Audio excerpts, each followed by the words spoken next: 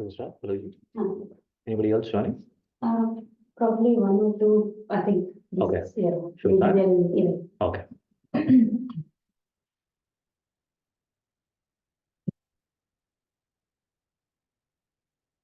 So, welcome all of you to the session today.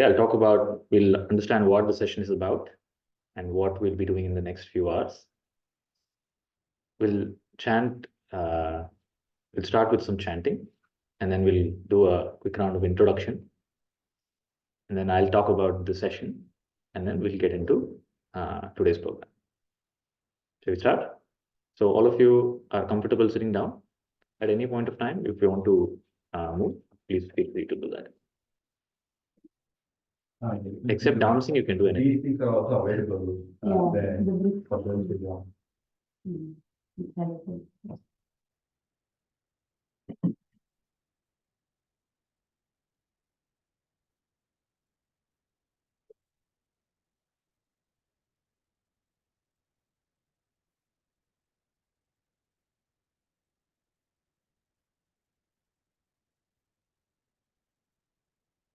Let us start by chanting Omkara.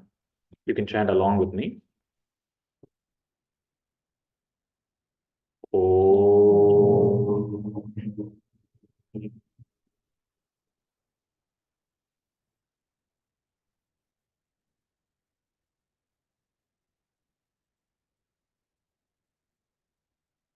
Om.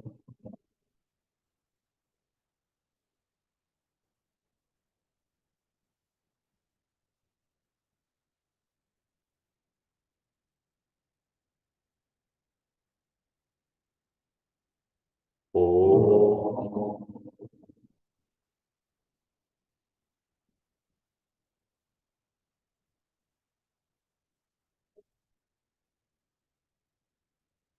Om Namo Bhagavate Vasudevaya. Om Namo Bhagavate Vasudevaya. Om Namah Shivaya. Om Namah Shivaya. Om Namah Shivaya.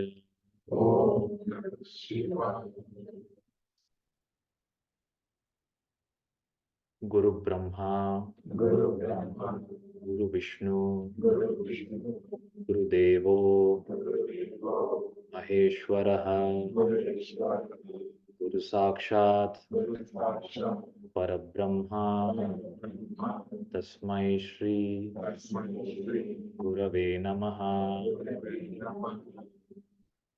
Shruti Smruti Purananam Alayam Karunalayam Namami Bhagavat Padam Shankaram Lokashankaram.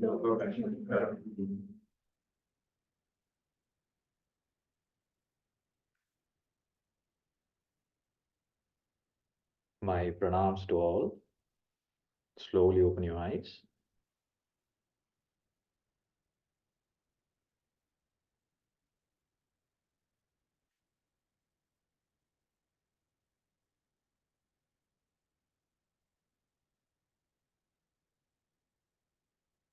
So once again, welcome all of you to the Atma Darshana session. Many of you have come from very long distances and taken time off. And a big thank you to Prasad ji, Pallavi ji, and all of the other volunteers who made today's session possible. So let's start with a quick round of introduction. I want to know who you are, why you've come to the session, what you want out of the session, and if you have any background in any spiritual topic or spiritual sessions. Okay, is it clear? Questions are clear? So where should we start? Start with you. Namaste, everyone. Namaste. My name is Seema, and I came to know more in depth about self-realization, Uh-huh. about this Atma, Okay. more in depth about. Okay. So you came for that. Can you please repeat that again? To understand the concept of self-realization. Self-realization. Okay. So you came for self-realization. Okay. Who I am and Okay. what focus I am. Okay. So अभी तक पता नहीं चला है. इतने साल हो गए. पता है, but in depth. Okay. Everybody can understand Hindi? Okay.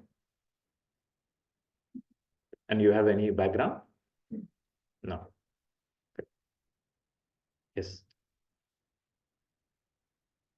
Yeah. Namaste.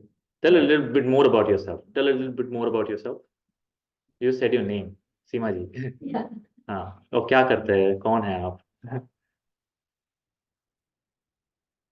I live in Delhi. Okay. Work as a dental nurse. Okay.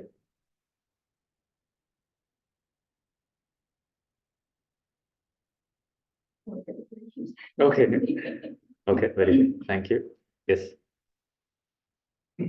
Namaste, everyone. My name is Sheshandri. I work as a software engineer.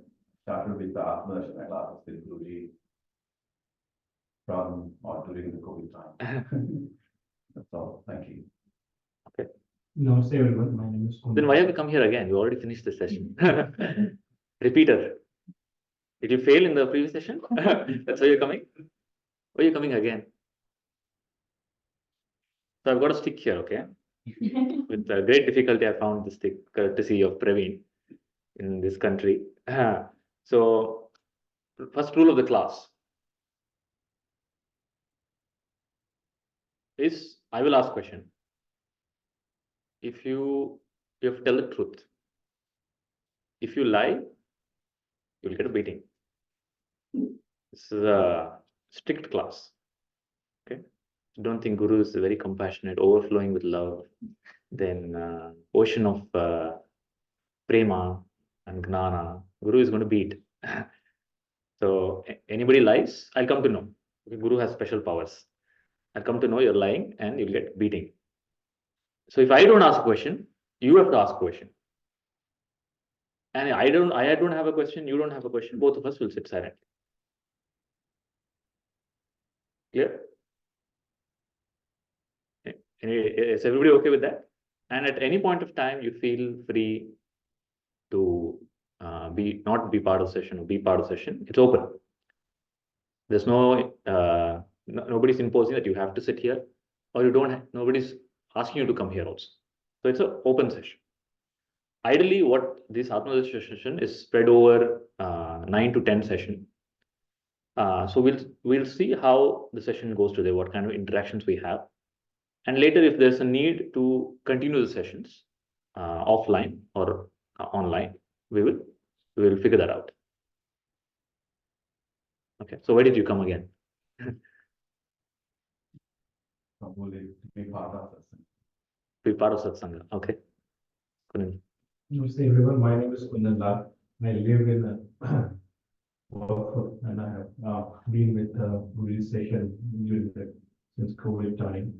And it was a good opportunity for me to be here and give such आप फिर से क्यों आए? satsang. सत्संग के लिए. ठीक है. Hello, everyone. I'm Praveen. So Guruji is my cousin.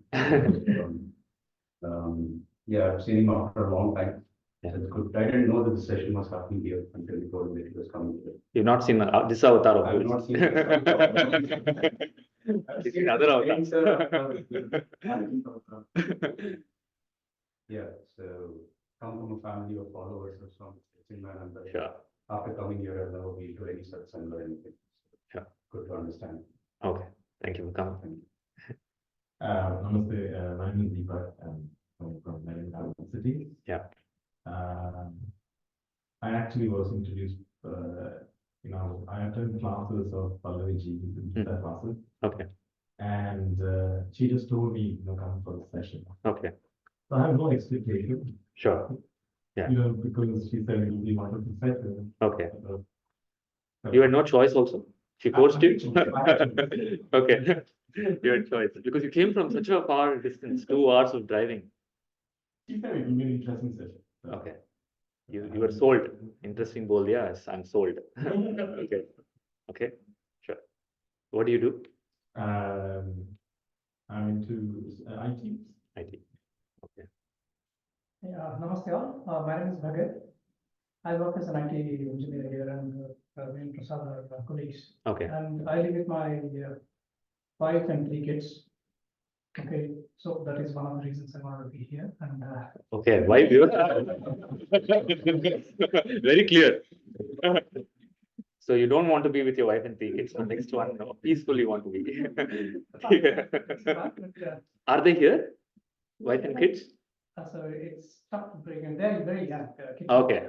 Okay. Okay. But tomorrow's session, I'm arranging something so that we will be part of it. Okay. So Okay. okay, so from the expectation standpoint, yeah, I used to be part of my yoga journey. Okay. So I'm also doing MSc in yoga. Okay. But the thing is, it is not continuous because of multiple reasons. Though I want to really pursue much, but Mhm. whenever I be part of any of the satsangs or any discussions, but however, there are some discussions. But I strongly believe Hmm. being in a continuous collaboration with such like-minded people or people who can guide us, Okay. that is paramount, I felt. So that's why whenever I am getting an opportunity, I want to really pursue it. Okay. Sure. Pursue what? I didn't get what is the To be part expectation. of the satsang. And one main thing that I'm really looking at is how to manage myself, being too busy in the personal life and also in the professional life. Okay. How I have to organize myself. Okay. Sure. So you want to be in the satsang, so you learn how to organize yourself. Okay. Good. Yes, sir. My name is Praveen. I got to know about this session from Pallavi. Ravi's done very good marketing about the session. My kid learns Gita shlokas from her. Gita shlokas. So my wife told, yeah, here is a session. If you're interested, you can go. Sure. We wanted to come as a family, but my younger one is just 3.5 years. Sure. The show will be different something. So Sure. I thought, let's stick to satsang. And Sure. I work in booking.com Okay. as an engineering engineer. Hmm. Yeah, I have 2 kids. Okay. And yeah, primarily I'm here to know myself a little more. Sure. To be honest, I've been reflecting about it due to various circumstances, figuring out what actually impacts me and Okay. how it impacts. Okay. I'm not a disciplined student, but Okay. a sporadic student about this stuff Okay. to learn myself. So yeah, I'm trying to understand from both. What are you trying to? What are you trying to get? Oh, yeah, I want to know your perspective and hear Okay. what it means to. Let's see what this person knows. No, I would say knowing can be done from different. So what is the outcome? That is a means, right? So there's a means and there's an outcome. Okay. Means can be many. Yeah. I'm asking what is the outcome? What is the end result that you want? End result is probably, I mean, hopefully self-realization at some point. Not today, but after. Okay. Yeah. Why not today? I don't think Aaj so. agar I'm at that stage. If I give you today, you will not take it? I will surely take it. Okay. But I don't know if I'm in that state. Okay. Sure. Thank you. Come here. You also come here. Before I continue, otherwise everybody have to go to one by one.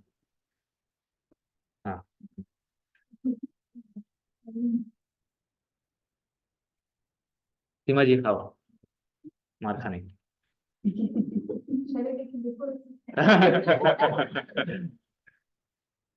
So one more disclaimer.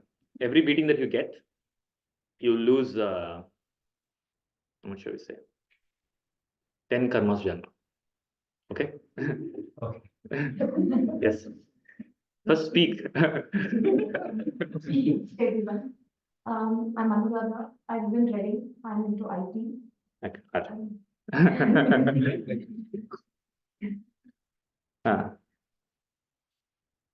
I've attended Guruji's sessions earlier, but I got delayed. Okay, I couldn't complete it. okay, And this time again, the universe and Pallavi ji is there Marketing. to push me again. okay. So this time I don't want to miss it. Sure. This time I've got my kid as well. Okay. What miss what? What do you don't want to miss? FOMO. I'm trying myself. I've tried all. I'm trying to spiritually improve myself. I'm trying to better myself. Okay, So I've tried.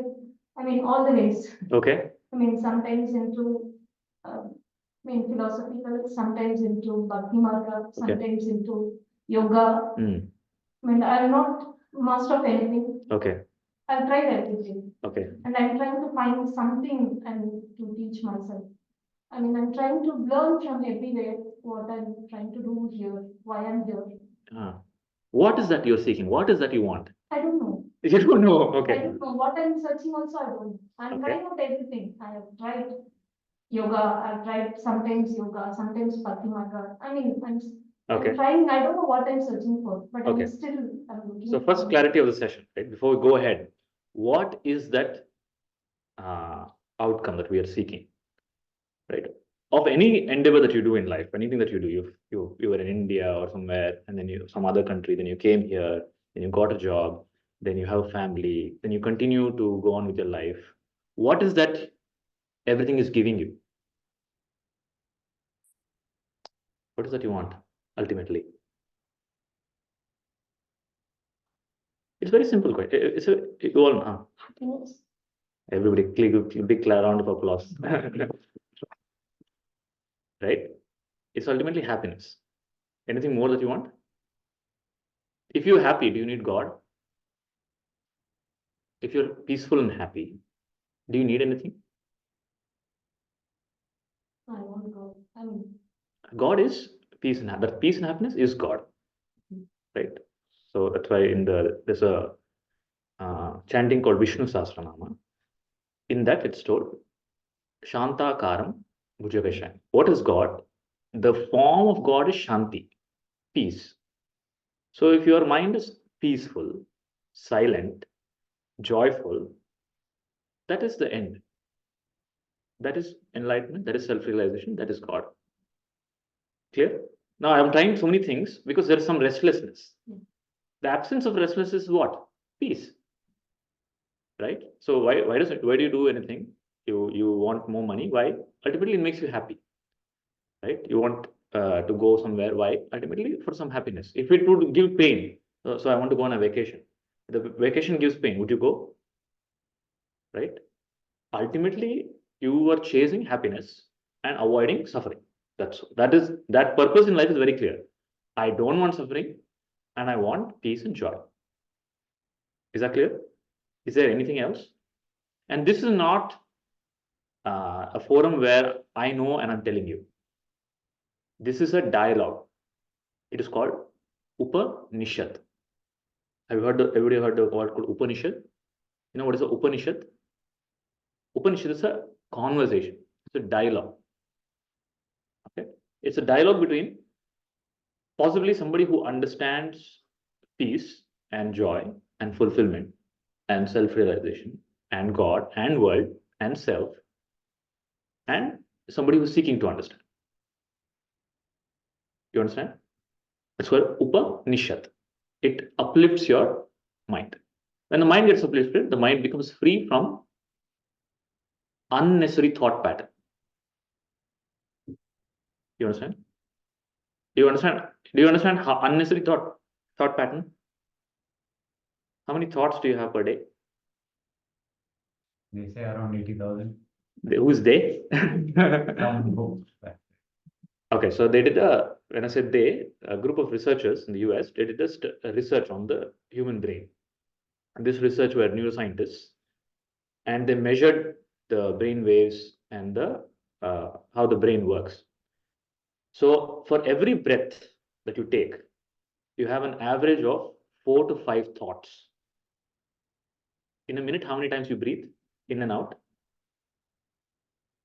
Multiply that by 4 to 5. So in a day, what is the math? Who's good at math here? In a day, you have around 70 to 80,000 thoughts that are firing up in your system. So all of you are in IT? Everybody's any non-IT folks here? Apart from the children? Non-IT folk. Okay. But you work with IT guy? Yes. Okay. Okay. So think of the brain like a computer. Now the computer, you're firing it up. And every time you fire it up, it uses energy. So your brain is like a machine. Every thought that you have, it guzzles the energy. Which is the biggest energy guzzler in the body? Okay. Human brain. Okay. Now this 70,000 thoughts that you're having is doing what? That means it's like 70,000 dogs barking. How can you function in the world when 70,000 dogs are barking? So spiritual journey is very clear. There's people have made spirituality into something else. Spiritual journey is very simple. Stop those dogs from barking. Then there's mind is at peace. Then you're in the present moment. Then whatever you need to do, you will do it in a beautiful way. Is it clear, sir? Just make those dogs from barking. And why those dogs are barking, you have to figure out.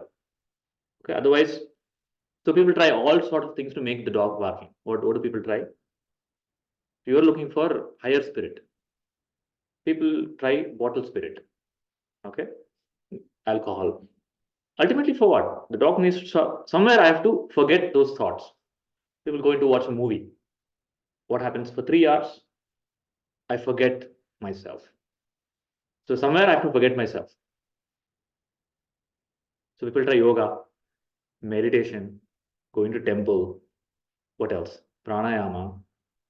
Everything is for escaping those 70,000 dogs. And those 70,000 dogs, are they useful? For your day-to-day life, the thought that you get, are they useful to your day? Some of them are useful. Let's say, how many thoughts are useful? 4 or 5. Take 100. 100. 4 or 5 is I have to brush my teeth, one thought. Then I have to go to office, another thought. Then there you lost 5, 10 thoughts. Let's say 100 thoughts. To do your work efficiently so that you progress in your outer life and have a meaningful relationship with your family and society and be at peace. How many thoughts? 100 to 200 thoughts. What is rest? Noise. Noise. Now that noise is your problem, nothing else. There is no other problem in life except that noise. You understand? The spiritual journey is understanding the reason for that noise, why that noise is coming, and not to. So you have people tried all different ways of reducing that noise, and came to a conclusion that nothing is going to work. No alcohol that I drink, no vacation that I go to, no tirtha that I go through, no temple I go to is reducing that noise. I have to find a permanent solution. I have to find permanent peace and permanent tranquility and joy. Is that possible? Is the question. And if it's possible, how we can get it? Is it clear? Anita, how many thoughts you have? I'm scared of the stick. There's one. Whoever's scared of the stick gets bigger every day. Okay, so what is that? What is the answer? What is that you're seeking? What is that anybody seeking? Peace. Is there anything else? Any endeavor in life is for that ultimately. And the question is, instead of going about roundabout ways and ending up with, so you try everything. By the time you're 30, 40, you understand nothing in life is actually giving me that. Okay, there's something that I really want. And this is nothing to do with external. You've tried everything external. For peace, you got this guy, you married a girl called Shanti, okay, thinking you'll get peace. Then you realized what is Ashanti, right? Then the girl got married to a guy called Santosh, okay, thinking that I'll be happy. Then she realized what is suffering and disturbance. So then you tried job, then you tried money, then you tried all endeavors. If you didn't try now, you'll eventually try. But the understanding of Sanatana Dharma is the peace is your nature. Okay, it's like sun, it's always there. But in writing, you don't see it. In India, you always see it. It's always there. Writing, you don't see it. Why? The clouds. The clouds are the 80,000 thoughts. How are you supposed to see the self with the 80,000 thoughts? Have you seen your day without 80,000 thoughts? Huh? Have you seen like an hour without 80,000 thoughts? Now, when you see, that is called Darshana. To see without interference of your mental noise. You understand? So when your mind calms down, and becomes tranquil and aware, then your true nature is revealed. True nature of bliss and peace. Clear? Yes. Your name is? Louder. And I studied chemistry here. Okay. Why did you come to the session? I have no choice. I have pulled it. You pulled it. Okay. Okay. I've seen my mom to I found it interesting and when she asked me if I wanted to come, I said, yeah, I will try. Okay. Sure. Okay. Thank you. Hari Om Guruji, I'm Suman. I've been with Guruji since COVID time 2020. So COVID has really given me my guru. And peace is always there. And satsang is something that always attracts. I just get pulled into it. I want to be there wherever, whenever possible. So that Shravana is always happening. Why did you come again? That's what your company. I Okay. mean, you're here. I was on the computer on the other side, and you're physically okay right now. Okay. Thank you. Yes. Namaste, I'm Pallavi. I'm attending Guruji's classes since 2020. I'm here for Satsanga. Namaskaram, everyone. Prasad here for to be in the presence of spiritual master. That's the only thing that we. Thank you. My name is Neela. I think somebody's waiting there.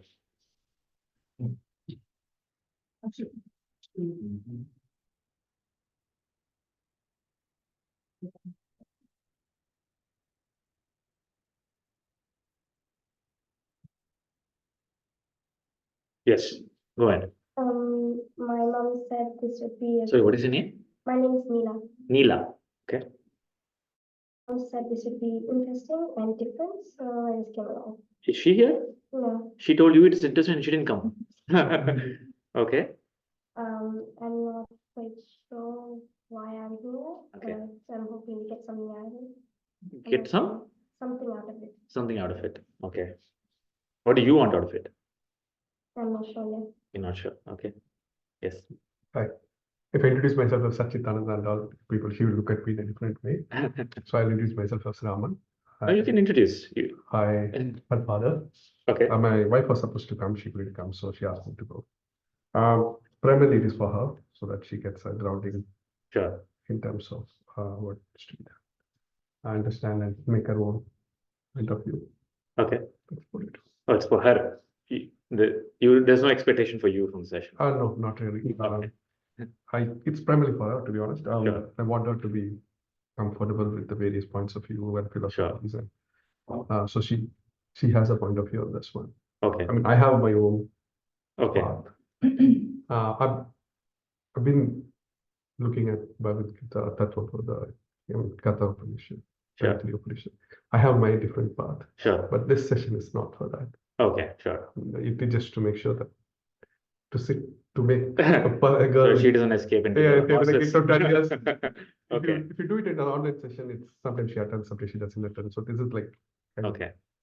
of allowing her to Yeah. giving her the best opportunity. She's rolling her eyes. Very nice. I thought I had a minute more. Okay. Yes. My name is Shreyans. Since 2021, I think Guruji has been leading some children's classes for Bhagavad Gita Mhm. and things. We did a few classes of that, and then I've watched my parents go to Krishnaji's sessions. Have they changed? Yes, but our lifestyle has become Better or more worse? vibrant. Vibrant. Okay. and, Okay. Um, Now this is a real testimonial, okay? Of the class. Adults will manipulate. Okay, child will tell the truth. Ah. Attended a couple of the sessions with my parents as well. Okay, Not being able to sit for the whole 4 hours then, but sure. Today you're going to sit for the 4 hours. Yeah. Okay. So how have your parents changed? They don't scold you anymore? no, it's brought more clarity into our lives about what's like Yeah. and that's what I'm trying to clarify in this session. You're trying to clarify what clarity has come into your life. And how to realize the clarity Okay, and how to get the clarity. very nice. Okay. Yes. Hi, my name is Anita. People also call me Anu, so I answer to both. Sure. So I attended Guruji's sessions last few months. Really found it very helpful and interesting. I'd like to get out of this session. I want to be a better person, but also reduce the noise, Mhm. constant noise that keeps coming in the head. Okay. The sessions have helped, but how to sustain it, Mhm. how to continue keeping Okay. that calm in the mind. Okay. Sure. Thank you. Come, yours. My name is Preeti. Ah. My dear friend Anita, I got sold. Sure. I came here. Yeah. She wanted some company, so she just called you. Why should I suffer alone? Okay.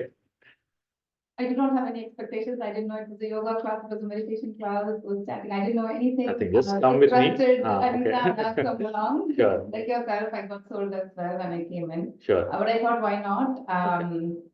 I learned yoga meditation a few years back, maybe 7, 8 years back in India. Mhm. And then I was doing it continuously. Every morning I was doing it. Mhm. And I found it really good. Yeah. It was peaceful in the mornings, in the evening. The whole day went well when I did that. Mm. And then it went downhill. And then somehow in between, again, I started a few years back and it went downhill. I'm Okay. hoping that this is an inspiration for me to start Mm. the yoga and meditation like I used to do. This will not be. So I'll tell you what the session is not. This is not a yoga class. Okay. This is not a meditation class. This is not, so this, what the traditionally of, I was telling about Upanishad. It is called a Sat Sang. Have you heard the word called Sat Sang? What is Sat Sang? Sang means company. Sat means truth. Okay, so we're trying, this session is about Atma Darshan. Atma is truth. What that is, we'll figure out. We'll try to understand. We are here to realize some truth. What we know is an objective word, a word, right? You know your body, you know your mind, you know a world, right? You interact with the world. Is there, and there's an objective reality. Is that reality? Is that reality? Is there more to that? So according to modern science, it is not reality. Modern science says the objective that world that you see, the world that you see, the all solid world, the wall, this thing, table, nothing is there. Okay, everything is just your perception. Now, is there something real? What is real? And is there something real? What is the definition of real? That's what we are here to discuss about. That's the topic of interest. And ultimately, all of that knowledge, whatever that knowledge is of what is reality, has to benefit me in some way. It has to make my life better. It has to bring me peace and joy. If I'm peaceful and joyful, and if I have found that permanently, regardless of any external situation, no matter what is happening on the outside, my internal peace is not disturbed, then I have found something meaningful in life. That is the endeavor.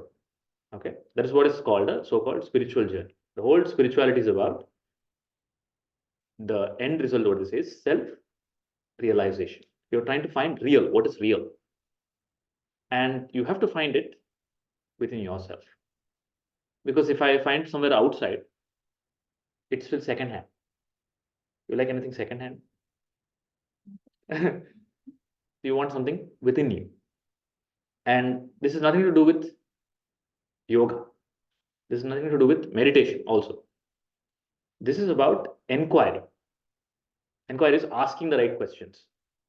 The same path that science also takes. Science takes as a experimental model. They start with the hypothesis, they do an experiment, then they find the result, validate it, then they apply it as science and technology. So this pathway of spirituality is also the same.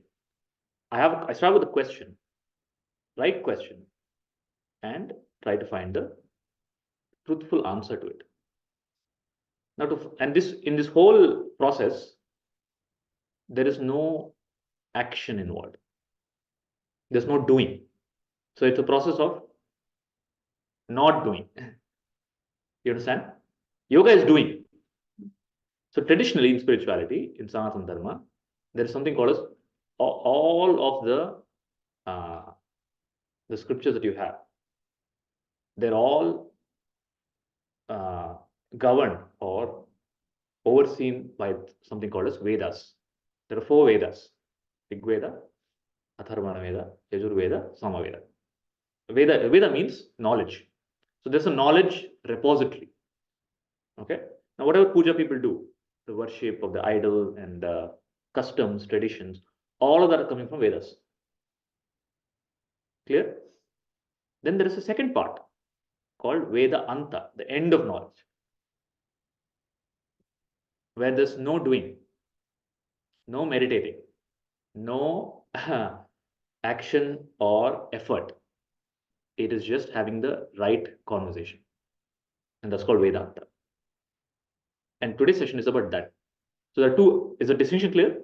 Veda, Vedanta. So I learned some mantra here, no, that is part of Vedas. I learned some process here, no, it's part of.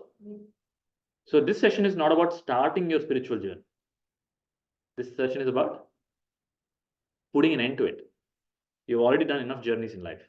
Come so far from India. Okay. Ab bas ho gaya. Now you put an end to the journey. If you want. If you want to continue with the journey, go ahead. No, I don't want to put an end. I'm liking my life. I'm loving the experience. Go ahead. But this is about putting an end. Putting an end to all effort, all noise, all endeavors for peace and joy. So what this will practically do is, it will end the process of unlearning. I'm not here to teach you anything. Okay, so Veda is about teaching. Vedanta is not about teaching. It's about unlearning everything that you learned, especially about yourself. Okay, so all of you, you have to introduce you. So you just joined. Yeah. We will just go into a quick round of introduction.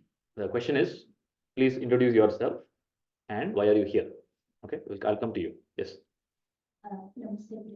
Sorry, one second. What is your name? Preeti, is it clear? What is it clear? What's clear? What is not? What is not? Clear? What it is not. What the session is not, that is clear. It is not. What it is about, I think it will be clear once it is done. Yeah, I've not gotten to the part yet. What is not clear? Yeah, what the session is not about, that is clear. Yeah. So all Anuradha ji, right? You told about the bhakti, Upasana, all that comes under where? Veda. Veda. Vedanta is putting an end to everything, putting an end to God also. Ultimately, I have to put a rest. Now I have to shut down my system. Shut down my, when I say system, there's thought patterns. Shut down my restlessness. I need tranquility. And is there a direct way to do it? There is a direct way. It's called direct path. Okay, this direct path was lost. What process I'm going to take you through today, it's called the direct path. There's an indirect path going like this. Okay, and there's a direct path. And this direct path in the last century was revived by a master called Ramana Maharshi. Anybody heard of Ramana Maharshi? Yeah. And there's another great master called Atma Krishna Menon in Kerala who revived it. Then my master, who learned from his master, my guru is Sadhguru Narasimha Prabhu, took us to the approach of direct path. That's what I've been taking these people, and now you.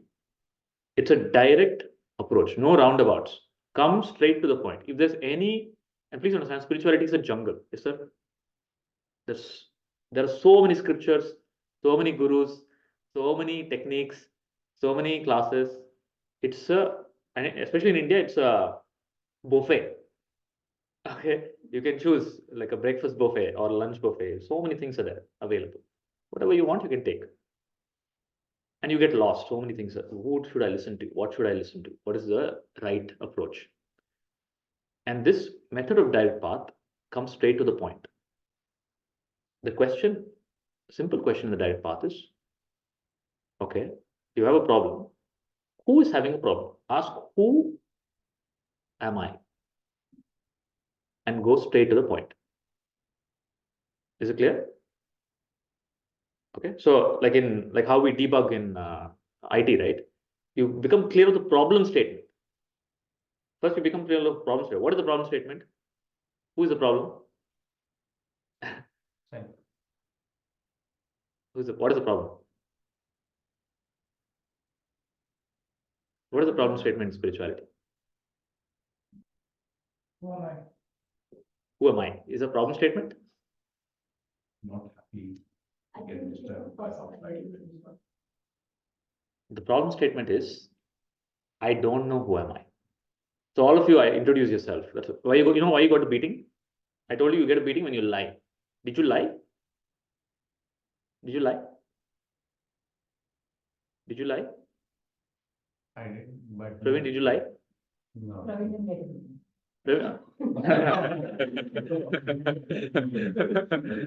I gave the stick by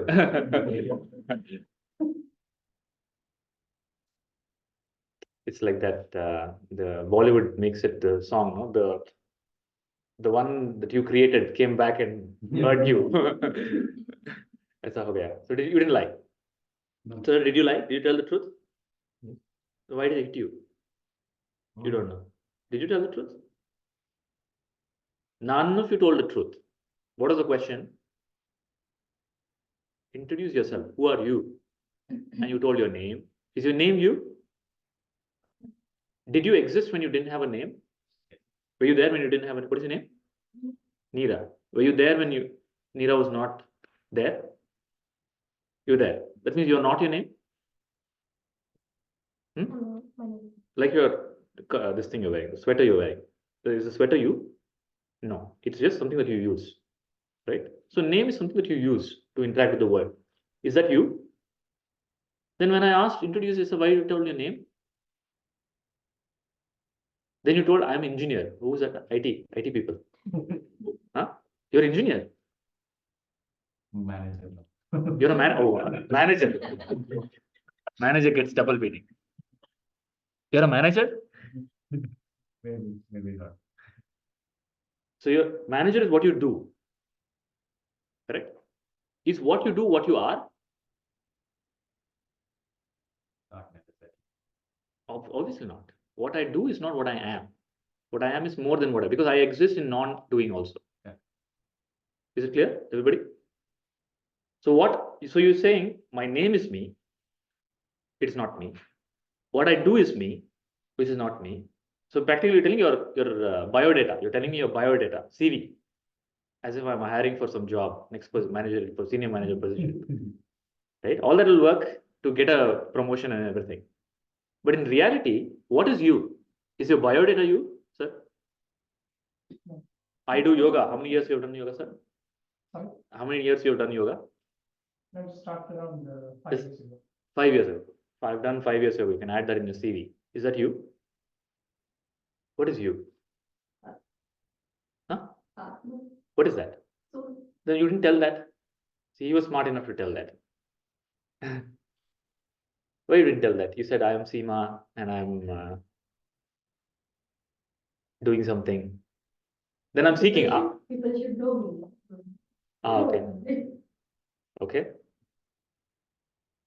So is it clear? Did anybody introduce yourself? Did you introduce yourself? Who are you? But how do I know that I'm Atma and how do I know that I exist before? Who are you? First, right now, who are you? Forget about Atma. Atma is a word. It's a word. Practically, it's a word. What does it mean? You don't know. But you is experiential, right? So we'll only talk about what is real experiential reality to you. We'll not get into any words. Okay. So you have a experience of I exist. Correct? I exist. Is there any doubt in that? No.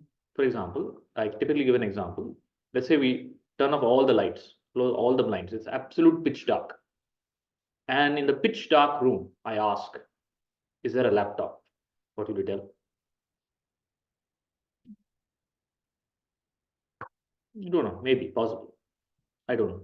Right? Is there Kesri Bath? Don't know. I don't know. Is there probably a sewing machine? I don't know. But I ask you, are you there? I'm there.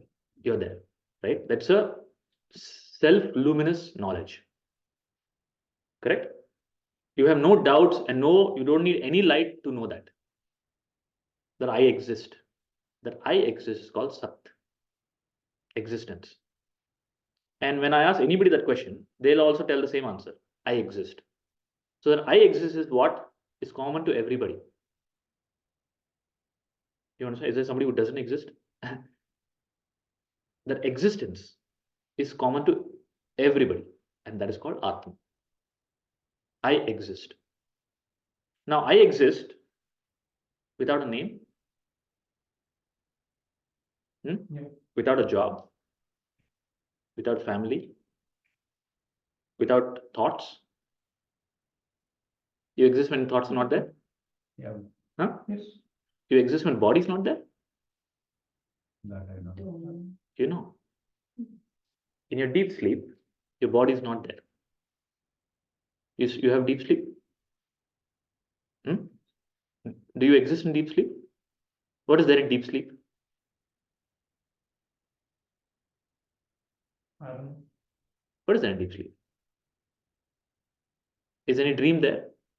No, nothing. Nothing is there, right? You wake up, you say, I had a nice sleep. Nothing was there. But somebody was there to see that nothing. Somebody was there to tell nothing is there. You understand? So it's like there's a court case. There's a guy in the court, and there's a lawyer interrogating him. And the witness, he says, my lord, when I went to the crime scene, nobody was there. Then the opposition lawyer raised his hand. Objection, my lord. My clients, the person said, nobody was there at the crime scene. But he was there to tell that nobody is there. Who is that he? Who is that you? Who is that who was there? Is you. And you were there when the body is not there. And that is called Atma. But in the deep sleep also my body is there, Where is it? sleeping. That is when you wake up, you tell. In your deep sleep, do you have experience of the body? In retrospect, you say, my body was there. But when you are experiencing deep sleep, is the body there? I don't experience body. Huh? There's no body. There's no body. There's no mind. There's no world. But I am still there. That I who is remains without the dependency on anything else, any object, is called Atma, which is what you really are. And that is why deep sleep is a state where you meet your true self. And that 30 minutes of deep sleep rejuvenates you. It heals your body. So typically when you're ill, doctors say you need to sleep. That means you need to go to deep sleep. Why? It reorients your system. Because you go back to your true self in the absence of all objects. Now the question of spirituality is, can I get that when I'm waking? Can I, with my eyes open, experience that? That's called self-realization. You understand? Preeti, did you get it? Do you exist in deep sleep? Did you tell the truth when I asked you who you are? You're Preeti? Now I don't know what to say. Are you Preeti? Yes, people. People call you monkey, you become monkey. People call you donkey, you become donkey. Whatever people call you, become. That's what I want people to call me. Okay, I don't know what to say. Am I Preeti? Yes, I am Preeti. You're not. Are you Preeti? I don't know what to say. Yes or no. So what is the criteria to tell I am something? What is the criteria to tell I am this? Okay, for example, if I'm saying I am short-tempered or I'm kind, something that attributes to me. Okay. I experience or somebody tells me that, then I know I am that. Another big जब भी बकवास करोगे मार पड़ेगा. Okay, what is the criteria to tell I am something? Let's find out. When you try to identify yourself with something. I identify myself now in the modern generation. No? People can identify with any gender. I identify myself as woman. I become woman. Okay. I identify myself as trans. I become trans. Okay. So there's this person going in the this thing.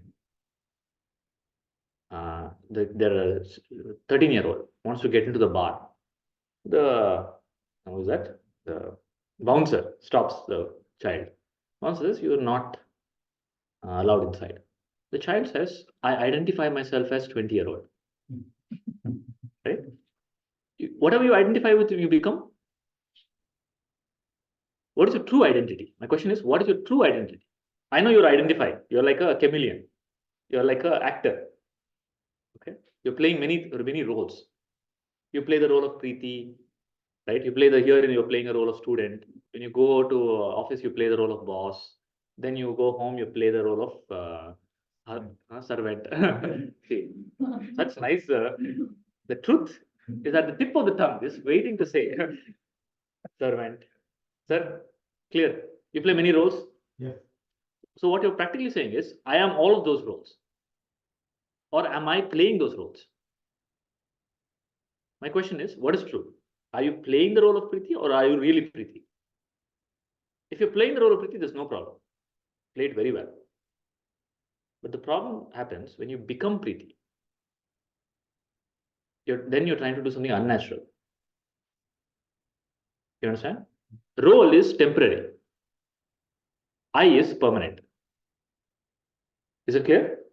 So what is impermanent, you're trying to make it permanent. Then what happens? You burn your hands. You get thoughts. You understand? Is it clear? What is the criteria to tell what am I?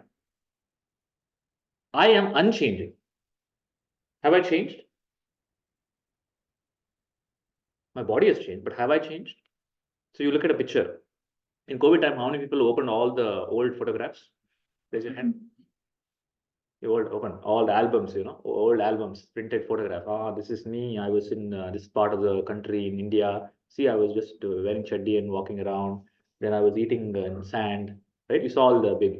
So you say that was me. Right? You say that was me. I was there. You were there. Where were you, sir? 30 years ago.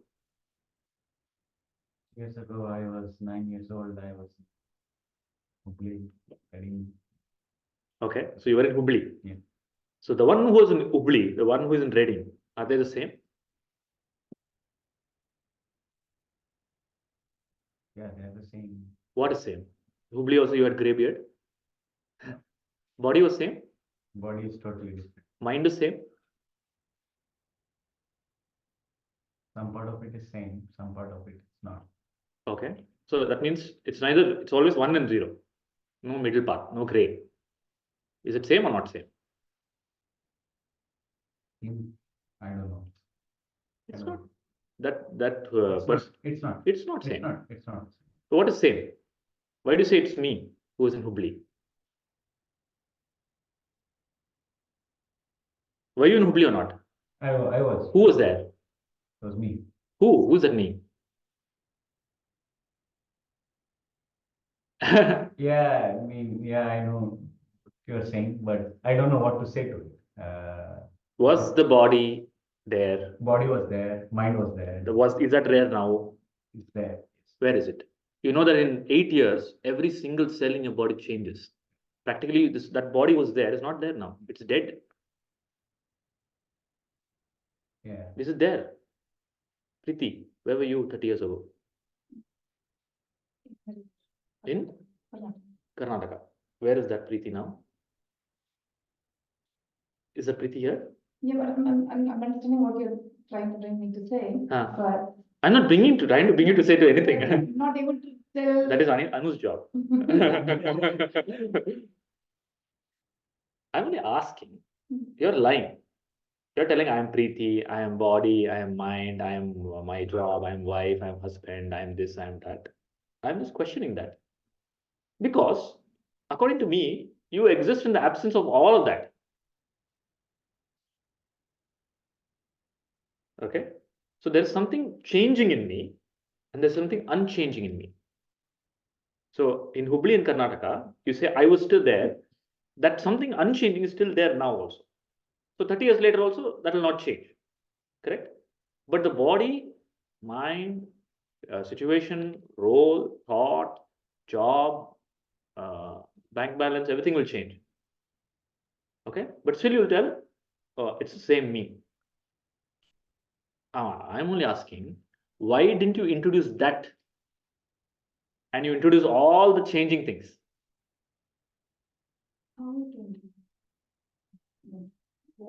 What can I say? That is something that life is still there. That's my life. I was there. Not life, existence. That real you. There's a real you and a pretend you. We're all talking about that pretend. Aren't you? Yes, that's right. We, who's we? When we introduced ourselves. We introduce ourselves. So first of all, you are telling, you didn't tell about yourself. Now you're superimposing we. Everybody's also doing the mistake. I didn't make the mistake. Okay, another rule of the class.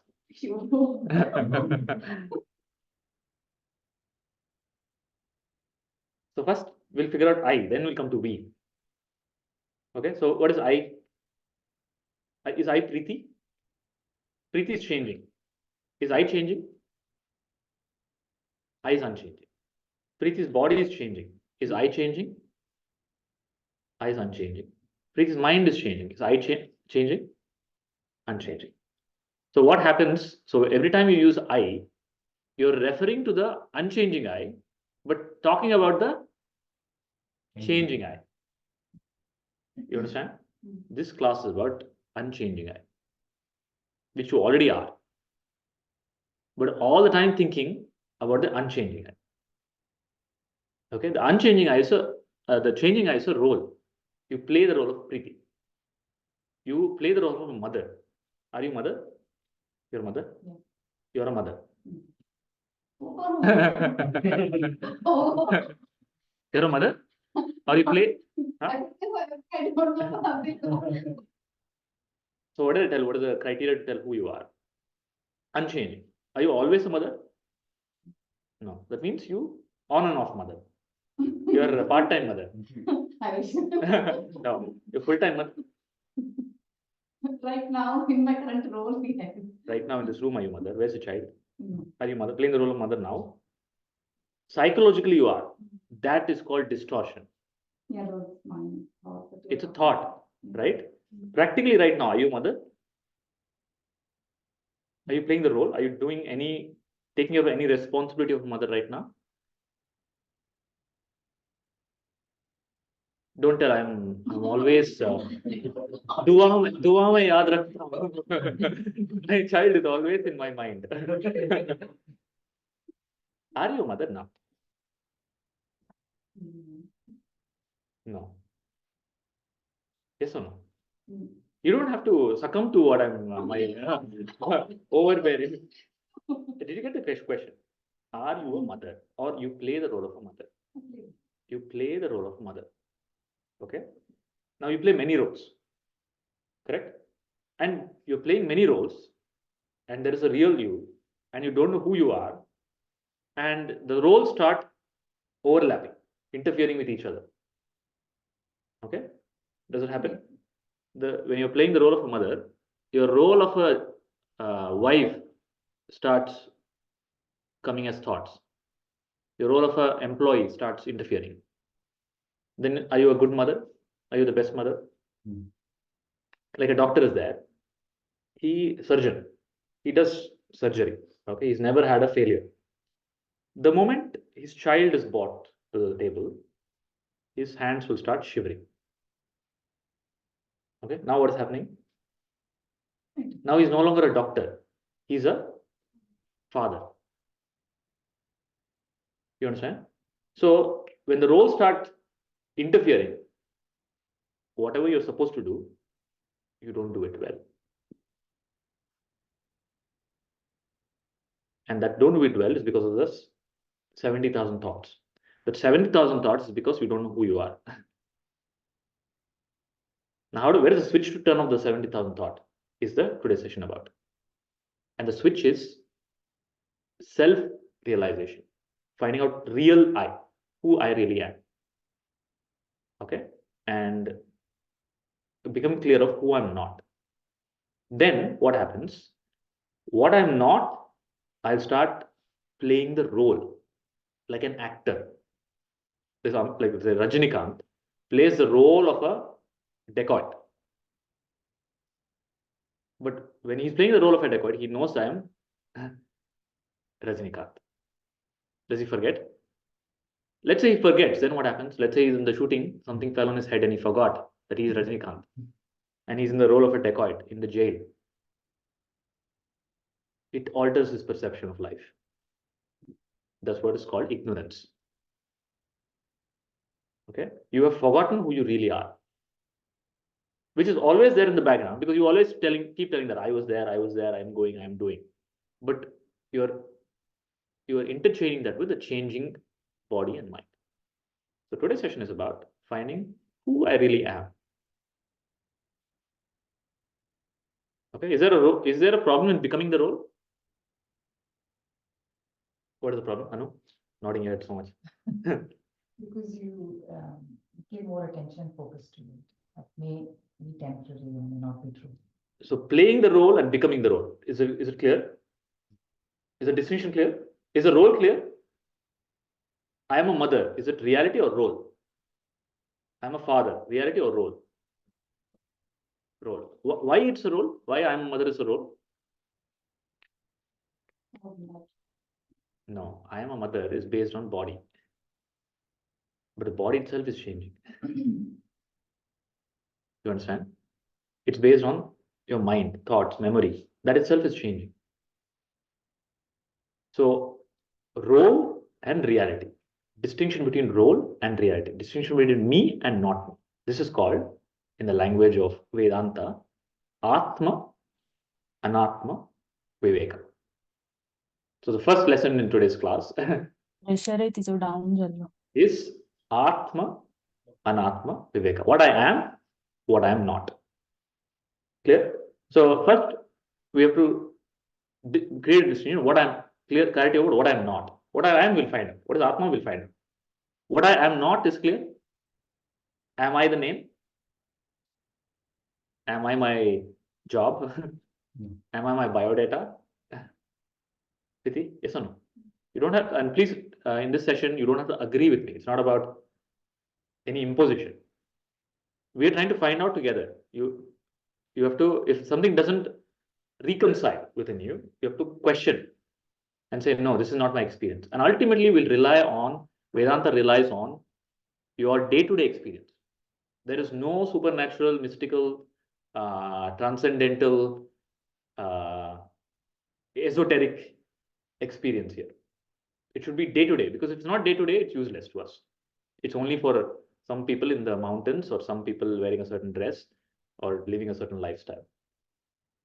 Is it clear? So I have a role, but I'm not the role.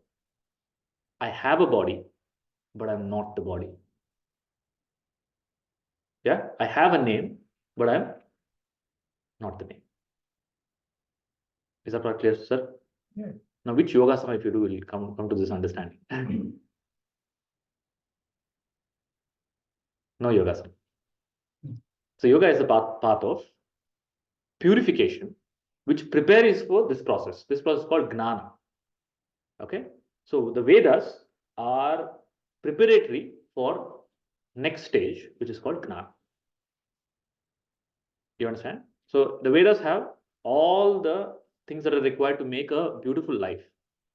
They have science and technology, wisdom, for wealth, for children, for job, for health, for the association with the divine, everything. Then you come to a point where you're done with all of that.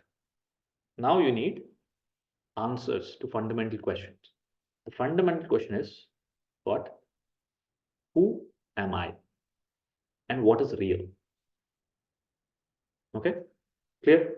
Did you complete? Did you get beating? Not waiting, but I did not complete. You did not complete. Okay, lucky you. Okay, why did you come here? Confused. Okay.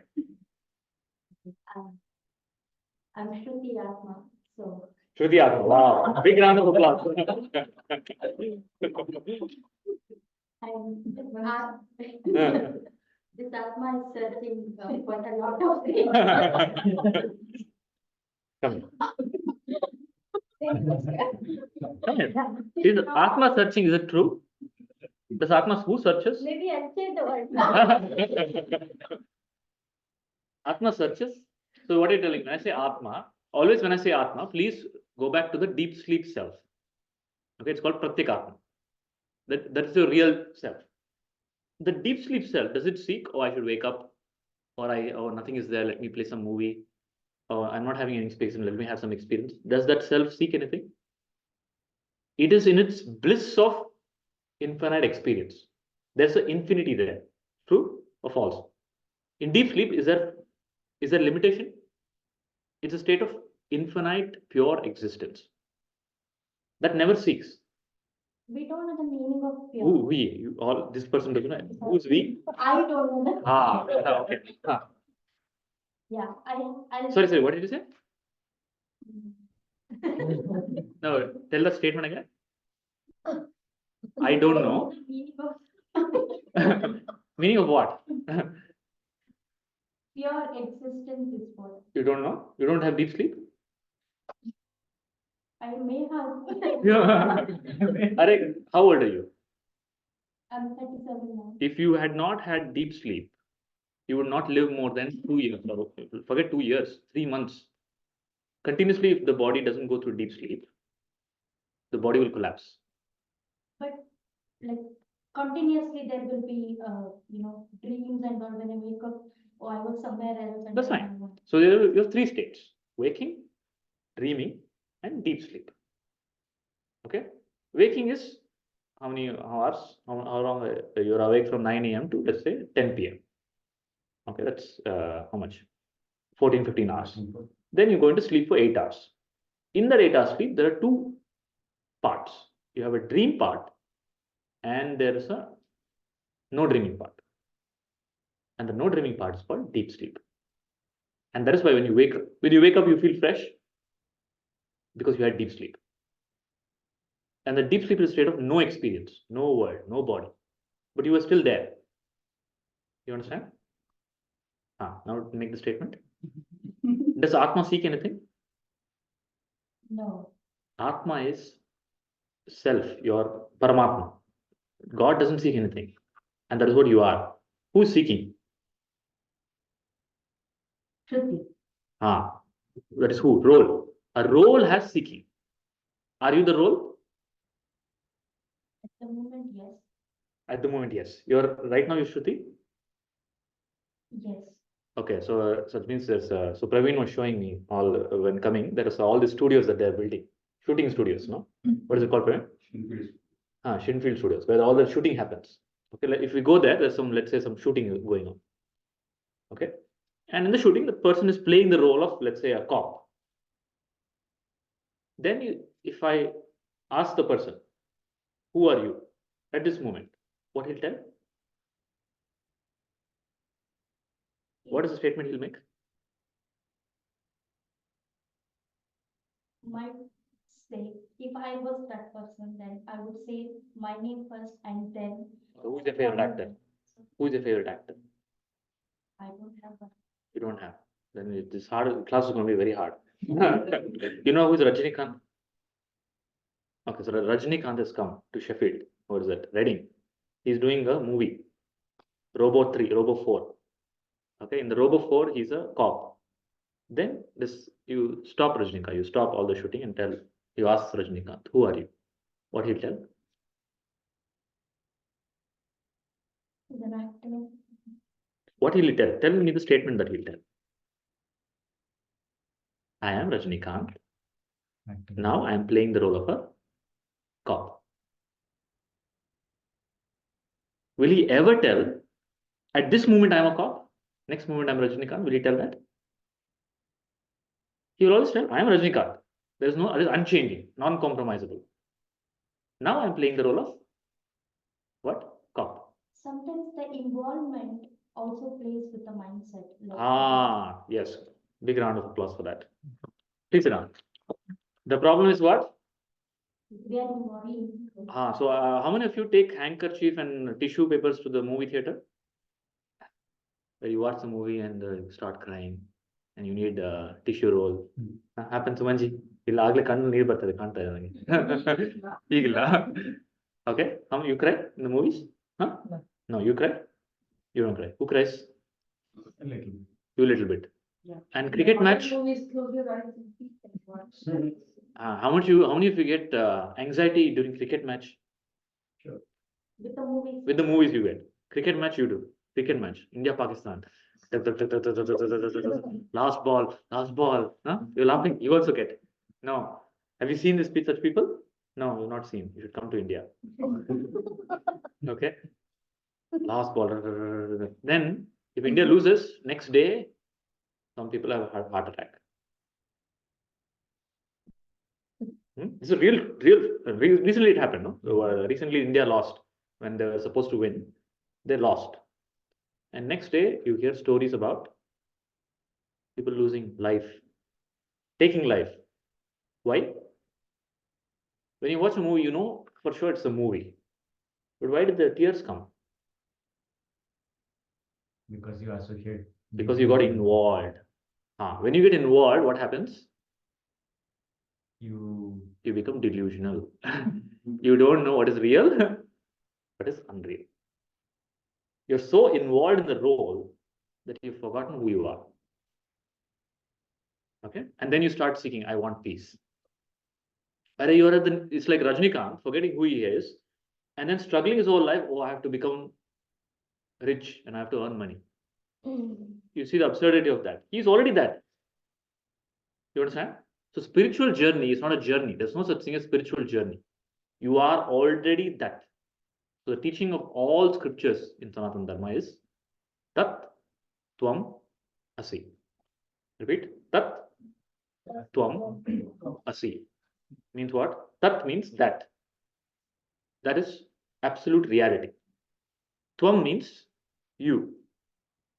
Asi means are. So that you are.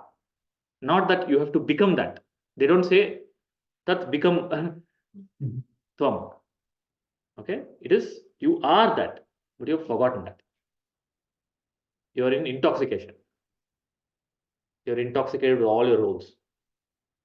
This session is about detox, rehabilitation, alcohol rehabilitation. So Shankaracharya tells, Maya, Madira, Pitaha, Brantaha. Meaning, it is Madira. Madira means alcohol. You are intoxicated with roles, all your roles, and you have forgotten who you are.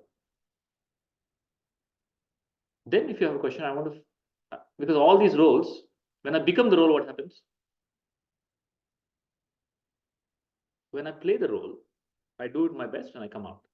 When I become the role, the same thing that happened with you becoming the character in the movie. Nothing is real and you're crying. You understand? So that is called distortion in life. So all suffering in life is imaginary. Agree or disagree? How many of you disagree? Nobody.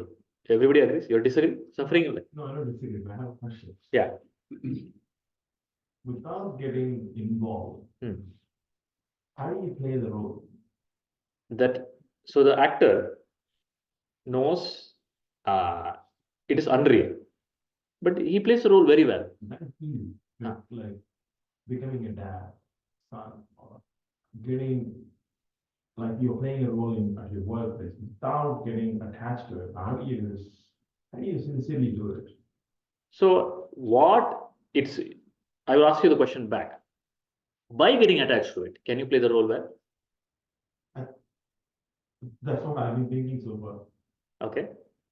Yeah. Actually, I've come for this purpose only. Ah. There is something they say to be apart and be a Okay. Okay.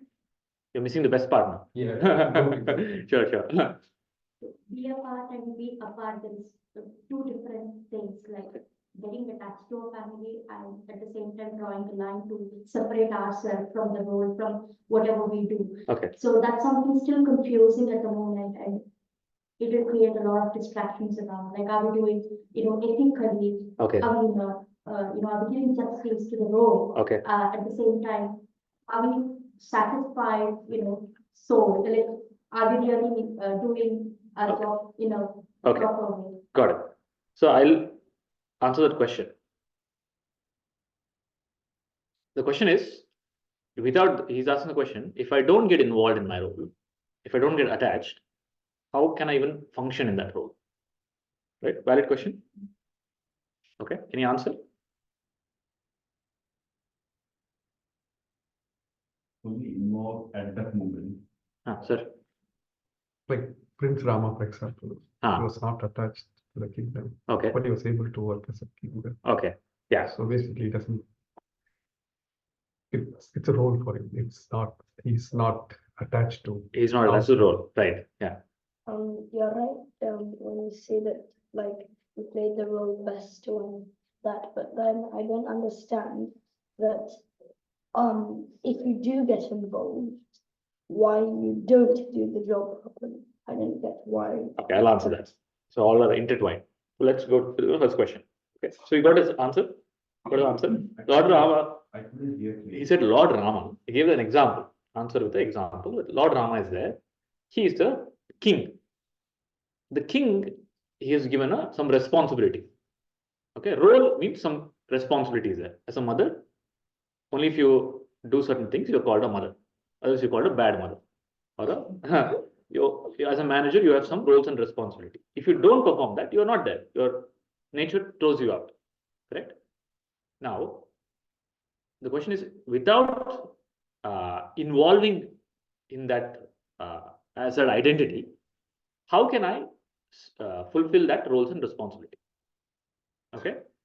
So first thing you need to understand is there are two parts to it. One is there is an identity part and there's an action part. Identity is identity of, let's say 10, 15 years ago, you were not a father. Okay, you were a bachelor. You had an identity of a bachelor. Then you took on an identity of a father. The moment you took on the identity of a father, your actions started changing. Okay, did it or did not? Yes.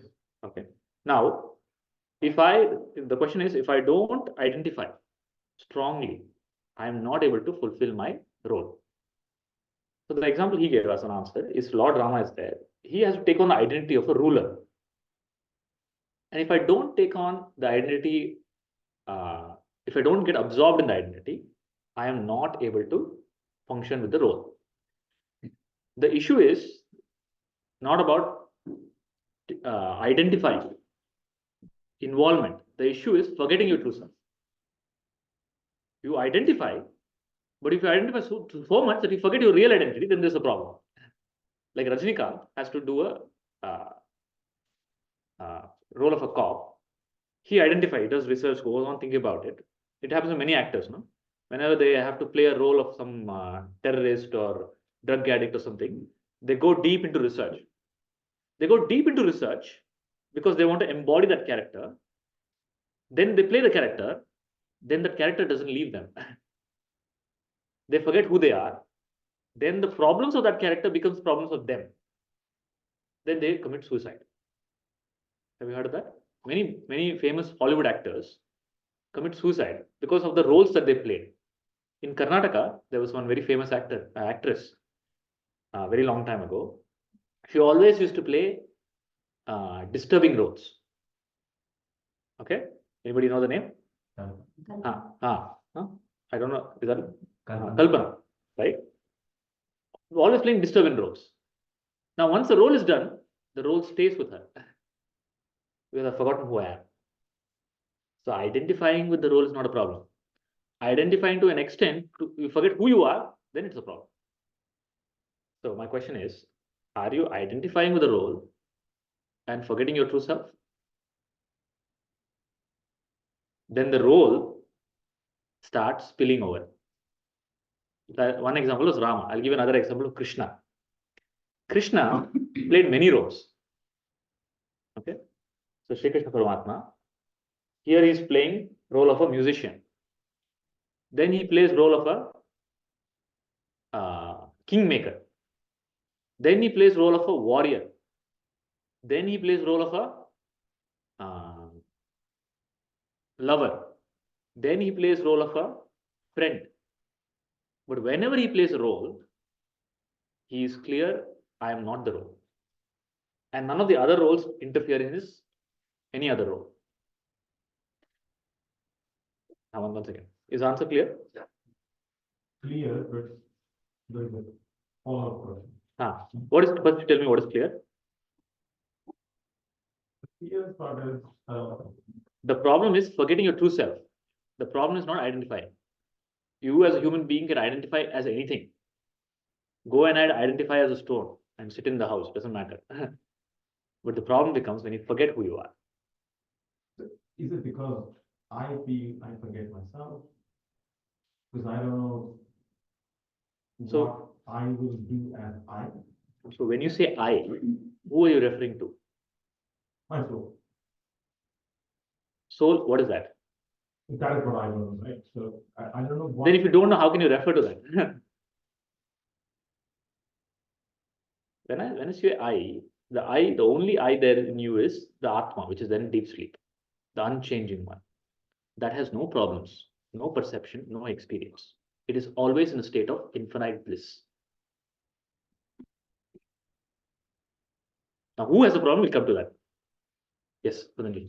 So I can cite one more example. Yeah. Everyone on their drives, when they are driving, they are doing the driving job properly. Yeah. But once they are finished their driving, they get out of the car, they don't sit there. Yeah. They are the car, they are the driver. Right. And they have to be with the car. Sure. That role we are playing is we are playing with utmost sincerity. Sure. But once that job is done, we are out of.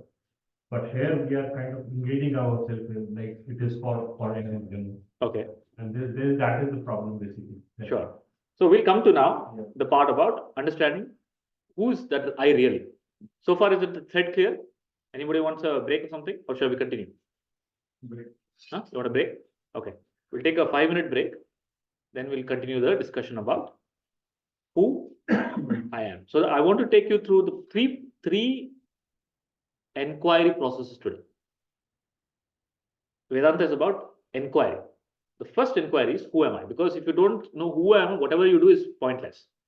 First is who am I? Then subsequently who I am not.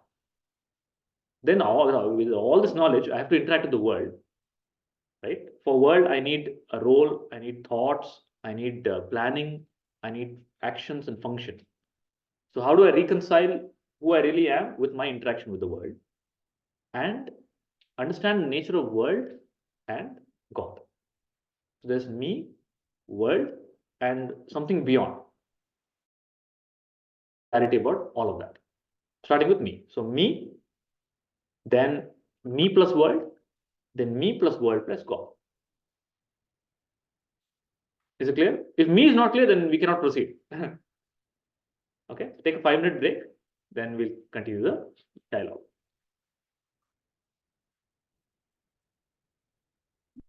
So people online, any questions? Sheetalji, No, Guruji. Soumitra. Yeah. So we are here for people who join later. We are here in Reading. Pallavi has organized in real. There are a few people who have joined here. We're having a Atma.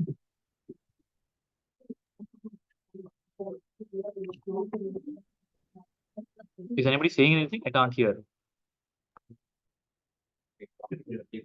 I'll take some tea. Yeah. ಇದು on ಆಗಿಲ್ಲ ಅನ್ಸುತ್ತೆ ನೋಡಿ ನೋಡೋಣ charger on ಆಗಿಲ್ಲ ಇಲ್ಲಿ loose connection ಇದೆ I think here.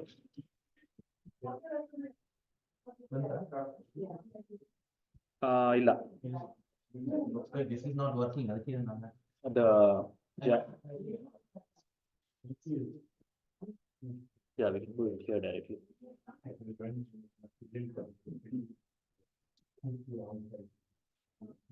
Yeah, no, it's fine. Okay, people online, what is the time in India now, Rashmi ji? 5 minutes to 6. Okay. But feel free to I know this because it's the full day session here. Okay. Feel free to log off whenever you want. Okay, sure. No problem. Thanks, Guruji.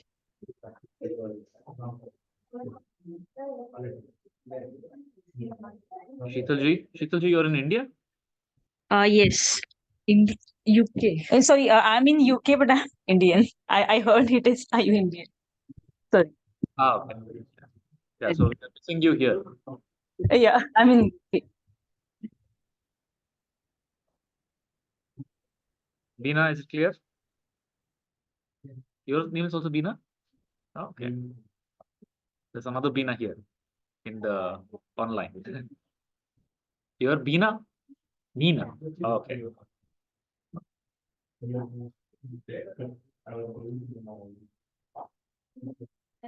Soumitra. All good, Krishna ji.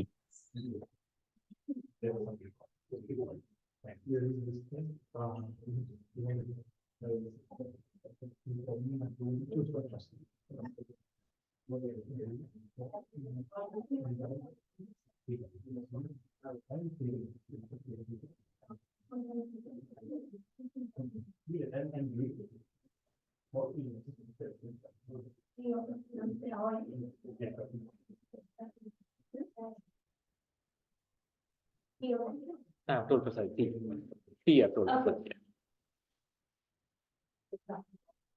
आपको देख कर पता है मैं पता नहीं चलता किसे लग रहा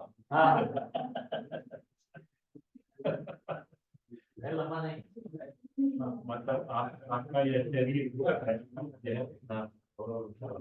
ये माँ पे ऐसे बोलती पहले मैंने नहीं समझ पाया तो मुझसे बोलती थी ये ट्रेनिंग से पूछ चुके ये माँ कभी मैं नहीं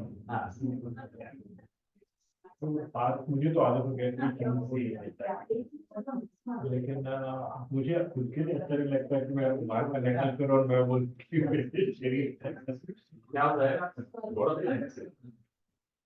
the ignorance drops to the next stage. They cannot use even in language. The for other, it is not ignorant. So the many examples on Ramti, then Ramashita, even Mata.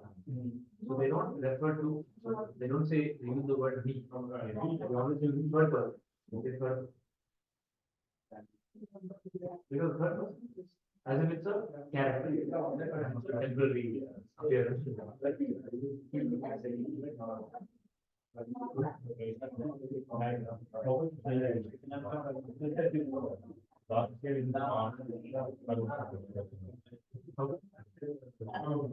I was not getting opportunity.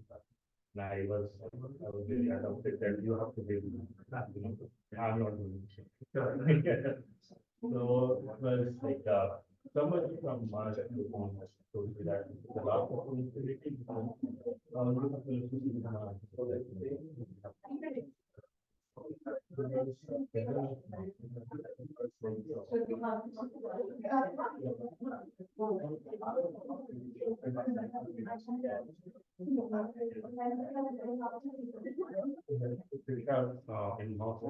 Manisha, I landed there, he was like, and it just time she gets the body. She was not able to.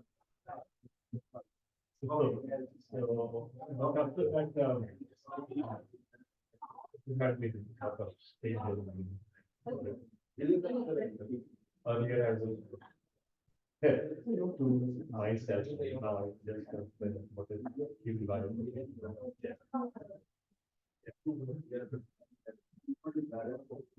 But thank you so much for you being there and because Bhakti was there, but my Bhakti was a different Bhakti. After Gyan came, I just started learning to value Gyan. And luckily, it was like, taking guidance correct. I was probably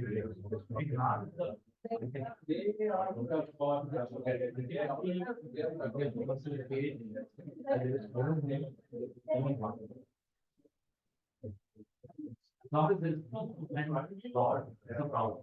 But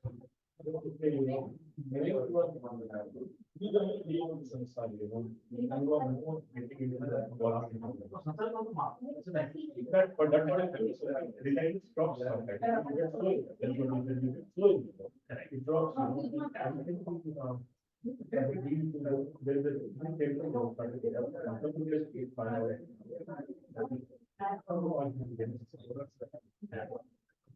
and saw it and then come on my God. And you know, we after having a modification, everything, you know, all the possible, still I realized that my saying I'm not in thyroid. But TV there. And then I realized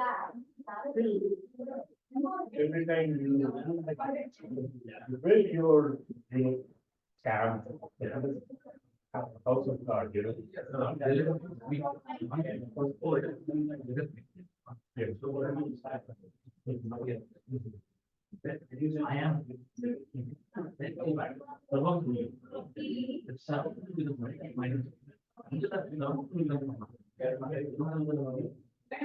everything is about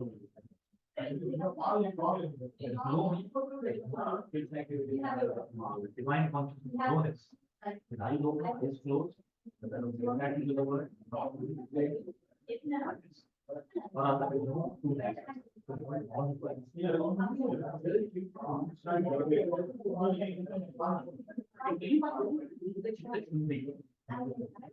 Unnecessary impressions function. Like this is a chair. Memory skill of like not the skill of like, but you will lose ownership of that. I am not. There will be no. Sometimes I'm driving. I don't realize that I am. And now I'm taking that. So that part is clear. Not the memory of life, skill of life. As long as the body is some function. Functional part of the music. The psychological part of the music. Well, part is like, then I have to do something of papers. Yeah. But during the papers, I. Exactly what you think. Yeah. Oh, why? Every day. Sometimes it is sometimes it is just very continuously drives me. Sometimes like, why? No, that's what I'm saying, that because you cannot keep trying to do this. It's like every problem you do.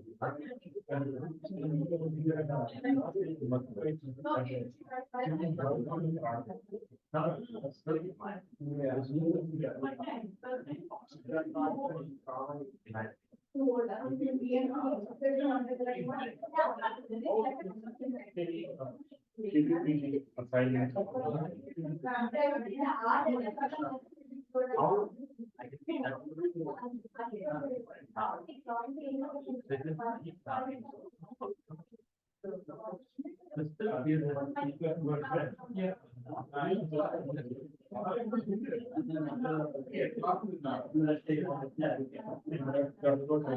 Also dropping the jam itself.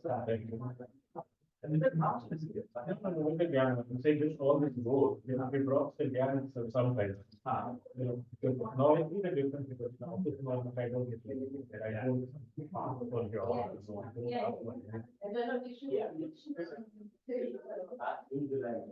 No, I get it. That's the whole conversation. Can we all come back? We'll visit and discuss.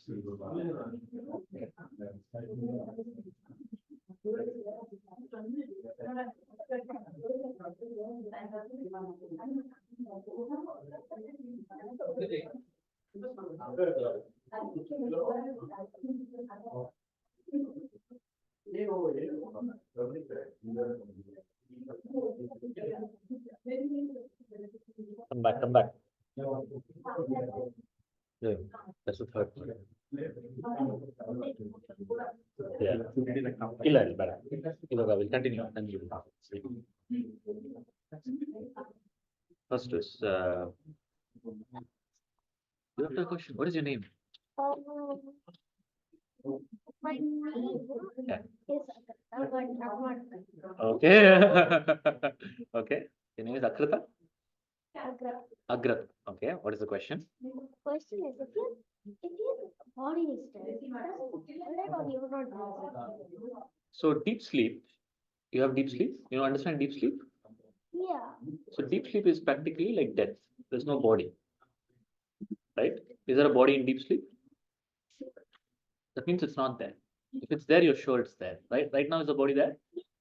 Right? In deep sleep, is the body there? No, there's no body there. Correct? So that means, what does it tell about you? That means you are deathless.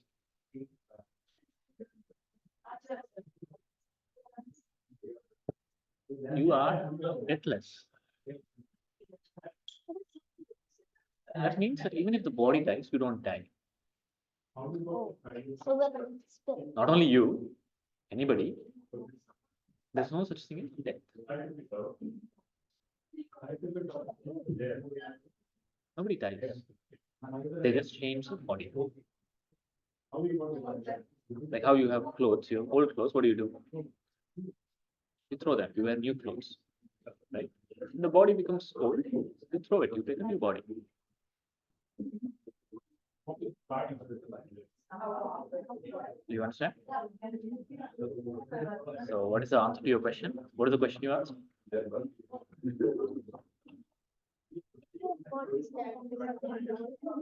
Yeah. Does it mean you're dead? Obviously not. Is it clear, Akrita?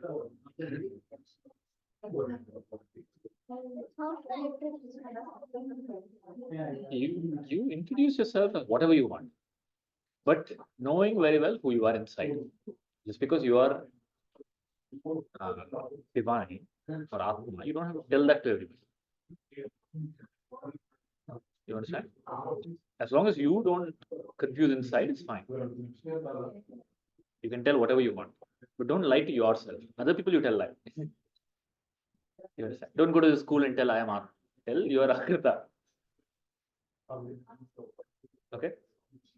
Sir, so the child is asking such profound questions. She's asking, so if I die, the body dies, do I also die? Yeah, she's asking, then what should I say? Should I tell I'm Atma? Tell I know I'm Atma. Should I tell I'm Atma? Obviously not. With the world you interact, like you're playing a role. Your role is you're playing a drama. In the drama you're given role, playing of Ravana. You can't go and tell I'm not Ravana, I am whatever your name is. At the time you will tell that name. When you're playing the role, play the role in its rules and regulations. But never confuse you are Ravana. You have free to choose. You don't have to. Nobody is compelling you to take a shape. I'll talk now that part why you take a shape, I'll tell you now. Why you are forced to play the role. I'll tell you that. Okay, Acha, so everybody is escaping beating. I know you're stalling around just to waste time and not take a beating. Huh? Is that what you're doing? Let's spend more time in coffee drinking so you don't get beatings. Please bring your stuff. Don't worry. I don't have a problem as long as the venue doesn't have a problem. But don't spill it. That's all.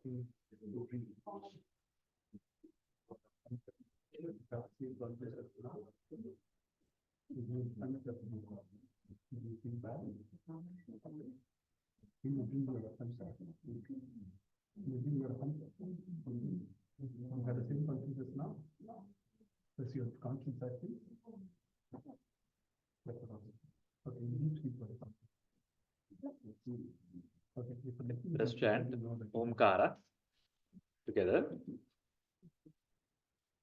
Om.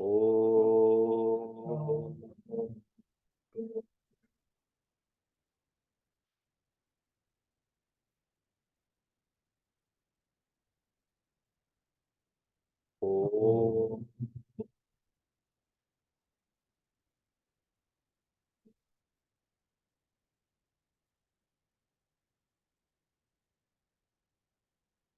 Om.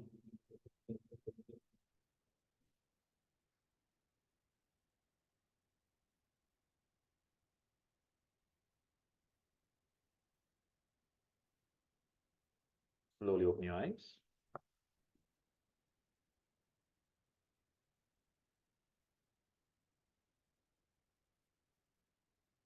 So let us continue our contemplation on Atma, Anatma, Vivekam. Our inquiry into who am I? So the direct path, Ramana Maharshi just used to give us, there's no technique, there's no process, just a question. Ask, who am I? And sit silently. So what I need to do for realization? Ask, who am I? And sit silently. Nothing to do, nowhere to go, nothing to seek, nothing to become. Because you're already that.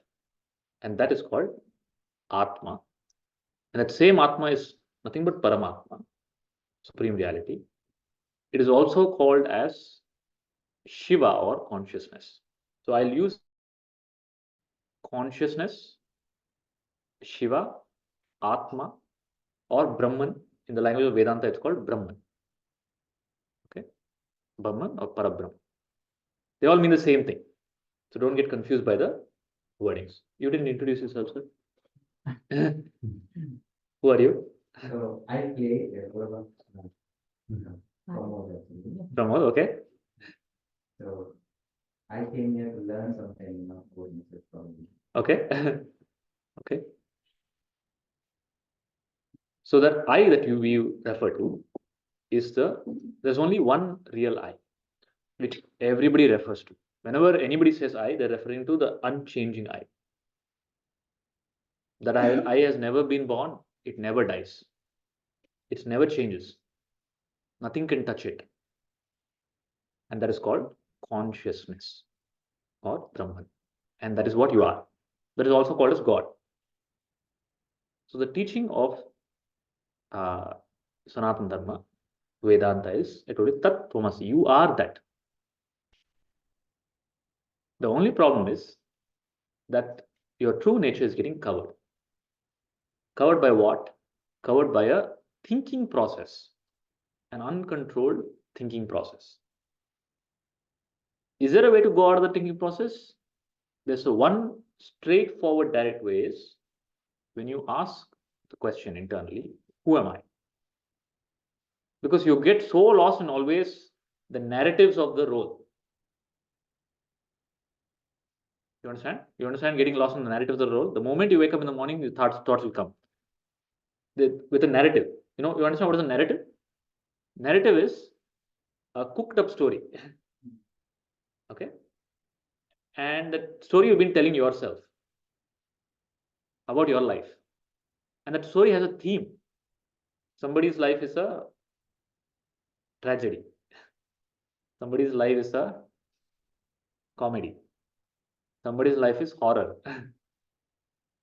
So if you were to tell about your life, like a theme, what is the theme of your life so far?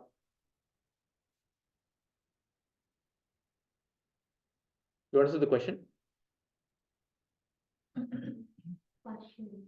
Partially. Okay. The question is, if you look back at your life, what is the theme of your life? Adventurous. Okay. Preeti.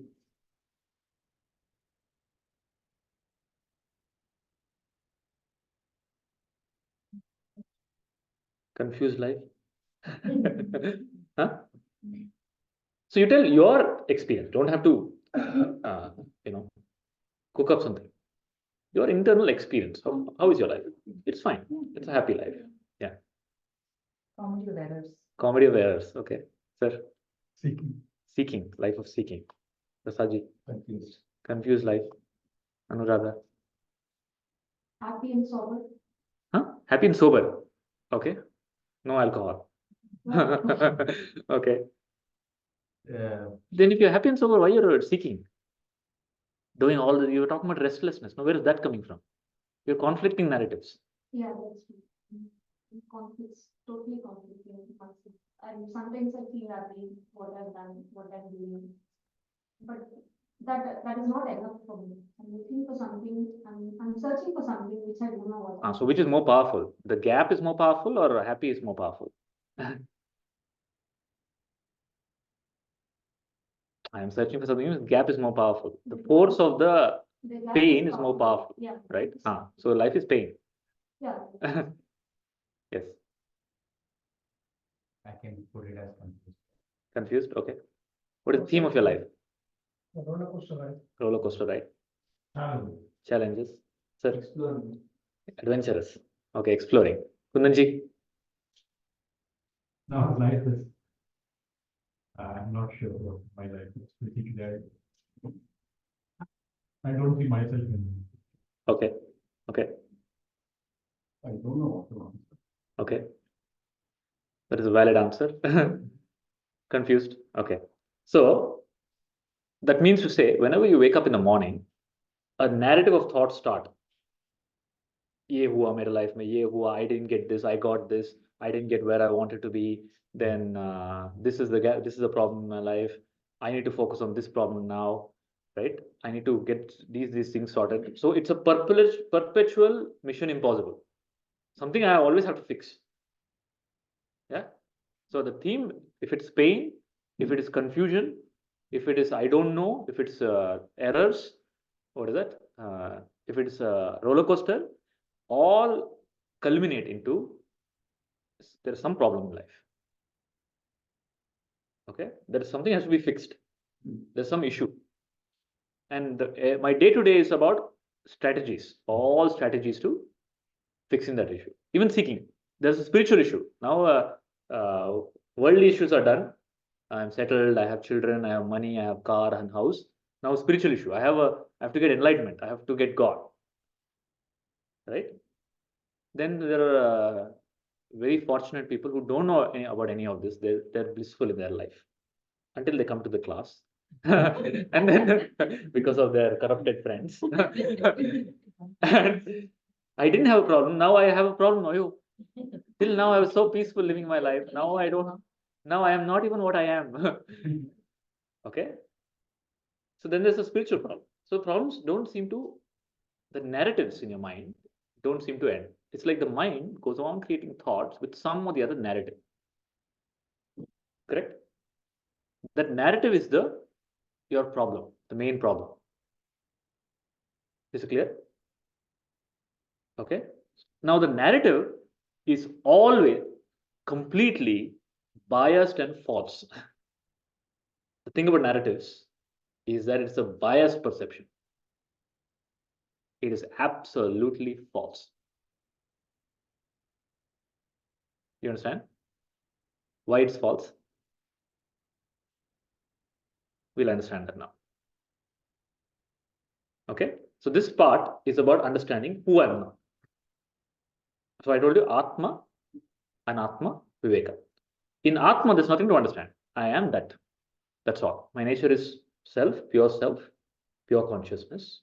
And my nature is of peace. My nature is of silence. Then there is no question, no answer, no nothing. You just sit silently, and there is no liberation also. There is no seeking, there's no liberation. Nothing is there. Because I am already that. What will I seek? You understand? If you are Atma, what is the seeking? So that narrative dies. All narratives die from the point of view of I am Atma. And that is a direct path. Now, to get to that point, first you have to resolve some clouding in the mind. Okay? Because if I tell you you're Atma, you're done, go back home. That's all teaching is done. The mind doesn't stop. There's a force that continues. Okay, there's a force of repetition, question, patterns, which overpower. The thought will come and tell, what you are that, what you are God. Again, you have to go back to work. Again, you have to deal with the problems. Again, you don't have any spiritual experience. All those thought patterns will come. You understand? So some part of it is understanding Atma. Some part of it is understanding what I'm not. So become very clear, I am not this. Okay, so we'll go into understanding I am not my narratives. So where do the narratives come from? Where do your thoughts come from? The 70,000 thoughts, where do they come from? Product of your environment and yourself. Okay. Every day we make a note of things to do, so that will be registered in our subconscious. From your to-do lists. Okay. Where do your thoughts come from? Preeti? The experience, everyday experiences. Everyday experiences. Okay. Identity. Identity. Okay. The demands of my rules. Demands of your roles. Okay. Bina, Lina, Meena, Nina. Nina.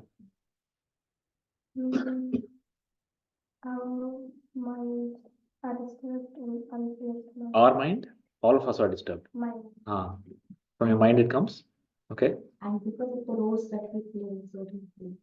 Okay. What you see, what you hear, what you actually feel. Okay. So that means it is the input from your inputs. Okay. So let us understand what is inside me is creating my experience. So without understanding that, how am I supposed to change my experience? What is inside me practically? There is something inside me that is my enemy. Is it true or false? There's a voice inside my head which is always telling you, you are not enlightened. You are not there yet. You have to do all these things. So what if you become a manager? So what if you got money? Right? You have to do more. There's something unfulfilled. Does everybody have a voice? You have a voice? No voice. That voice is that 70,000 thoughts. There's a voice inside the head. True or false? You have a voice or don't have a voice? If you don't have a voice, you are on your side. Right? But you're not on your side. Because there's something inside, there's a force inside you that is against you. And so much so that you think that That is you. That is right. That is your thinking. That is what you want. So I'll explain this now. When you were born, when you took birth, how many children were born? When you were born, you were a baby, right? You were a child. How many children were born?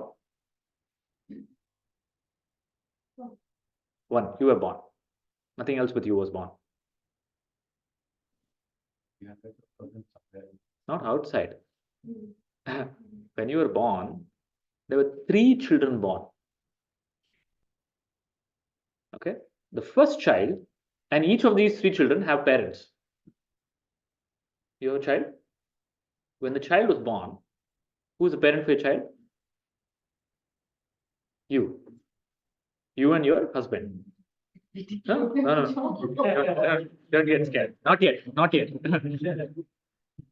When the child is born to the father and mother, correct? The child, the baby, physical baby, is born to the physical father and mother. That is a physical child, and that child has the genetics, genes of the parent, father and mother. And that I call as physical child, biological child. You understand? Where is that biological child now? It's here now. The body. The body is the biological child of the. If the body, your parents had some disease, you will also have that disease because you're the biological child.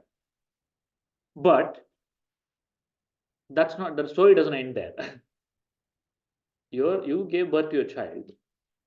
But if the mother is carrying a baby and the baby is still or lost its life inside, can the mother give life? No. Can you do that? Can you do that? Can any mother do that? Huh? Any father do that? No. Right? So who is the real mother? Somebody who is carrying the physical baby, or somebody is putting life into the baby? Huh? Putting life is more important, right? Did you as a mother tell your child to multiply from 2 cells? So it started from 2 cells. One cell from the father, 1 cell from the mother. The 2 cells become 4 cells, 4 cells become 16 cells, 16 cells become something else, something else, something else, exponential. And then the nose was formed, eyes was formed, head was formed, the rest of the body was formed. So when the whole thing was formed, what was your role as a parent in that? Huh? Father did anything? Father didn't do anything. Mother did anything? You have a child, no? You're a mother. You said you're a mother. Did you do any of that? You told the eye to form here, nose to form here, nervous system to form, digestion to happen. You did that? Who did that? Then you tell, I'm the mother of my child. You understood the question? So who is the mother of the child? You are the mother of the physical child. But the real child is you didn't give the life.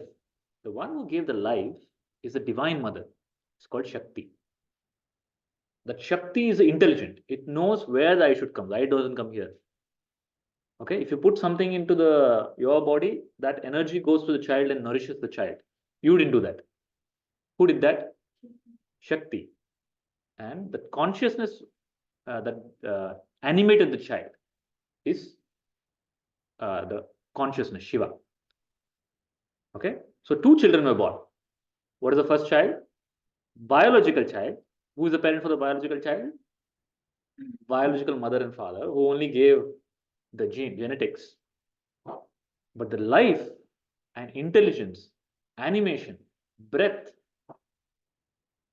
and practically the organizing of the cells intelligently was done by divinity, a divine intelligence. Okay, forget Shiva and Shakti. Let's call it a divine intelligence. Everybody agrees with divine intelligence? That divine intelligence is your parent. So you are the child of whom? Father and mother or divine intelligence?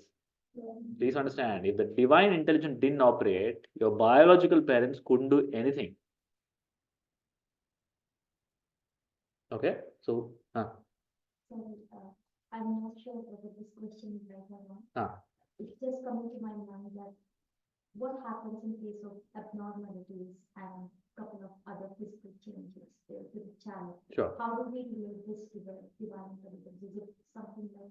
Yeah, that is also part of divine intelligence. Why? There's a reason. I'll come to that part later. Okay, but keep the question. Ask me later. Okay, that part is okay. If that's the case, why are some children born certain way, some other children born certain way? That part will come to later. But first, understand the first child is biological child, and the parent is father, mother. Second child is divine child, which is who's the parent? Shiva and Shakti, consciousness and energy. Okay, but the story doesn't end there. The third child was born. Then there's a problem. Triplets. The third child is the mind. The baby is born. The baby is divine. Please understand. It's called, in India, they call Amritasya Putraha. They bow down to the child. Whenever a child is born, it is told Amritasya Putraha. You're the child of the divine. And they bow down to the child. They touch the feet. They keep the feet of the child on the head. Why? Because there is no difference between the child and consciousness. The child has no duality. It is pure existence, joyful existence. It has no mental faculty yet. Until the third parent comes in. Third parent is the society. And unlike for the first child and second child, I had only two parents, father and mother. The third child, everybody is a parent. Everybody who child interacts with start feeding the child. Ideas, thoughts. Okay? The child starts getting identity. Oh, this is beauty, concepts of beauty, concept of myself, concept of anger, concept of reaction. Then the child goes to school. It gets learning from there. Then the child watches TV. It's learning from there. So it gets so many programs. And who is the parent for that? Society. There's the three children clear and three parents clear. Divine child, biological child, and society child. Now, whenever you say narrative, problem, issue in my life, for which child is the issue? Society child. Biological only has pain. Biological child has hunger, thirst, then some physical need like warmth, something. Okay? Biological child has no suffering. It has on some pain. You understand? Divine child has a problem. Who has a problem? Society child. And who are you in these three? You're society child. You're all three? Preeti, who are you in these three? So Preeti is which child? Divine child. Preeti, name given by whom? Biological, society. Right? Society gave you the name Preeti. And you use it for Preeti, society, right? What is the name that your original father and mother gave you? Shiva and Shakti. Nothing. There is no name. So society keep calling you many names. Okay? They call you what? You're depressed, or you're beautiful, or you're fat, or they only look at your body and make some comment. Or they look at your work and tell, whatever you do, they infer from some physical representation and they give you a tag. Okay? In India, you are, wow, such a nice person. Then you come to a different society, you are a second grade citizen. Okay? Then you go to a different society, or you are on the pedestal. So the society only looks at your body, your skin, and gives a comment. Your parents looked at you, they looked at the biological and gave some name. What was the name given by your original parents? So my first question is, who is the original parent in all this? Biological father and mother is the original parent. Society is the original parent. Who is the original parent? Whose child are you? Whose daughter are you? Whose daughter, whose son are you, sir? But if you say me as self, Huh. self is unborn. Self is unborn, okay. But the one as a role, whose child is that? Society. Society child. But in reality, it is Divine. Shiva and Shakti. Who's your father and mother? Shiva and Shakti. Please understand. You are the child of the divine.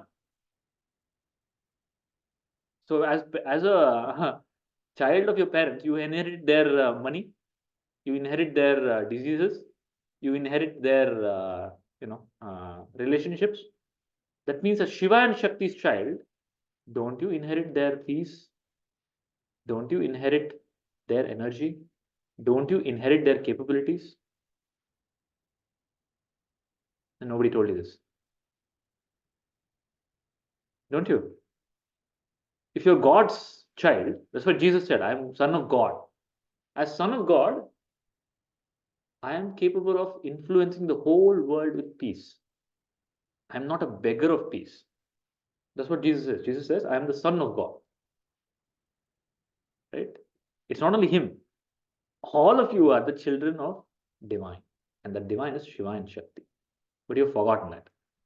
You think you are society child. You understand? Now, all the problems in life, for whom is the problem? Does a divine child have a problem? Does a biological child have a problem? It is a society child that has a problem. Okay? So spirituality is getting rid of the society child. That society child is always creating a narrative. And everything that the society child is telling, you're believing it. That is the mistake that you're doing. Okay? When I say you, the way our system operates is, we have a body, there is a mind, and there is an intellect. And there is that energy, a force that operates, animates all of that, which is called self, Atma. So Atma, do like this, Atma, intellect, mind, body. Clear? Atma is infinite. It is pure. Whenever I say Atma, visualize or think about Pratyek Atma, which is deep sleep. No body, no world, no thought, no experience, pure self. Okay? Then there's the intellect. Intellect is knowledge. Identity is intellect. Mind is emotion. Body is feeling, sensation. So sensation, emotion, knowledge, identity, and pure. So in this four, which are you? Are you the body? What is body? Biological child. And the body is always changing. But instead of understanding that it's a body, I'm not the body, you say whatever the body does is I am doing. So you say, I am hungry. What is the right statement? My body is My body. Come. When did it become your body? It is your body? Why do you say it's your body? because I'm in this shape now. You're in this shape because of you. Can you change? You don't like the color of your iris. You make it green. Can you do that? Ownership means what? You say me, mine. This phone is mine. Okay. To say it's mine, I should be able to do anything with it. Then only it's mine. Right? If I don't, ownership means ability to control and modulate, change the way I want it. To say this is my property, I should be able to do anything that I want. Can I do that here? They'll kick me out. Is it mine? Can you change your body? Body has some pain. Can you say don't have pain body? Can you do that? Then how do you say my body? Whose body is it? Which parent? Ah. So what is the statement? Am I hungry? Who's hungry? The body is hungry. I is self. You understand? You are always mixing up what is not you with what is you. What is you is Atma. What is not you is body, mind, intellect. You understand? Now, the whole process of this exercise, teaching, is to bring clarity to the intellect. The problem is in the intellect. The problem is not in the body. The problem is not in the mind. The problem is in the intellect. Okay? Intellect is confused. Intellect is that which is a faculty that you have, which is a decision-making faculty. So your mind, which is mind is society child, body is biological child, self is divine child. Okay?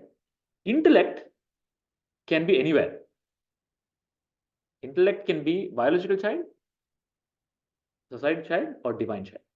The whole spiritual journey is that intellect, which is influenced by the mind, society child, now starts becoming influenced by the divine reality. Okay? Then when I start getting influenced by the my real self, then I no longer make mistakes. I no longer have issue with self-identity. I no longer identify as what is not. My identity is I am Atma. Atma doesn't seek.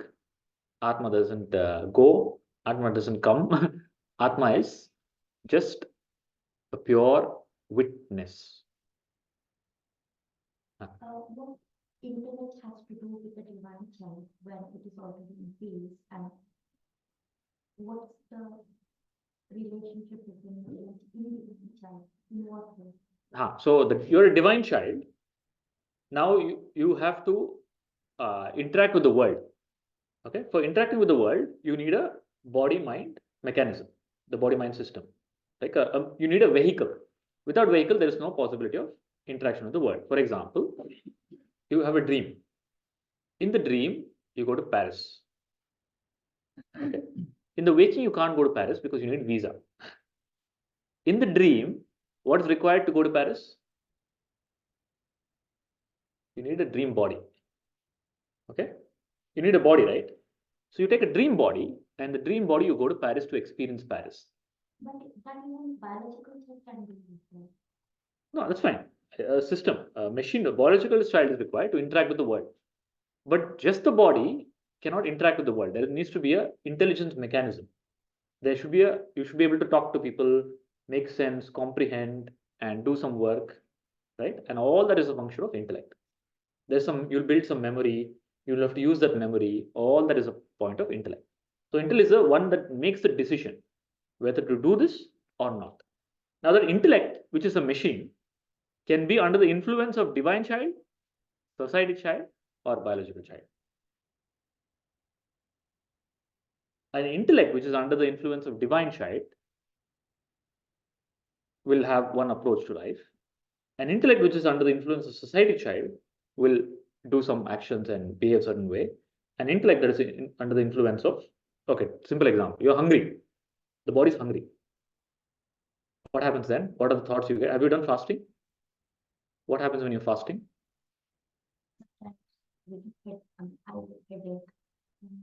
When you're fasting, you start thinking about all the food that you will have. All the impressions start coming out. Memories start coming out. It doesn't happen. It doesn't happen.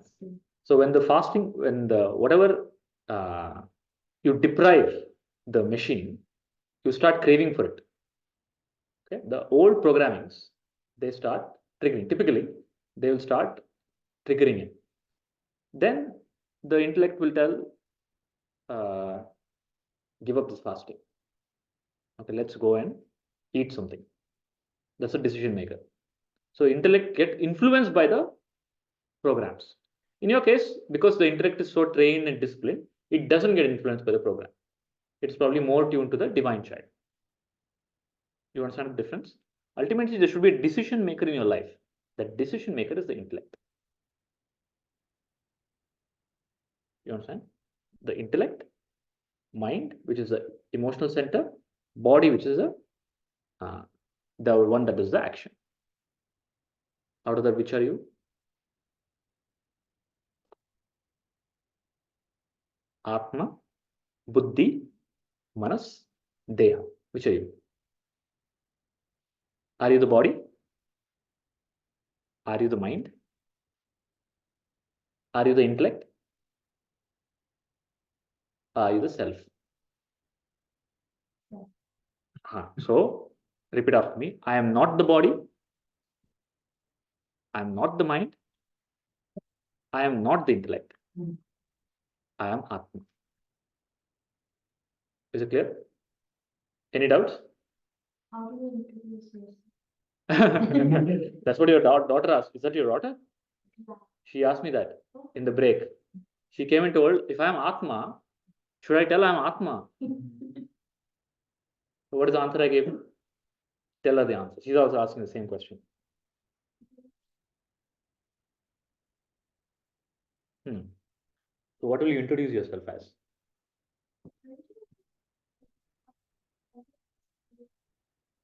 Why not? That is the answer. So the problem is not using the name. The problem is becoming the name. So you introduce yourself as, what is your name? Shruti. You tell I'm Shruti. But never confuse yourself, I am Shruti inside. You understand? So spirituality is not about telling the world I am enlightened or I am Atma.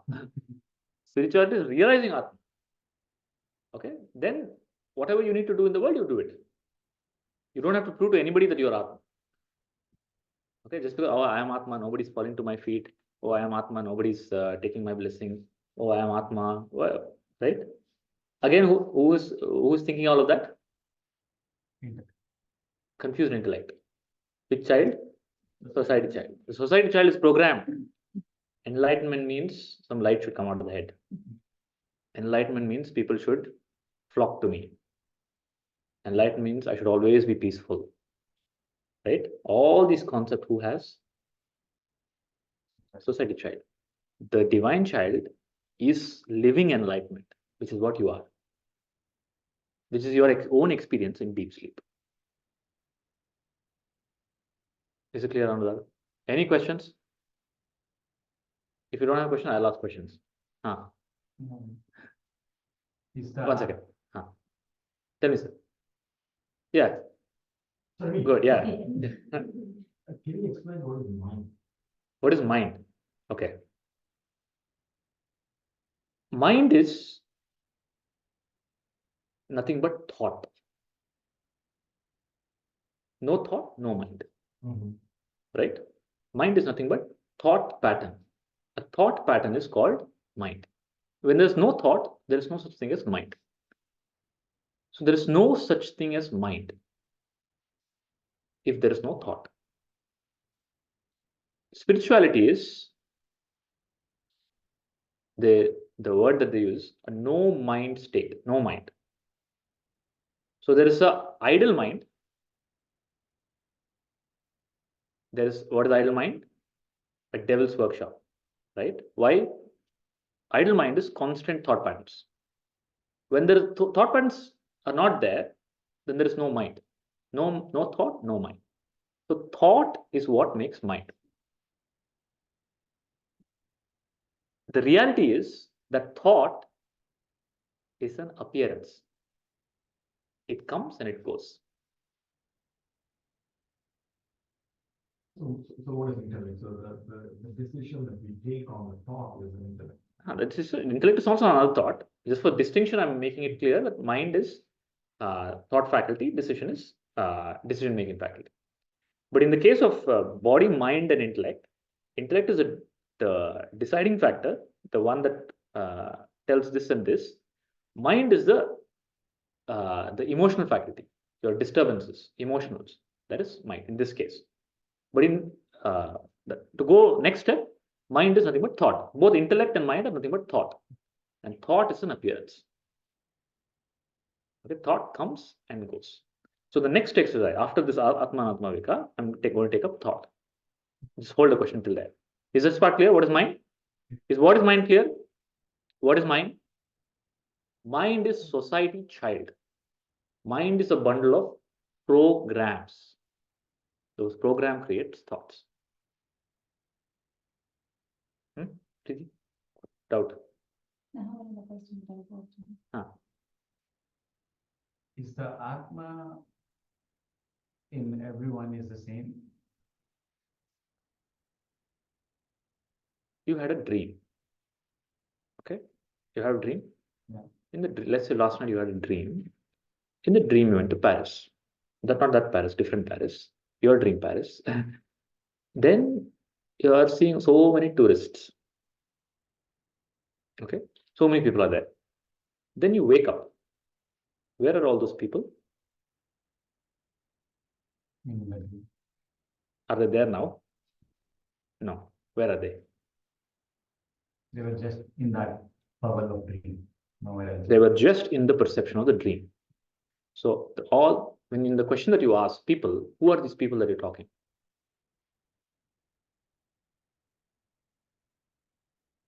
Atma is not in every people. Every people are in Atma. Like how all of your people that were there in your dream were in your dream.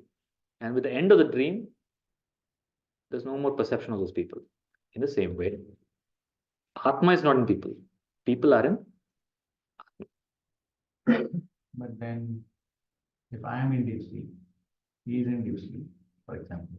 So, whenever you say he and me, that you're in. So this part about he and me is still biological separation. No, I'll take that up in the third process. Hold that question. You're jumping the thread. Any questions about this thread? Okay. So now, if this is clear, then we'll go to the next thread. You got a question? Yeah. When you're in deep sleep, you're in that state. You're saying that we want to achieve when we are not asleep as well. So I think it's, sorry, can you repeat that? You are in a deep sleep. Okay. So you are in that particular state where you want to achieve that state when you are even in sleep. Correct. So we are all achieving that deep sleep, that state. Okay. So when you are awake and you're trying to achieve that experience of that deep sleep here, is it that we are trying to achieve something for a period of time, the whole day we want to be in that? Like, I'm not sure what we are trying to achieve that is equal to that. Okay. So what is that we're trying to achieve in the waking state? Okay. I am trying to find permanent happiness. I'm trying to find a possibility where, regardless of what is happening in my external life, internally I'm peaceful and silent. Okay. The closest example that I can give to that state is a state of deep sleep. So enlightenment is a state where in the waking state, with eyes open, you have internally, there is no sense of limitation. Deep sleep is no limitation. A. Then there is no perception of objects in deep sleep. Okay. Then in deep sleep, there is no concepts, no disturbance, no suffering. That is what I'm trying to achieve in the waking state. And that is called enlightenment. So what I'm trying to achieve is that with my eyes open, I don't want to be in a state which I come out of, I go in and come out of. My day-to-day life should become free from suffering. And you be in that like throughout the day. Otherwise, it's useless. No? What is the use of something that is not throughout the day? Yeah. Is the first question answered? Yeah. I'm trying to find something permanent. Yeah. Nitya. Nitya means permanent. Because I don't know what I am in that deep sleep. So I don't know what I am trying to seek even in a throughout the day. Okay, fine, fair enough. But the follow-up question, the side question. When I learned yoga, the teachers had done something called transcendental meditation. Sure. And he said that when he's in that state, he's in trying to achieve consciousness. Okay. So is that different to this? Yeah, it is different.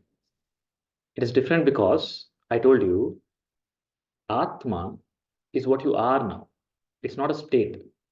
All states are in Atma. Okay. So if I'm telling I'm going to get something only for a certain period of time in which I have to enter and exit, I don't want that. Are you a permanent citizen here? Citizen, you have UK visa, right? You have given up your India visa, right? So you want to become a permanent resident in Atma. I don't want to be a tourist visa. I don't want to go to Atma for some time and come out of Atma. I want to be a permanent residence. Is there a way for that? And that only way for that is direct path. It's called Gnana Marga or Vichara Marga, wherein I inquire what is that is making me think I'm something else. You understand? Somebody who tells, I say, I don't know, I don't want to personally comment on any person, but if I'm going and coming, then still there's a gap, right? Atma is cannot be a subject to time and space. So that is called, going and coming is called Nirvikalpa Samadhi. So later I'll take this up, but just because you asked the question, the mind can go into, mind has two parts. Mind can become silent, okay? Or mind can get annihilated. So there's a path of silence of the mind. There's a path of death of the mind. Okay? That path of silence of the mind is called laya. Laya means suppression. So somebody, through some practices, are able to suppress the mind. Then when they open their eyes, the mind springs back again. That is called laya of the mind. Now is the laya solution? Like you're watching a movie, your mind has become laya. You're so engrossed, you're in a different world. The moment you come out of the movie, oh, again, the whole world comes back. Does it solve the problem? No, you want a permanent solution. That permanent is called nasha. Second part is nasha. It's called death of the mind. When I say death of the mind, the death of the root of the mind, which is the false identity. When the false identity dies, then the mind doesn't spring back again. You're always resting in Atma. When you're talking, walking, you don't need to sit, you don't need a state for that.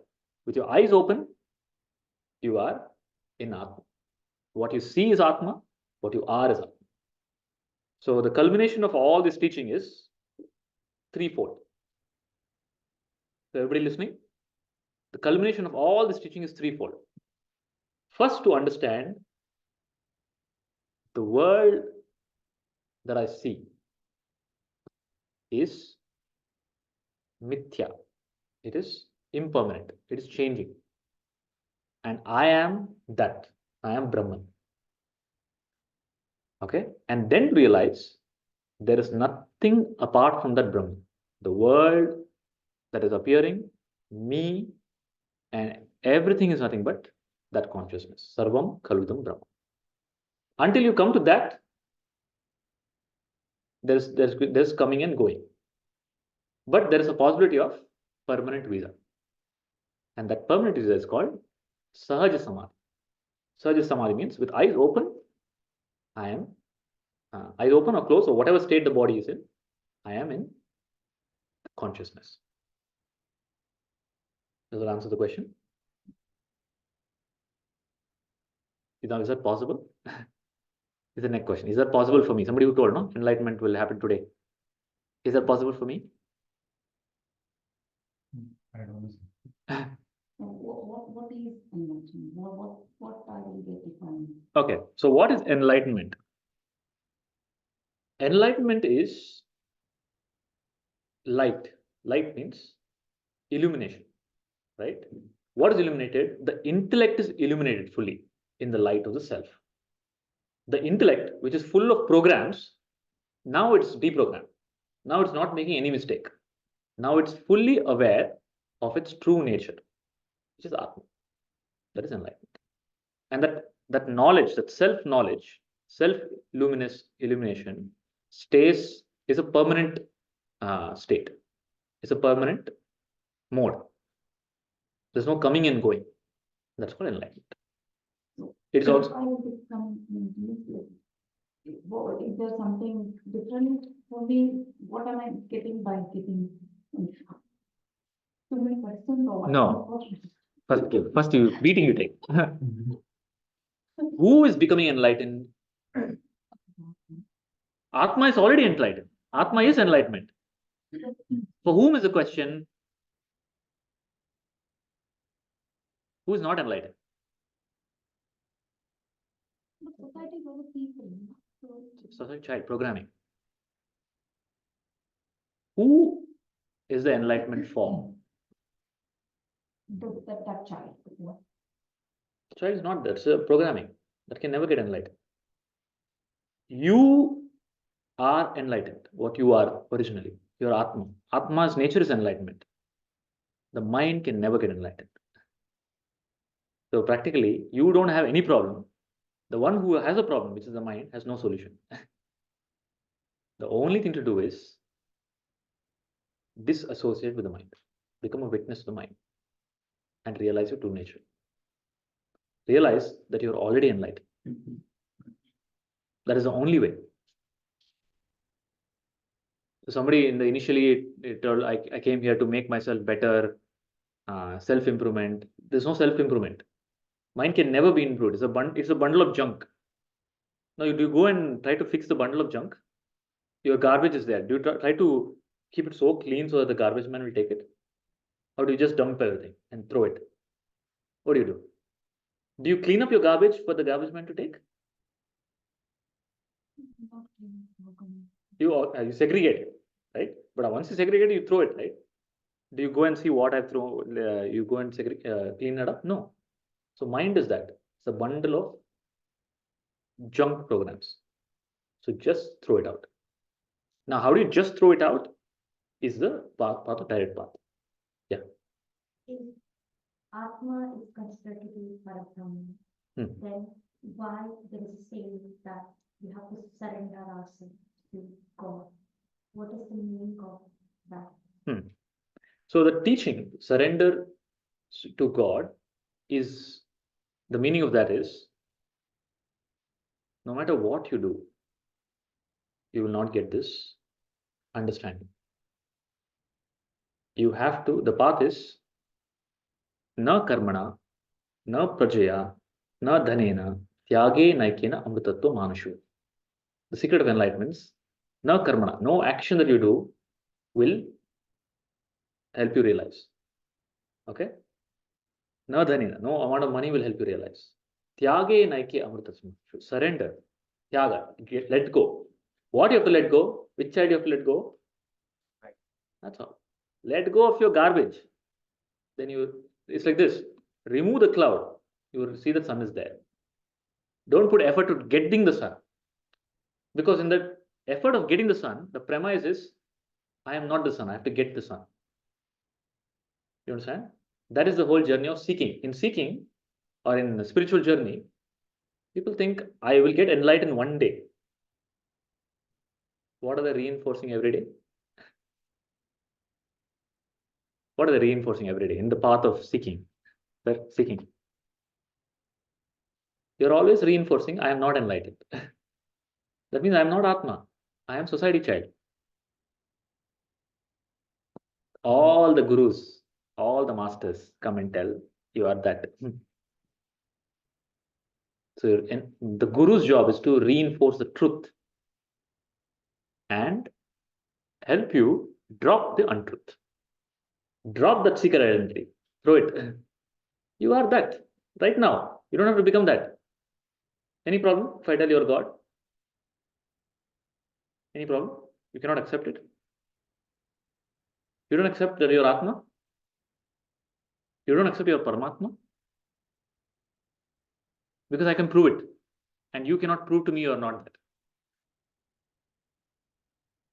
Can you prove you're not Atma?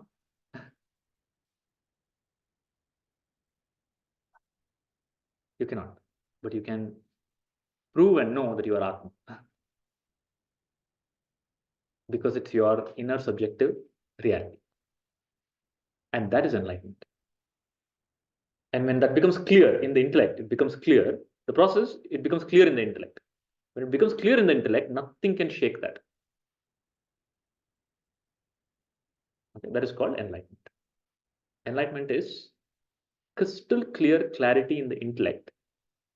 I am Atma. It's not brainwashing. It is intuitive knowledge.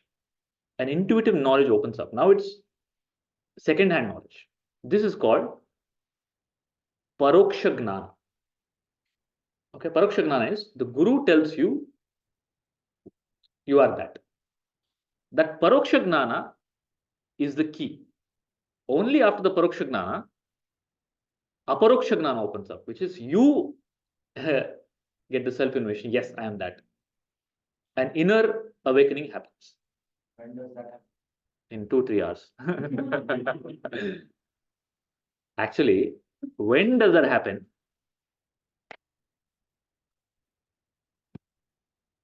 For whom it has to happen?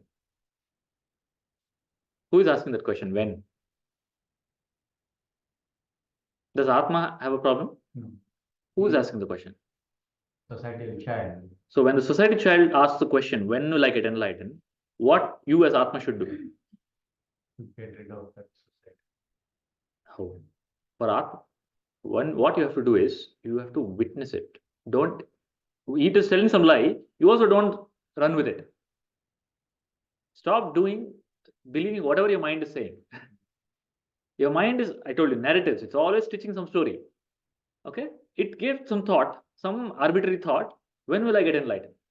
In that arbitrary thought, there is a belief that I am not enlightened. You understand? Now, why did you believe that? The path of spirituality is being ruthless with the mind. Don't accept the untruth that the mind speaks. That's why I got the stick.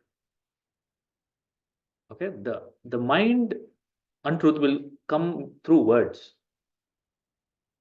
Okay, so my job, the Guru's job is to be like a policeman. The policeman will interrogate. Then the thief will tell the truth. In the presence of the interrogator, the policeman called Guru, the mind dissolves. And this is the way. You understand? That is the job of that's why it's called Guru. Guru means Guru, the one who destroys the mind. Guru doesn't give you Atma. Guru removes the blocker for Atma. Okay? Clear? Yeah. What is that? Atma has no role. Atma is beyond all roles. What is the purpose of the life of Atma being in this and juggling with so many other challenges? Okay. So that question, then somebody asked a question here, and the people question, all of that are intertwined with the next prakriya, which is called, first we did Atma, Anatma, Viveka. Is Atma, Anatma, Viveka clear? Okay. Then I took you through a process called Vritti Vichara Prakriya. Vritti Vichara, Vritti is thought, narratives. You're getting uncontrolled thoughts. You understand that that thought is not mine. It's society child's thought. And you become a witness of that thought. Stop jumping with that thought. You disassociate with the thought. Thought is what's telling, I am not enlightened. I need to seek enlightenment. I am this, I am that, right? You stop becoming a witness of the thought and don't run with the thought. Now, the third part is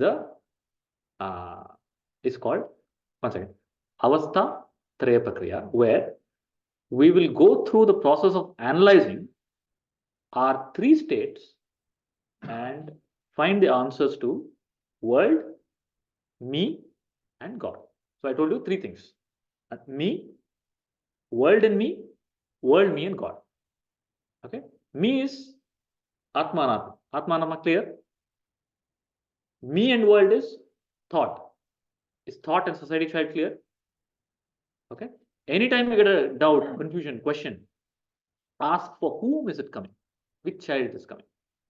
That moment you'll become clear. Then you don't need any guru. Okay. You'll have a self-luminous knowledge that this is garbage. Then the thought drops. Then the mind becomes silent. Okay. Then what is required in your life will happen on its own. It will be taken care of. Then the third part is, in the next prakriya that we go through, we'll take up the part which stitches this whole thing up together, which answers the question of Atma, Atma in relation to the world, and Paramatma. Should we do that after lunch? Do you want to have lunch now and then do it? Or will you sleep after lunch? So you had a question or something to add? Is it when we talk about enlightenment? When you talk about? Enlightenment. Okay. Enlightenment. Enlightenment. Okay. The knowledge that I am Atma is kind of relatively easy to get. But while the delta to truly believe will come when our behavior also becomes, because there's a kind of a association to believe that if you're enlightened, your behavior gets better. But then, even though you know that you are Atma, for example, I can know I know Atma. Yeah. But I still get angry. I still, I don't get jealous, but yeah. Okay, so everybody understood the question. Can you wrap it up with the question? Yeah, so that delta is not improving, or rather it's slowly improving. What is the question? So that's where the believing or knowing and truly believing, that kind of thing is. What is the question? The question is, how do you improve the behavioral part of it, or how do we truly believe in it? See, because when we normally say enlightenment, we always have an associated behavior or set, like idealistic behavior. Correct. Yeah. Knowing that your Atma is knowledge. But then the delta between the current set of behaviors and the idealistic set of behaviors doesn't necessarily close down. Okay. So, can you rephrase the question? Last part of the question. You already said the question. Can you say it again? Okay. When we talk about enlightenment. No, not the description part. Only the question. The question is, how do I close down the gap or the delta between knowing and being? Knowing, being, and the being referenced by the delta between the ideal state and my current setup. Okay. So why did I hit you? I mean, I and all, that's fine. But... No, because the mind has a concept of enlightenment. The reality is you are the self. Okay. Now, when I say self, in the process of Vedanta, knowing the self is being the self. Brahmavid, Brahmaiva Bhavati. There is no gap in knowing and being. It's not that I know, then I have to become. No. Knowing is being. Brahmavid, Brahmaiva Bhavati. The moment you know you are Brahman, you are Brahman. Or rather, you recognize, because you're already that. Whether you know or you don't know, you are that. Okay? That part is clear. That part is clear. Then you're questioning, then I know, but there's some gap in my body mind. But in your question, the reason I hit you was because the gap in the body mind, you're telling is mind. Again, you're telling it's Atma. Again, you're mixing up me and Atma, me and body mind. The gap is in whom? The behavioral changes body. And all. Let it be. Your Atma. Why is that? Who has the need to change the body mind? Who wants to change the body mind? It's not about changing. Who has the expectation that the enlightenment means some certain experience or certain state should be there? It's not about state. It's about, like, for example, if I get angry, I think that's not. Have you heard of Durvasha Rishi?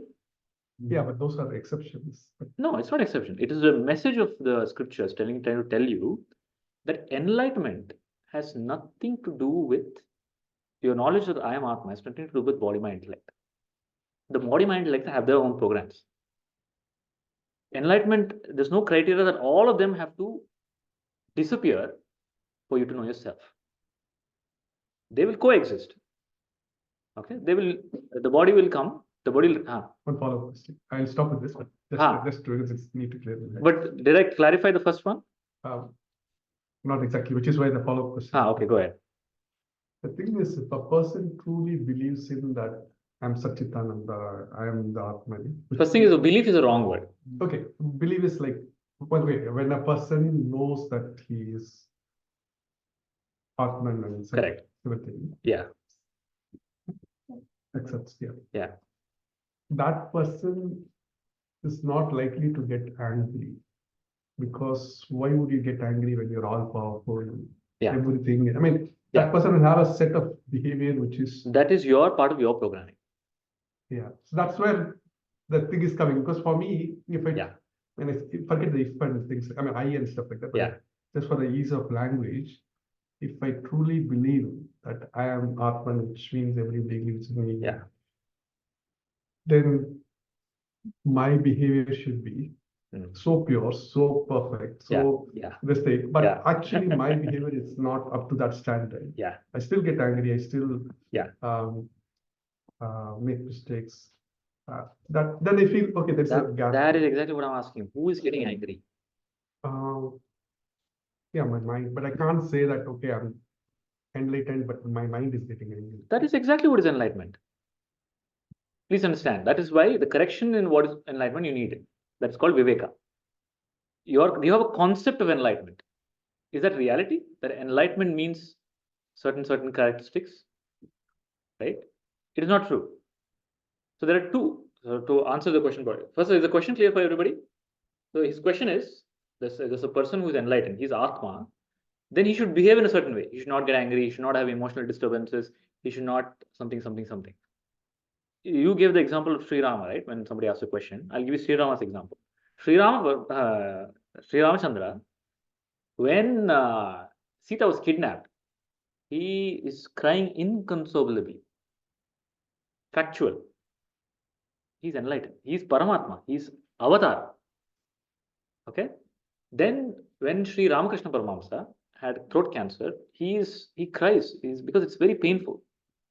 The body and mind, they have a set of reaction. They have a set of programs which will continue.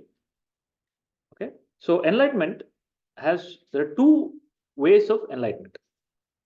What Buddha gives the example as Krama Mukti and Sadhyo Mukti. Krama Mukti is, he gives the example of a tree. There's a tree, and to bring down the tree, what you do is you cut all the branches first. Then you cut the tree. The second part is all the branches are intact. What you do, you take a machine and you drill through the root, and the tree falls. When the tree falls, the tree is fallen, but the branches still remain. Okay. So in one pathway, what somebody is doing is, somebody like a Buddha maybe, Buddha says, I am going to first purify my body mind. I'm going to first clean up all my programs. Then I'm going to realize the truth. Okay. One pathway. Second pathway is, I don't care about the body mind. It's a mess anyway, garbage. Why should I go and fix it? I'll just unplug from it.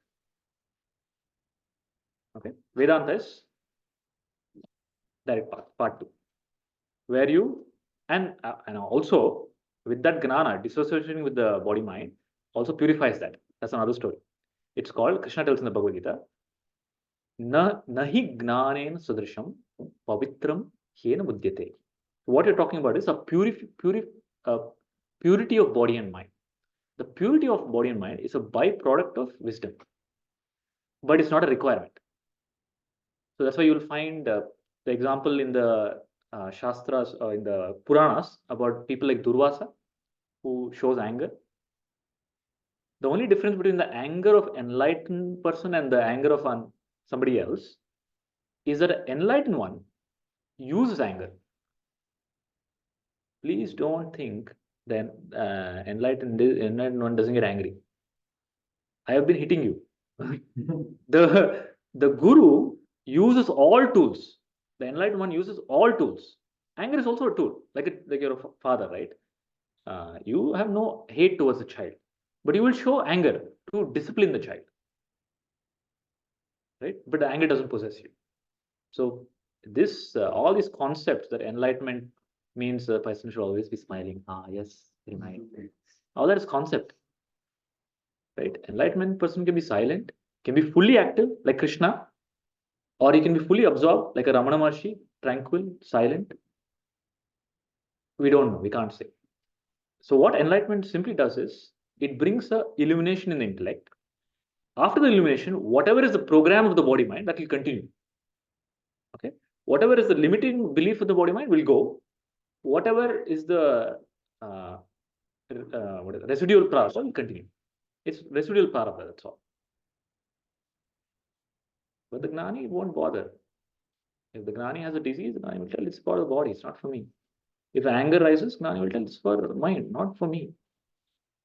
It's rising, it's falling. So who has this concept that anger and enlightenment don't go together? It's a concept. It's not reality. Is the answer clear? Yeah. Yes, sir. So, Is it clear for one sec? Is it clear for everybody? Please don't think I'll get enlightened from tomorrow. I'll start speaking in Spanish. I'll get enlightened. I will read all the minds. All of these are. I'll get enlightened. Always be smiling. Somebody's dying in front of me. I'll be smiling. Somebody's suffering in front of me. I'll be smiling. Right? Whenever Buddha, when his students used to go, a lot of students used to come. Buddha was the most popular enlightened master. When people used to tell their stories, no, of I suffered so much in life, he had tears in his eyes. When Swami Vivekananda would interact with people, if somebody talks about their pain, he would have tears in his eyes. He resonates with the suffering. Please don't think you will become a emotional frozen potato because of becoming enlightenment. Okay, it simply means that you are able to understand the issues of the mind and see through the falseness of the mind. The body mind will have some programs, they will continue as long as the body mind is there. But you will not be affected by it. And you will not let other people get affected by it. That is what is enlightenment. You understand? So to give you a more modern example, there's a movie called Beautiful Mind. Have you heard of it? Yeah. The Beautiful Mind is a true story about a mathematician who wins the Nobel Prize called John Nash. John is a true story. So John Nash, he's a brilliant mathematician, but he starts meeting one small girl. Then he meets somebody from the CIA. Then he meets some other person. Okay. Then the CIA person comes and tells him that the whole government is conspiring. They're trying to do something, and they're trying to use your technology. Later, he realizes that all these three people that he's seeing is his own hallucination. They're not really there. Okay. But he's not able to get rid of the hallucination. But over a period of time, what happens is they continue to appear, but he knows that they are unreal. He doesn't get swayed by their stories. And you know how he realizes that? After 10 years, that girl comes to him. He realizes, hey, this girl, from 10 years, she's the same age. She's not growing at all. Okay, then it clicks. He has intuitive knowledge that what I'm seeing is unreal. So you need to get that intuitive knowledge. What I'm experiencing is unreal. Then don't think that the experience will disappear. The experience will continue, but you will know that it's unreal. So you will live in the world, but you will go through the world as if it's a 4-dimensional movie. You understand? Krishna is on the battlefield. He is facing the Kauravas, who are 18 Akshonis. Okay, much stronger than his army. And when he's looking at the enemy who's about to kill him, he knows it is unreal. In any situation that you go through in life, you will go through that without getting perturbed by it, knowing very well that it's unreal. But at the same time, you will do exactly what is required to in that situation. Just because it's unreal, Krishna didn't tell Arjuna, come, let's go, it's unreal. He told Arjuna, fight the war and win the war. Okay? So please don't think enlightenment will make you incompetent in life. In fact, it will make you more competent in life. It will make you more powerful, more successful, more connected, more expanded in life. Clear? Sir? Yep. So we'll take so because you brought the question, it's a good point to answer. In the next session, along with the Avastatraya, I'll also take up a belief. A quick, so what happens is, because of our programming, right, there are deep-rooted beliefs that we carry. That belief becomes our reality. And a lot of those beliefs are disempowering belief. You need to see through them and drop them. And the root of all those beliefs is the belief that I am the body. To answer the question in one line, what is enlightenment? Enlightenment is seeing through the belief I am the body and realizing I am not the body. The moment you do that, you become free.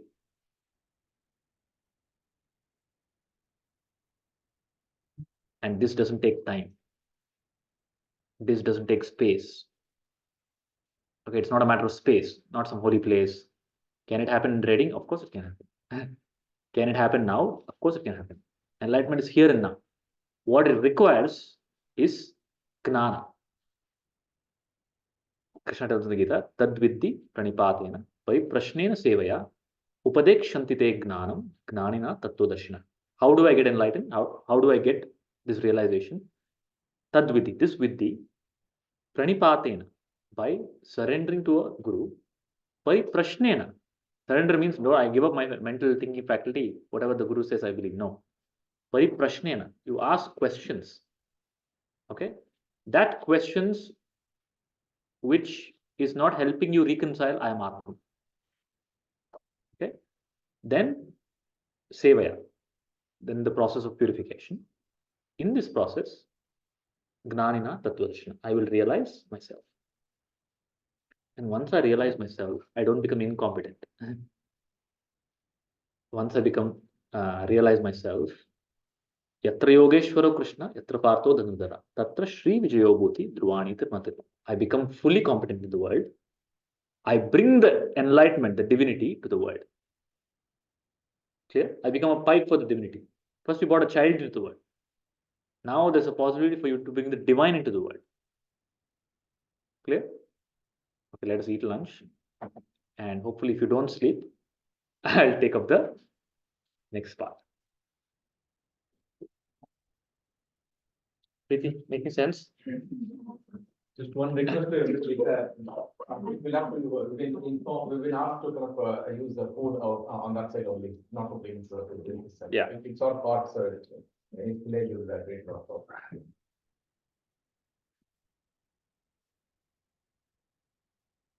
People online still there? You're listening?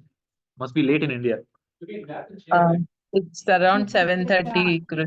It's 7:30. This will go on for another few hours. So I'll find out with everybody how long we can continue, and then we'll decide. Okay, we are taking a lunch break now. I'll leave this on, and then we'll come back here. Okay. So Any would doubts, it be Rashmi, another? Veena? No, Guruji, nothing for now. What is enlightenment is clear. Yes.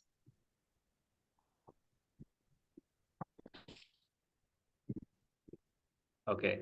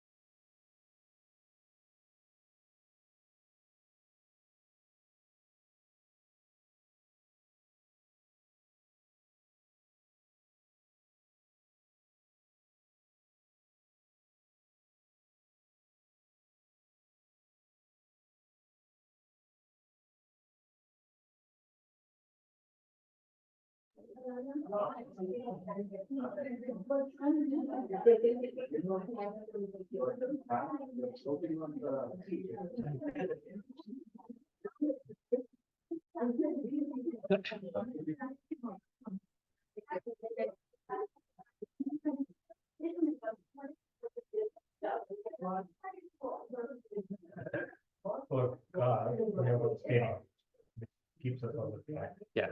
But this, what we have, what steering we have? Steering is called Shravana. Then, Shravana Satsang, yeah. Nothing else. Nothing else will work. yeah. Satsang is definitely works for me. Actually, the steering is the steering, the road, the destination, the car, the driver is all Guru. Everything is Guru only. No Guru, nothing will happen. Everything is the divine. Guru, you don't know. Then who was Guru for Buddha? Buddha had many gurus. He had 6 masters. He had 6 gurus. He learned intense Vedanta, yoga, everything. And then ultimately, so he got Paroksha Gnana. Then under the Bodhi tree, he got Aparoksha Gnana. He had 6 masters.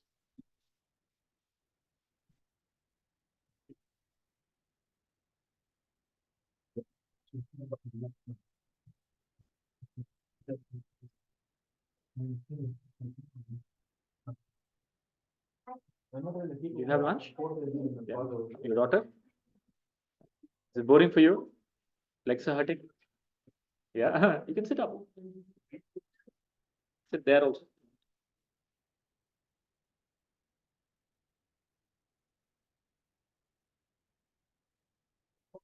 Yeah. I didn't fully hear your answer to the question that, the small girl was asking. Yeah. You have to cross 7 seas, Ah. and you said the 7 seas represent 7 chakras. 7 chakras. But in the direct path, there is no 7 seas, no 7 chakras. Right? Yeah, Just yeah. you just jump in the switch. Yeah, in the direct path, there is, because the self is not a matter of crossing and getting. You are that. So when you are that, what you'll cross? Right? This is, so there are, I told you, Veda and Vedanta. Depends on the, where the, at what stage the disciple is in, you give that answer, level of answer. For somebody who's very identified with the body, with action, this path is given. Okay, you have to cross over 7 chakras, you have to purify, path of Yoga Marga. Then the path of Gnana. So Krishna tells them, Gnana Yogena Sankhyanam, Karma Yogena Yogena. So this falls under the Karma Yoga path. Gnana, there's no sea, there's no God, there's no crossing, there's nothing. And also in the Bhagavad Gita, chapter that we did last week, it says, Nilakara and Everything, it's all concepts, various level of concepts. Where the skill of the guru is, depending on where the disciple is, to give him that particular solution. Because ultimately a thorn has to be removed with a thorn. A concept has to be removed with a concept. The word has to be removed with a word. So there's an evaluation process, and that's a spontaneous intelligence of the guru. Vidya Maya. It's both a Maya, but Vidya Maya will remove Vidya Maya. Then they'll cancel each other out. You were saying 2 types of paths in the Buddha said. Can you repeat that again? Krishna tells there are 2 parts. Gnana Yogena Sankhyanam, Karma Yogena Yogena. You give the example of the cutting. The path, the enlightenment, right? Yeah. That is about Krama Mukti and Sadhyo Mukti. Sadhyo Mukti. Sadhyo Mukti is enlightenment with intellectual clarity. Gnana. Krama Mukti is through purification.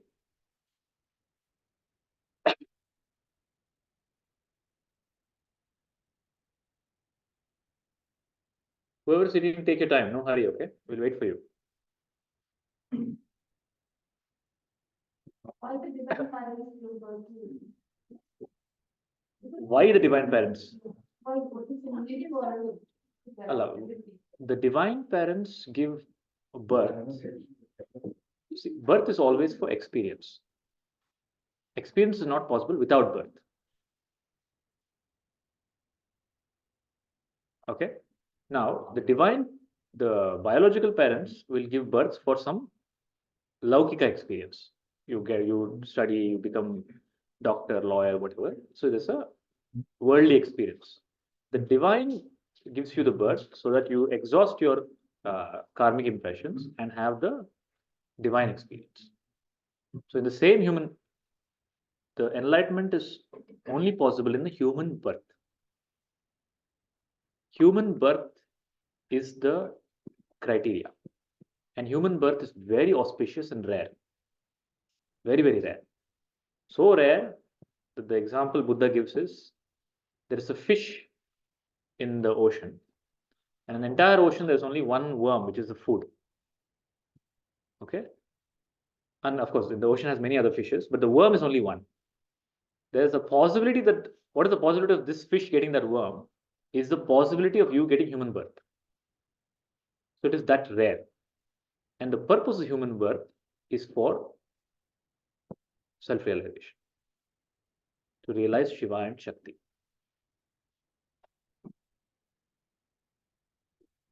So why were you born? For that? To realize. Because consciousness is beyond any experience.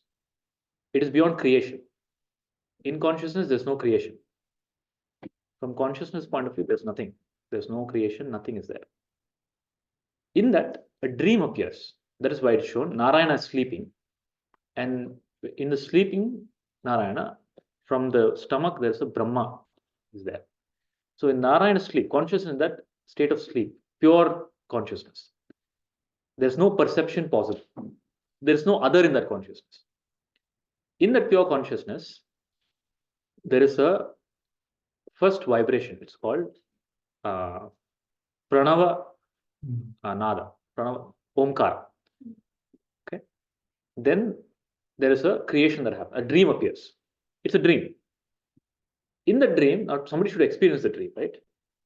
A dream body is created. Okay. Now, for dream body in consciousness, there's nobody else to take on that role. So the consciousness itself enters the dream body to experience the world. When it enters, it forgets its true nature. In the language of Purana, this is illustrated as the story of Ganesha. Ganesha, Vinayaka, there's a mother Parvati. She creates a child. She makes a doll, mud doll. And then she brings life to that doll. Okay. And the Vinayaka, when he opens his eyes, he sees the mother. He's infatuated with the mother. And the mother says, I'll go to bathe. And you don't let anybody inside. Then Shiva comes in. The child doesn't recognize the father. Then the Shiva cuts the head. And then the mother cries and the head is replaced with an elephant head. This entire story is a story of enlightenment. All the story of Purana are about enlightenment. Every single festival that you celebrate is about enlightenment. Every single form that you have is about enlightenment. Every mantra that you have is about enlightenment. Okay? So the story is, the mud doll represents, the mud is body. Body is mud. What is body? Body is food. Apple, mango, rice. Where did that come from? Mud. Mud became that thing that you eat. It's a different form of mud. So the mud doll that Parvati creates is the body. And she brings life to it. Right? That's the animating consciousness appearing as life in you. It's called Prana Shakti. And when the Prana Shakti comes, it starts from the top of the head. That is why the top of the head for children, when the child is born, if you see, this part is soft. It's very fragile and soft. Later it becomes closed, it's hard. This is where the energy of the consciousness enters the body as Prana Shakti. and animates the whole body. Now it animates, and when the child is born, what is the first thing that the child sees? In the story, it sees mother. Vinayaka sees mother. And that is the message that when you start interacting with the world, you only know objects. Mother is the object consciousness. Okay? In fact, you don't even know object. Object is, according to modern science, there's no object. Object is subatomic. At the subatomic level, it's quantum. At quantum level, it's energy. So what you see as some stick is the energy. Everything is nothing but energy. But you don't recognize that. You solidify it as an object. Okay? What is that? You objectify it. Right? The mind is of the nature of objectification. It objectifies everything. So you objectify, and in the process you forget Shiva. Shiva is consciousness. That is why that Vinayaka is not able to recognize Shiva. Then the Shiva cuts his head. Means what? Thinking of the ego. Shiva also represents Guru. The Guru is always Shiva consciousness. The Guru cuts the head. Head means the ignorance, the old thinking pattern. Then when the ignorance is cut, it cannot be left like that. The mother will make a hue and cry. Meaning existence needs that body mind, no, for playing some role. Right? You have to continue with your life. You cannot have a break. A new head is put. That new head is an elephant head. The elephant head represents an enlightened being. Now this person is a child of Shiva and Shakti, consciousness and energy. Like the elephant, so the elephant has symbolism. The big ears and the small eyes and the trunk, they all represent qualities of enlightenment. So why the child is born is to go through this process. Process of appearance, experience, withdrawal, dissolution. And people are at different stages.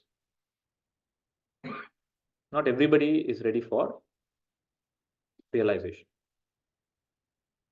Krishna tells, Bahunam Janmanamante Gnanavan Mam Prapadyate. After many births, many years of suffering, many lifetimes of suffering, you come to meet a guru who will give you gnana. Otherwise, the story continues. Punarapi Jananam, Purarapi. Go on taking births after births after births. You have to come to the maturity where you see through the game, where you realize, oh, I am living a programmed life. I was born, I went to school, I got married, I had children, I'll grow old, I'll die, then again I'll start over, again I'll go to the same thing. So whatever I hold near and dear and I'm so attached to, all that will get reset and again I'll start with the baggage of the old. Okay, so there seems to be no end to this. Then there's an internal calling. I want to get out of this mess. That calling is called mumukshatva. Mumukshatva means desire for enlightenment. That could be subconscious. So mind is conscious and subconscious. Consciously, you might not seek it, but deep inside there'll be a craving for it. Okay, when that happens, the guru appears. That's why it said, when you are ready, the master will come. That readiness is not at the conscious level. Readiness is at the inner subconscious level. Okay? Hello. You're Aditi.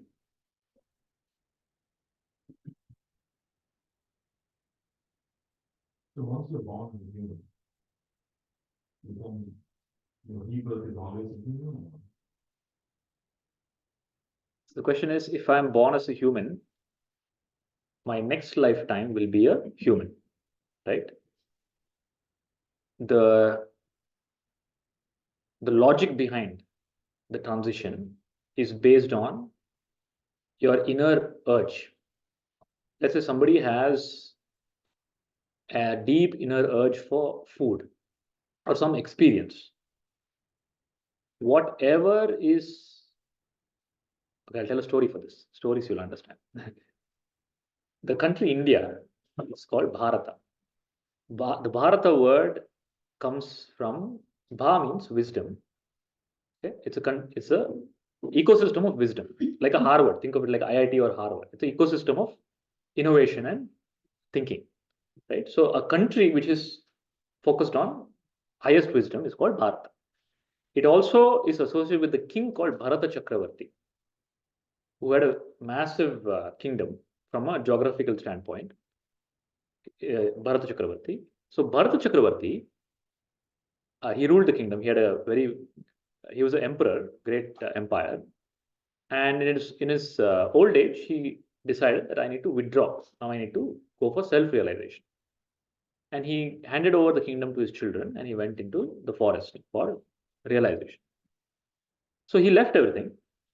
He practically became ascetic. There, when he was doing his daily spiritual practices, there was a deer, pregnant deer, which gave birth to a baby deer. The mother died. And out of compassion, he took the responsibility of taking care of the deer.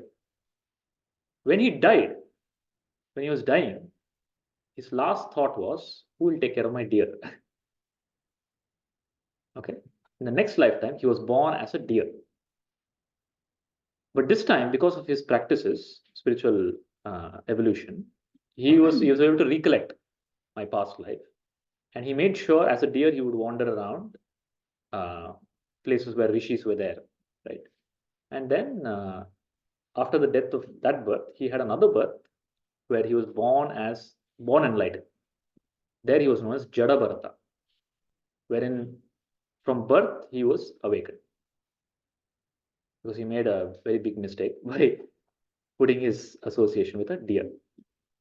In principle, the message is, don't worry about the story. The message is, the last thought you have becomes the momentum and fuel for the next birth.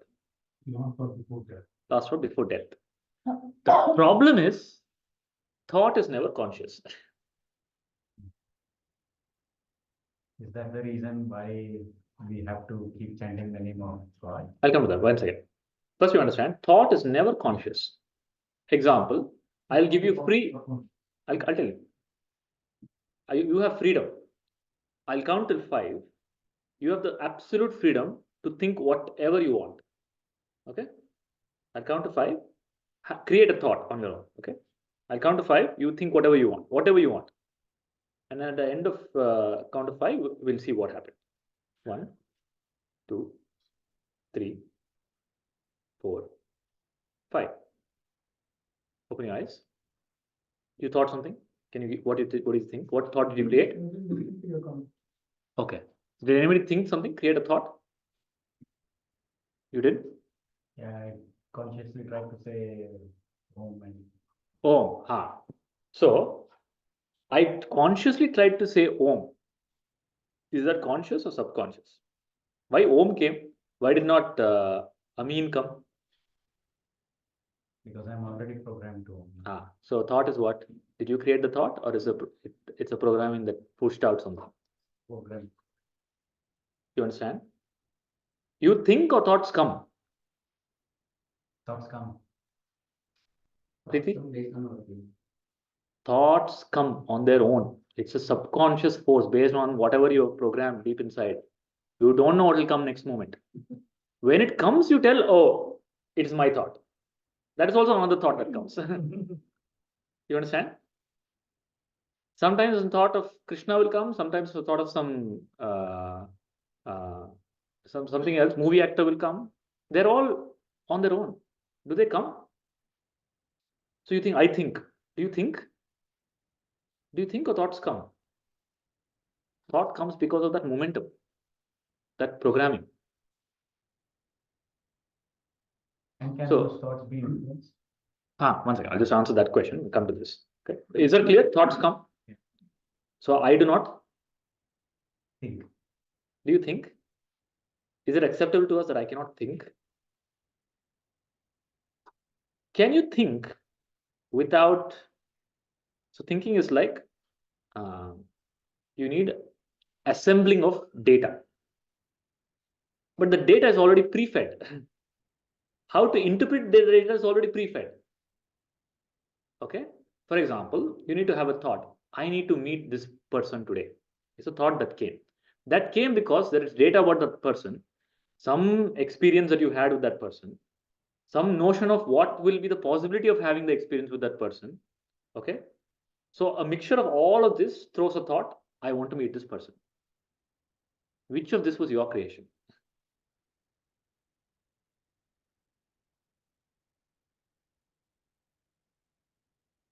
Which of this was conscious? And when the thought comes, unconsciously you say, I need to do this. Without even thinking whether this is the right thought or wrong thought, you jump into the action. So the cycle is program. Program creates thought. Thoughts create action. Okay. So some program is there in me because of my habit towards eating chocolate. I get a thought. Oh, I am a chocolate eater. Today I have not had chocolate at all. I need to eat chocolate. Thought comes. Then action comes. I go and buy the chocolate. Then I eat the chocolate. I get an experience. That experience does what? Reinforces the program. So program, thought, action, reaction, experience. So reaction can be positive, negative, and comes to programming. Clear? In this whole thing, where are you?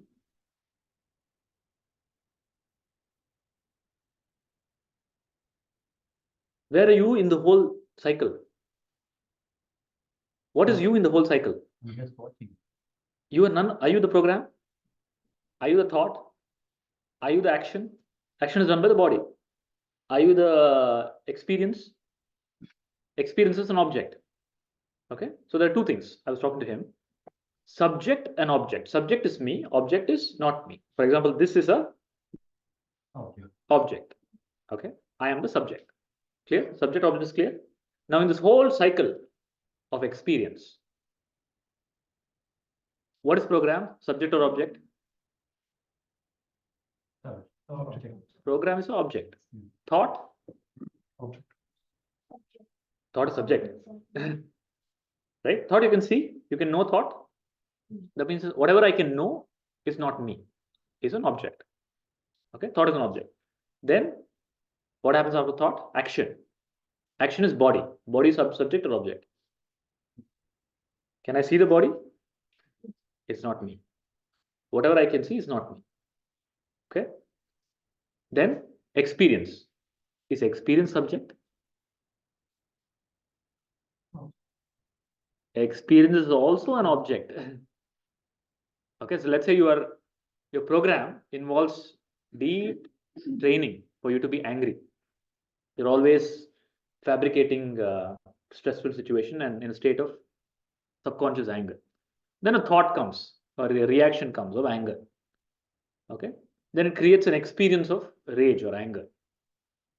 Is that an object or a subject? It's an object. Okay, then that culminates into some result. You hit somebody or somebody hits you, you will get the reaction and that will go to another program. So where are you in this whole cycle?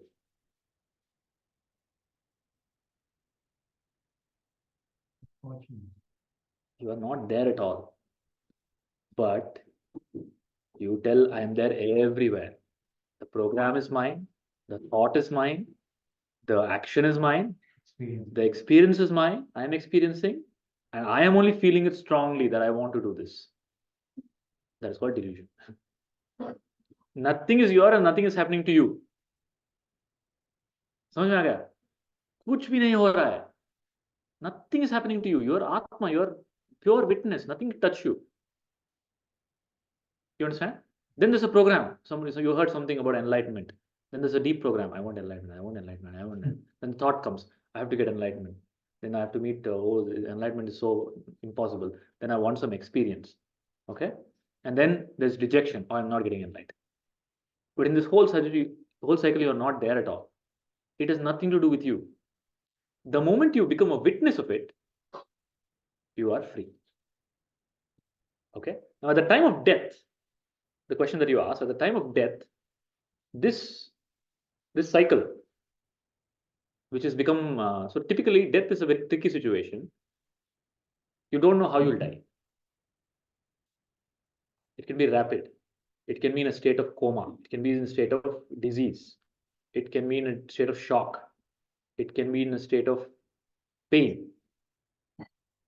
So I don't know how the death will happen. Practically, I don't know what will be the state of my mind. Okay.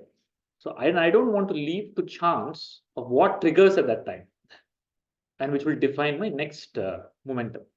It's like, see, let's say you have some presentation to give, okay, or something that you've been looking forward to, and it's happening tomorrow, and you're possessed about that. You go to sleep.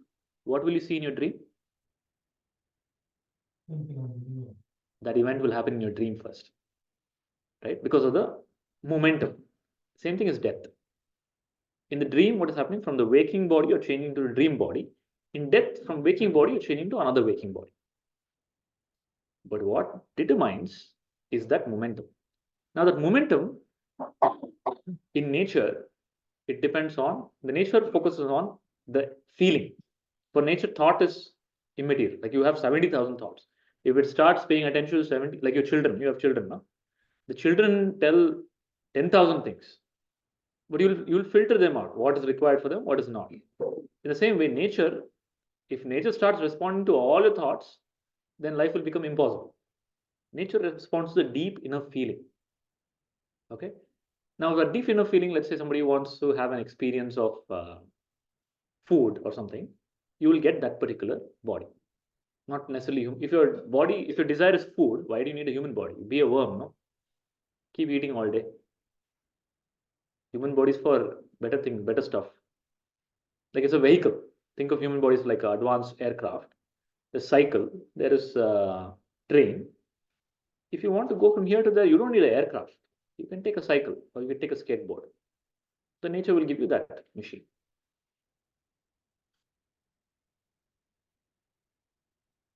The nature you are again referring to is divine. Yeah, totality. Is this thread closed? Shall we go to the next thread? Is it clear? Thought, the cycle of thought, the absence of subject. So once you realize, Yeah. there's no God. Realization is called Jivan Mukti. Jivan Mukti means when you're alive, you are dead. Dead meaning that program, that unconscious pattern is dead. So there's nothing unconscious that can happen. And consciously, will you take a birth? It's called Mukti. Also, enlightenment means there's no more individual. That individuality, right? I told you, the subject, there's no such thing as subject. The real subject is Atma. Then when the Atma realizes itself, Atma, the purpose of life is fulfilled. Now, what is the purpose of another birth? It will only happen in the case of if so that person has built up momentum, which will benefit the world. Existence will probably use that momentum to create another body for the benefit of the world. That is called an avatar. Okay. So practically, Jivan Mukti is no more. Your story is closed, your account is closed, shut down. No more can happen.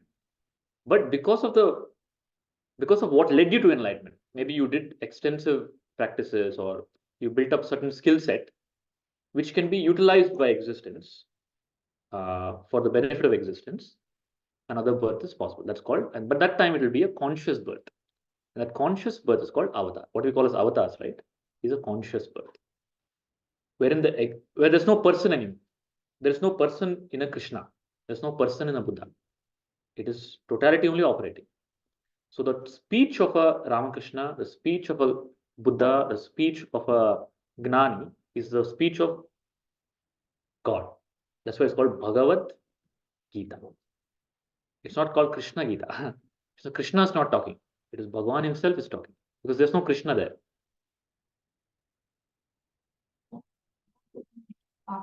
Supposing you reach that state and then the Atma is not going over to another body, what is happening to the Atma?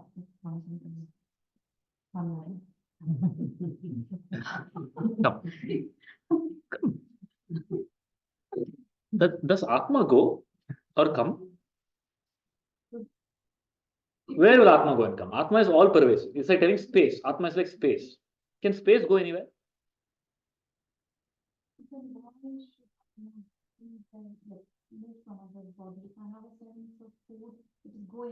No, that is program going, not Atma going. The program is generating another body. Like I told you, when you sleep, that's why I told Vedanta is all about your day-to-day experience. The answer to the question is look at your sleep. When you go to sleep, does the waking, what's her name? Preeti, go to Paris? She creates another Preeti to go to Paris, right? In the same, and what is that Preeti made up of? What is this Preeti is made up of? Flesh and blood. What is that Preeti made up of? Mental imagination, concept. You understand? That's how the next progression is. Self is not moving. A concept is moving. The programming is moving. That's all. Atma is birthless, deathless. Atma is like space. It's there. In that, there are some programs that are running, and that programs create a sense of birth and death and all that. It's only thinking process. One second. Is the answer clear or not? No, not really programming. What is not clear? The whole concept of programming. What is programming? From where are you programming? Society child, no society child. All the notions that you picked up. But that's not creating a birth. That is creating. That is what is next birth. So I'll give you a real example. From where I come from, Bangalore, there's a hospital called Nimhans. In Nimhans, there are doctors doing advanced research into this reincarnation. So they were able to find various patients who they were able to go back into their past lives and fact check on what they said.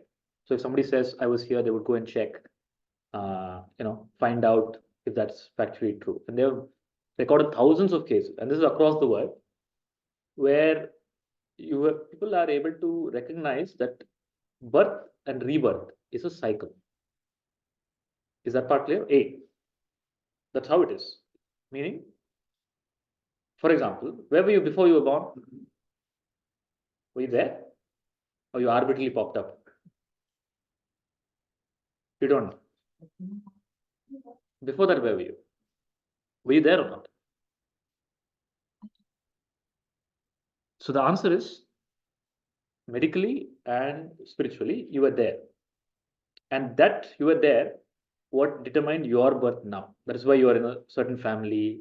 You could have, if you were born a few feet away, you would have a different life altogether. Like people in the same house, probably your siblings have a different life. In the same house, two children can have different life. Now imagine if you're born 10 feet away across the street, you'd be somewhere else. You'd have a different body. So that means this body, the privilege that you've got is because of some past momentum. And this we see in prodigies. The YouTube is full of prodigies. No? At the age of 2, at the age of 3, the child is able to play like a Mozart. Or the child is able to sing, the child is able to memorize. All that's because of past momentum. And all that is the capability of the mind, not self. Self doesn't take birth. What takes birth? The mind. The mind moves from one body to another body. Just the way your waking mind moves into a dreaming body, same way, after dropping this waking body, you take another body. Depending on the experiences, actions, programs of the previous body. To give a bigger perspective, quickly I'll give you a big perspective. There are 4 types of karma. This was not part of today's session because it's derailing, but I'm just giving you perspective. Giving the disclaimer that it's all part of illusion. It's all part of the illusion. It's not reality. So there are 4 karmas. Okay, one is called Sanchita karma. Sanchita karma is like, think of it like a bank balance. You have 1 crore bank balance. 1 crore is very less. You have 10,000 crore bank balance. Okay, which you have accumulated with all the lives that you have taken. All the actions, emotions, thoughts, reactions, desires of all your lives is 10,000 crores. Buddha gives the example. He told, when Buddha got enlightened, or when his mind got awakened, he was able to see many of his past lives. He told, if you stack up the spinal cord, I saw some spinal cord there. If you stack up the here, if you stack up the spinal cord from all my lives, you know how much it will be? It will be bigger than the mountain Himalayas. That many lives Buddha has had. Then you can imagine for yourself. Then he said, if you collect the tears that I've cried in all my life, it will be mightier than the Ganga river. That many lives. And the karma of all those lives is called Sanchita karma, 10,000 crores. Now, from the 10,000 crores, you will take out 1 lakh. That's called prarabdha. And that 1 lakh is this current life. It's called prarabdha. In that 1 lakh, everything is determined. How you will be born, where you will be born, who you want to marry, who you will make children, how much money you will have, when you will die, what disease you will get. Everything is there in that. It's called prarabdha. Everybody following so far? So why I'm here? Why you're here? Because of prarabdha. Your momentum. You chose it. You took it out. And don't blame your husband and spouse and teacher and parents. You chose that thread. Okay. Then with that 1 lakh, will you keep quiet? 1 lakh you'll bring and you start doing business from day 1. Every day you'll start earning 1 lakh. Right? You'll have desires, you'll work, you'll create karma, more karma. That's called kriyamana. Because kriyamana, now you're creating again. You're multiplying your money. And that you will not keep quiet. That you will go and add to the original balance. It's called kriyamana agami. This is called a karmic cycle. It's impossible to get out of. Shankaracharya tells, Punarapi janagam, Punarapi manam, Punarapi jani jatare shayanam, iya samsare bahudustare, kripaya pare, pahim. How am I supposed to get out of this mess? Right? It's endless. Until a point, because of grace, kripa, you will get a guru who will give you the wisdom which will burn the sanchita. The gnana, what enlightenment does is, enlightenment is wisdom. It's called gnanagni dagda karmani. That gnana, that I am consciousness, I am witness, will burn the sanchita. Because who is the sanchita for? You will understand the illusion of the sanchita. Okay? It becomes part of the dream. Then kriyamana will stop. Because no longer you are operating from unconscious force. Because kriyamana stopped, agami will stop. What is left? Prarabdha is left. Prarabdha is the arrow that's already shot. You cannot stop it. Okay, some arrows are there in the basket that will throw away. The one that I'm holding in the hand, about to shoot, I will drop. But I've already shot something that I cannot stop. That is why you see the difference in the enlightened beings. Like Ramakrishna Paramahamsa had cancer. That's part of prarabdha. You cannot stop that. It's part of the system, body, mind, intellect. But what wisdom does is, That prarabdha also, you're unaffected by the prarabdha. It happens to the body, you become a witness of that. You no longer say it's happening to me. So this is the overview of karma. So when, to answer your question, the next birth, it all depends on. So when you pull out something from the Sanchita, human body is not guaranteed. Not at all guaranteed. Even the great person like Bharata is born as a deer. Until Gnana comes, it's very difficult. So you had a connecting question to that? I forgot. I forgot. Good, good riddance. Is it clear? You have a question? Yeah, go ahead. So, you also mentioned that when you're ready, Guru appears. What is the meaning of readiness? How one can identify that I'm ready for something? What is that? That you know, it's called cooking. You cook? You cook? Yeah, my physical body. Okay. So you'll know when the rice is ready, right? So existence knows. One is existence. There are two parts to it. There's an individual part, and there is a totality part. Okay. Individually, you know because you start seeking it deep inside, because you're being cooked in life. Okay, so many things cook you. Job cooks you, money cooks you, then spouse cooks you, children cook you, mother-in-law cooks you, father-in-law cooks you. Then who else? Boss cooks you, social media cooks you, right? The fire inside builds up, and you become. Then you get depressed, anxiety. That cooking, they come to a boiling point. That is what Bhagavad Gita is.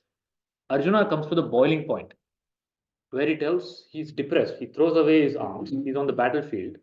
He throws away his arms. He says, I cannot do it. Okay. And he tells Krishna, you please teach me. So that boiling point is the inner maturity.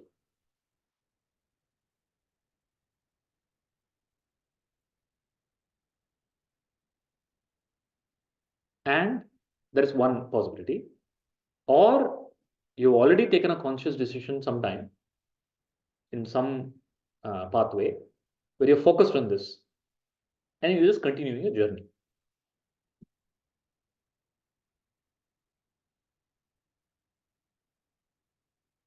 There was a master called Bhagwan Osho. You know, you've heard of him? Rajneesh, Bhagwan Rajneesh Osho, an great enlightened master. When he was born, for 7 days he did not eat. Okay, as a baby. Then somebody asked him when he became older, why you didn't do it? When he was talking about that, and somebody asked him why he didn't do it. He said, my previous birth, I was a Buddhist monk. I was doing a practice of some fasting practice for certain 21 days or something. And I had 7 more days to go and I died. Then I made sure to continue the practice when I was born. So either you have come to a boiling point and you're seeking intervention, then the existence sends you the intervention in the form of a guru, or you have already in the path, you have already worked on it. For some reason you have stopped and you're continuing again. In that case, again, you'll find a guru. So these are two ways of getting a master. Either you're suffering and you're begging for help, or you're mature and it's the next right step.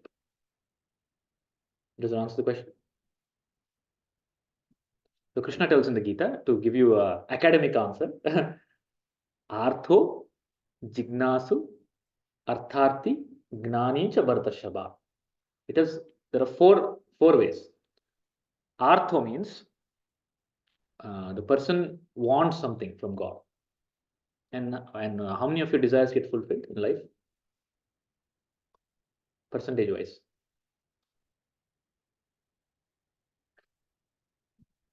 No. So how many percentage? Anybody? 80%?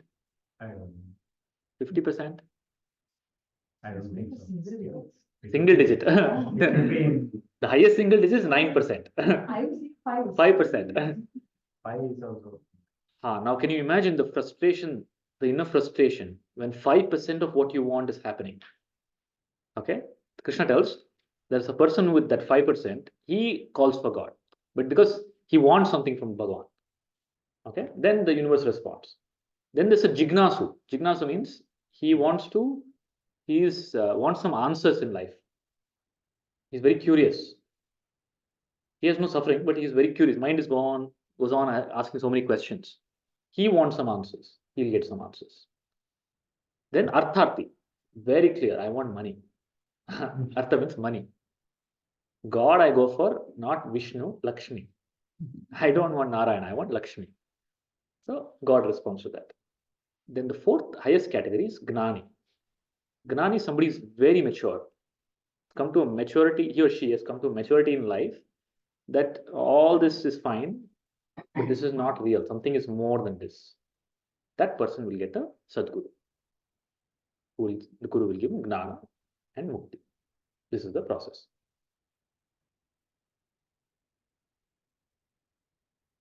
Clear or not clear? Clear, but curiousness, like having too many questions and continuously running, is also a part of readiness. Curiousness, it's part of readiness. Who is curious? Which child is curious?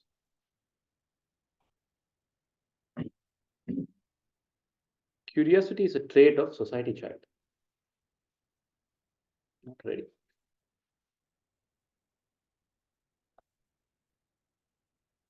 Readiness means I want the truth, not I want answers. Curiosity can be satisfied with answers. But Mukshatva is not curiosity. Mukshatva is I want inner resolution. I want a permanent solution. So that the example I gave is there are two things, two types of medicines. There is painkiller and there is vitamin. Do you take vitamin every day? Do you have to take vitamin? But do you take it every day? If you forget, what happens? Nothing happens, right? Let's say you have pain. Will you forget taking painkiller? You will make sure that you take that painkiller no matter what. You'll stop everything. That painkiller will be your focus. That's called mumukshatva. Curiosity is vitamin. It's okay if it's there. It's good if it's there. If it's not there also, I can lead my life. But mumukshatva is I come to a point where I need the answer. Without that, I cannot, whatever is happening in my life it can continue. It doesn't matter to me. But I want the truth, find the truth. I want to find myself, or I want to find God. That is called mumukshatva. And when you're at that inner state, you get a master. So when they say the statement is not complete. When you're ready, the master appears. When you're really ready, the master disappears. That's the full statement. Have you heard? Have you read? When you're ready, the master appears. Then when you're really ready means now you are the master. The master awakens you. The master's job is not to keep you as a student forever. The master's job is to awaken the inner guru. Then the external master is no longer required. Okay. Any other questions? So shall we go to the next prakriya quickly? Any questions? Is it clear? Clear? Everybody? The connected question I remember. Okay. It was when you mentioned about when we are in deep sleep, that's when we know there is a reasoning that Atma is there, right? So now my question was if XYZ person is there, and when they are in sleep, they also have. That I'll answer now. That is the prakriya now. Okay. So first we went through Atma, Anatma, Viveka, and Koham prakriya. Who am I? Done? Is it clear? I am not the body. I am not the mind. I am not the intellect. I am self. Okay. All the problems are for whom? Which child? Society child. And who am I in the equation? I am a witness. I'm consciousness. Okay. And then we saw thought, the cycle of thought, how the thought happens, what the thought does, and what is the result. Now we will go to a process which is looking at your experience of waking, dreaming, and deep sleep, and inferring or understanding who you are through that. It is called Avastha Traya Prakriya. Avastha means state. Traya means three. You have three states of consciousness: waking, dreaming, deep sleep. Is it clear? And I told you, in the process of Vedanta, in the direct path, there is no other reference which is extraordinary. All the references are your day-to-day ordinary experiences. Okay, so let us look at your day-to-day waking, dreaming, and deep sleep, and understand who you are. So right now, are you awake or are you asleep? How many of you are awake? Raise your hand. Okay. Quick question. Confidently raise your hand. This is what, half awake. If you're awake, raise your hand fully. Aditi, sleeping? Huh? I don't know. You don't know. Okay, sure. So somebody who's raised your hand, can you explain what is awake? You know, understand what is awake? Are you awake? Yes, you're awake. Okay. Who raised your hand? Who's awake? You understand. Okay. The awakeness I'm speaking is with reference to just the deep sleep. Not awakeness in the sense of, I know that I am. No. I'm not talking about enlightenment. Are you awake? Simple question. Yeah, Are you awake or are you dreaming? Yeah, awake. The body functions are awake. You're awake. Okay. So there was a Zen master, a Buddhist Zen master. He woke up from his bed and he starts crying. Starts crying. Then all the students, they come, Master, what happened? Master, what happened? He says, oh, I had a very bad dream. In the dream, I was a butterfly. Okay. Then he says, and I was hopping from one flower to the other flower. I was flying around joyfully. Then the students say, oh, then what is the problem? It's such a nice dream you had. The master says, I don't know if I'm a Zen master that dreamt that I was a butterfly, or I'm really a butterfly somewhere, dreaming I'm a Zen master now. You understand? So how can you tell you're dreaming? If I tell you're, awake, if I tell you're dreaming right now, you knew that Pallaviji had sent an invite. Everybody sent invite. Okay. So it is 11th night right now, to 12th night in Reading, 2024.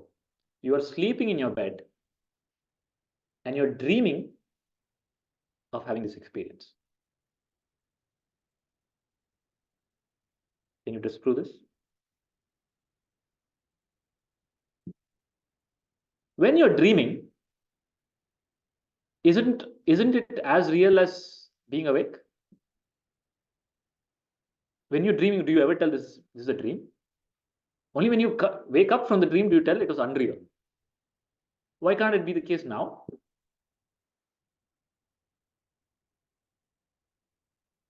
I'm telling you, it's 12th night, 2024 January.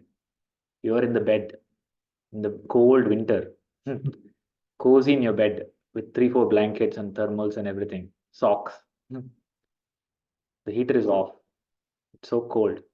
You're sleeping and you're having a nice dream about being in the warm place. Can you disprove it? What is the probability that multiple people have the same dream? With that, can we connect to talk to each other and figure out that? So in your dream, you see other people, right? Okay, yeah. Huh? They don't have thoughts in this thing? I cannot ask this question in the dream? Okay. Huh?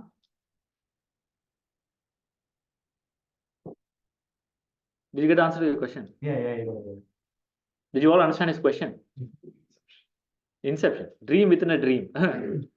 I'll come to the dream within a dream, next level. That's the next level problem. But first you tell me, what is the difference between waking and dreaming? Deep sleep is very clear. In deep sleep, there is no thought, there is no body, there's no world, there is no mind, there is no sensation, there is just peace and tranquility. Okay, that part is clear. I am asking about waking and dreaming. How can you say you're awake and not dreaming? Five senses. In the sleeping, you have only 2 senses, is it? In the dream, you go to Paris. Ah, such a nice coffee. Smell it. Such a nice Eiffel Tower. Right? Beautiful girl. All senses are working. What is your name? Bhagat. Bhagat. Is question clear? No, it is clear. Are you awake or are you dreaming? I am telling you are dreaming. You please prove to me that you are awake. Preeti, Preeta, Generally, my dreams Neeti, are very short. Preeti, huh? My dreams are generally short. But When you are in the Paris, in the dream, you know it's like you have a memory of yesterday in Paris. When you went to, in the dream, you went to Paris. Okay. Do you say, oh, it's such a short dream, I just appeared? No, you think that you've taken a flight from Reading and you've gone to Paris. It's been 2-3 days. You've been planning for 1 month.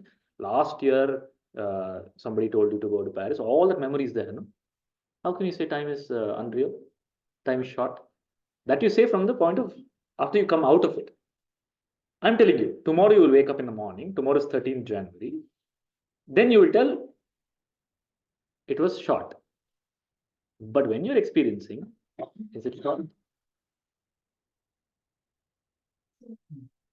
My perspective is that dreams mostly like unrealistic scenario which will be happening because considering the physical state now, so having that conscious awareness in terms of where I am, Yeah. what is the state of my, the locality I'm in or the scenario I'm in, and dreaming about Paris is something realistically. No, please tell me. Let's say you're flying in the dream. Do you ever say, this is unreal? You say it is real and you fly, right? In fact, what is happening right now is unreal. It's unreal only. No, nowhere you'll get this Atma. It's unreal. It's not ordinary. It's extraordinary. I'm telling you, it's a dream. It's not real. The whole is different. In the dream, please understand. In the dream, you're saying pain is not a perception. Pain is a valid perception in dream. And when you get pain in the dream, you'll cry, oh, why God, you gave me this pain, and you suffer. That time you don't tell, it's a dream pain. If you tell it's a dream pain, you'll tell, oh, if somebody give me medicine for my pain. The perception of pain is very real, exactly like in the waking. Perception of space, perception of time, perception of memory, perception of desire. In the dream, nowhere you'll tell, oh, I'll wake up from this, I'll not plan. In the dream, you'll plan. You'll plan on you'll worry about your investments in your dream. If you win a lottery in your dream, you'll think about all the things you'll buy. Has anybody ever won a lottery in the dream? Nobody has such good dreams, is it? If you win a lottery in the dream, you'll plan what all you'll buy. And when you wake up, you'll think, oh, damn it, I would have bought all those things. True or false? When you dream, it is as real as the waking. So how do you know what is waking, what is dream? Reference point. Huh? The reference point is something. For this to be a dream, there should be a reference point where I'm seeing that this is the dream. Because that dream. It is there. If you're telling this is reality and you're referring to the dream state as dream, that is the exact same thing that you will do in the dream. In the dream in Paris, you'll tell Reading is a dream guy. I am the real waking guy. So there are 3 guys. Okay? What is it? Waking Praveen, dream Praveen, and deep sleep Praveen. Okay? Dream Praveen will tell waking Praveen and deep sleep Praveen are false. Like how you're telling dream Praveen and deep sleep Praveen are false. The dream Praveen will tell waking Praveen and deep sleep Praveen are false. And the deep sleep Praveen will tell all Praveens are false. Now I'm telling you, this Praveen is false. You prove me you're real.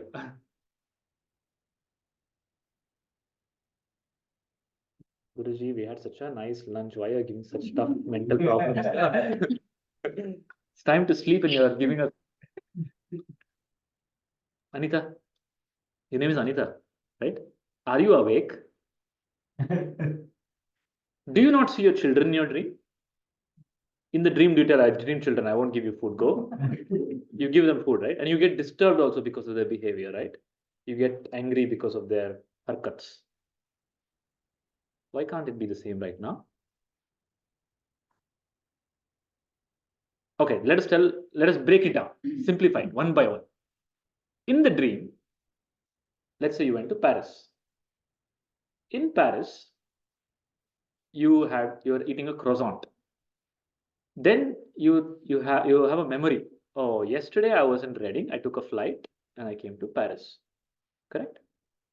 Now, what does this whole event, and when you wake up, you'll tell the whole thing was a dream. Correct? But when you experienced it, it was very, very real. Okay? That means your mind has the capability to fabricate a world, a body, an experience, memory, intuition, and give you the feeling it's real. Is that clear? From your experience of dream? From your experience of your croissant eating endeavor in Paris, I can infer that something in me has a capability to create a dream world, to give me a dream body, to give me a dream memory, okay, to give me a dream experience, to give me an experience, and to give me a feeling that the whole thing was real and fight for that feeling as if that is a real. If, well, when you were in Paris eating croissant, if I bumped into you there, worst case scenario, and I told you this is a dream, this is not real, wouldn't you argue exactly and think exactly the way you're thinking right now? Of somehow I should prove this guy wrong, and trying to think of all the answers of why this is not a dream, this is real. Want to do that? The very same thing that you're doing right now. Trying to think through to prove that is reality. Right? So A, my mind can create thought, memory, world, experience, and a sense of reality. This is called a holographic life. Have you heard of the word holography? It's a fabrication of your mind. Sir? Dreaming, daydreaming. Dream within a dream. Okay, now the dream within a dream part. One level is you are in Paris eating croissant. That is a dream. The dream within that dream is that memory that you have, that I was in Reading. That's the next level of dream. That's not at all real. Okay, and then tomorrow I will go somewhere. Next level of dream. Then, oh, I will meet somebody here and I will get married. Another level of dream. That's a dream within, it's like you're dreaming within a dream. Like aspirations within a dream. Which is exactly what you do in the waking state. So tell me how you're in the waking state. I'm telling you you're in dream state right now. You're not in the waking state.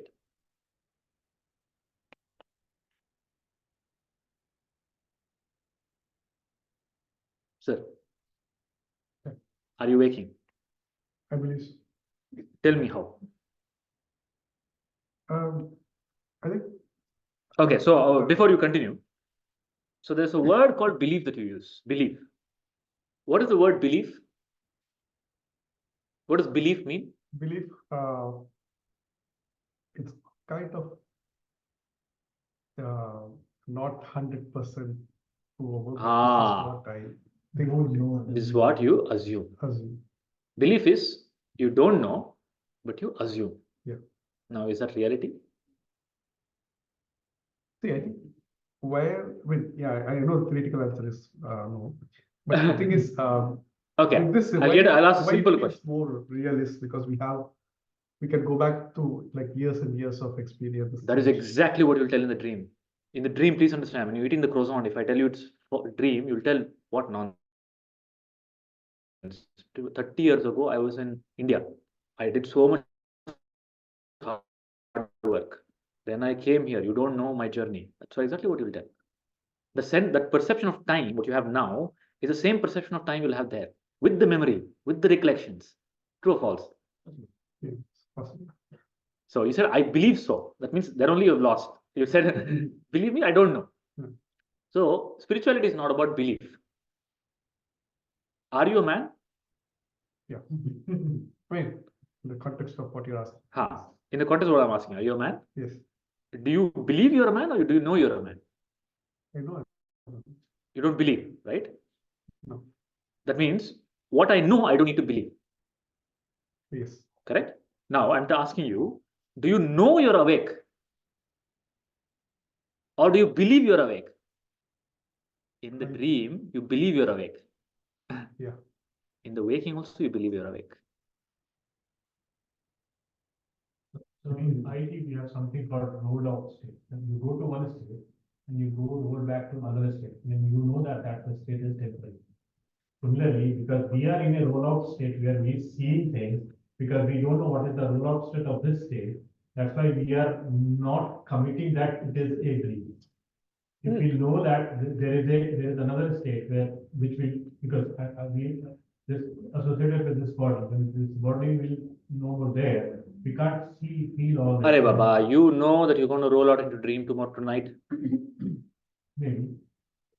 You'll roll out into deep sleep for sure. Then you know you're going to roll out into another state. You know that this state is not permanent. Yes. You know, even if you're in the, if you say I'm in the waking state, you know that it's going to end. In the dream, yeah. you say my waking state is how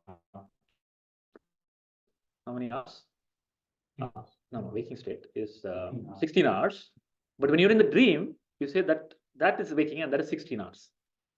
And you say, when I sleep after eating my croissant, I'm going back to my hotel. I'm going to sleep in my hotel. Then I'm going to have a dream for 30 minutes. Don't you say that? Won't you say that? My question, coming back to the question, all going around about, coming back, I only have a simple question, nothing complex question. I am telling you are dreaming right now. People are not admiring it, sorry, they are not admiring it because they think this body is permanent. If they start thinking that this body is temporary, then this is definitely a dream state. Because it is not, this is, appears to be true. This is not true, this is mithya. No, that same, if that thing, if that statement, if I make in the dream state to you, in the while eating the croissant, if I, dream is also a myth.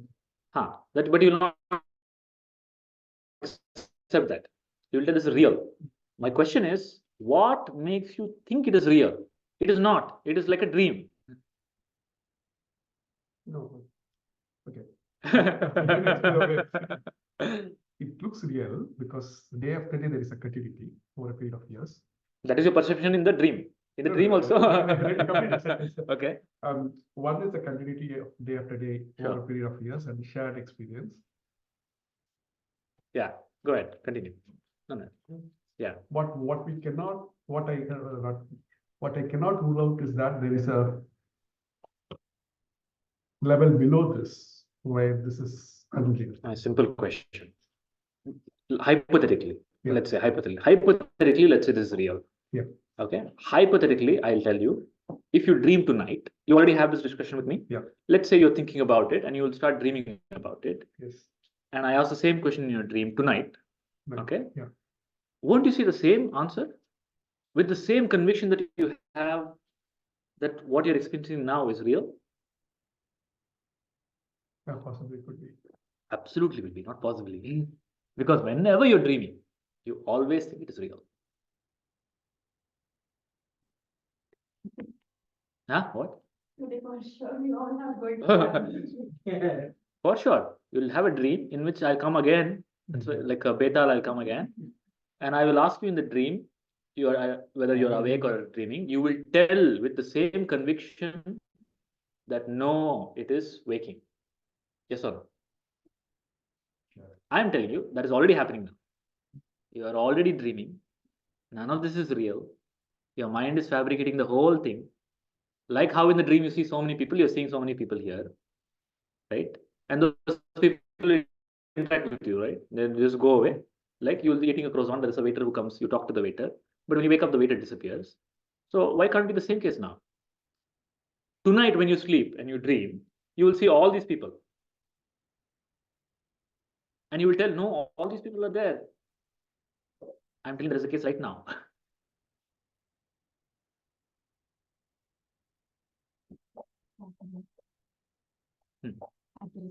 Yeah. There's always that risk.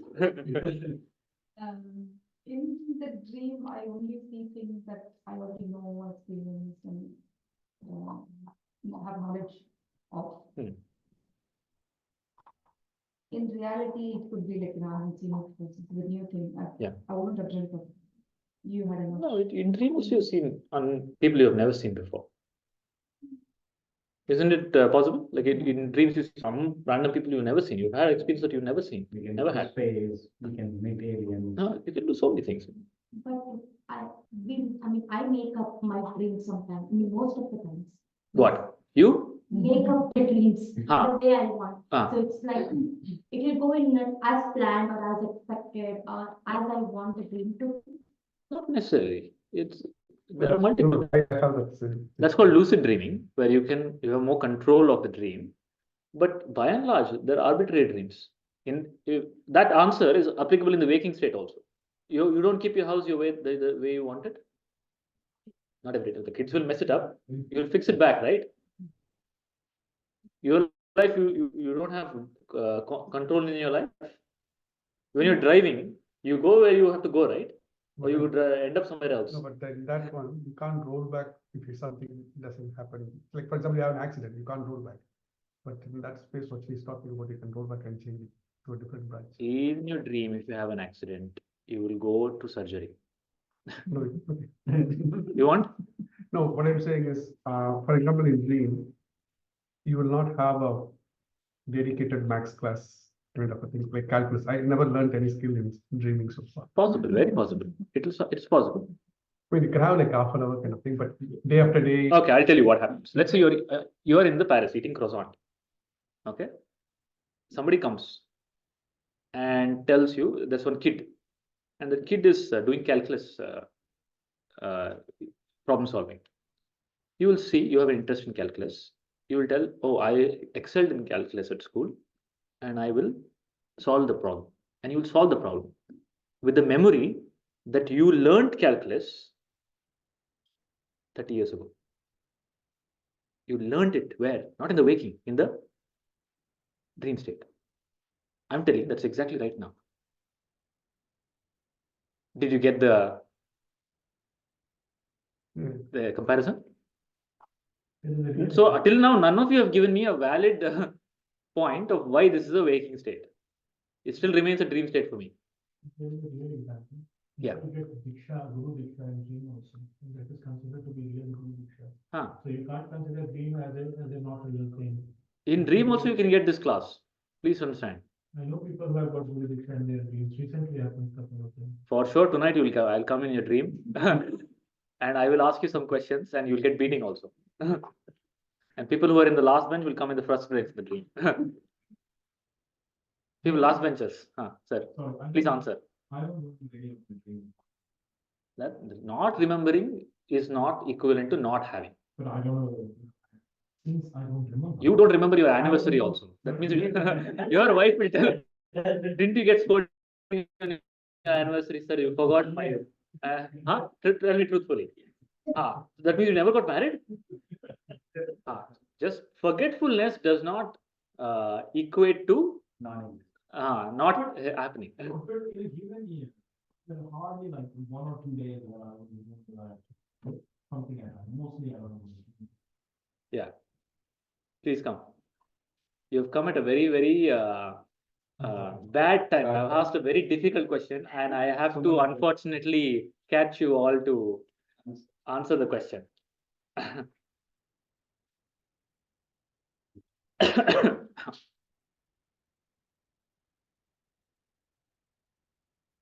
So I have a very simple question.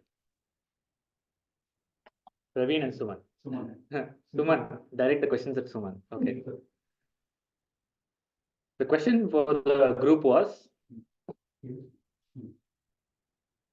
the story is there's a Zen monk, a Buddhist monk who's sleeping. He wakes up, he starts crying, telling that I had a very bad dream. Then the disciples ask him what the dream was, and he tells, hey, I had a dream where I was a butterfly.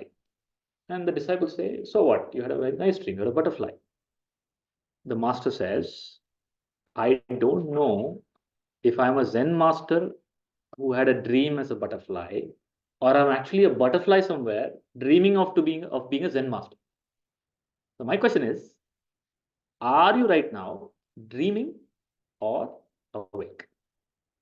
So there are three states of consciousness: waking, dreaming, and deep sleep. Clearly, you're not in deep sleep, because deep sleep is a state of no perception, a state of blankness, a state of no body, no mind, no thought, no feeling, no interaction. But dream and waking, when you're experiencing them, are exactly the same. So right now I'm telling you, it is 12th January 2024, winter time in Reading. You're sleeping in your bed, and you know, because of the interactions that we've had, Pallaviji has shared on the group, and you know that I'm coming to Reading. This class is going to happen. Possibly you've seen this venue before. You know all of this, and your mind has created a dream, and you're dreaming right now. So please, using your logic, disprove to me that you're not dreaming, you're awake, is the question, is the challenge to the group. And so far, all of them have failed. We've been talking about this for 1 hour. Nobody has given me an answer that this is not a dream, this is waking. Anybody? Can you give a hint? Is this a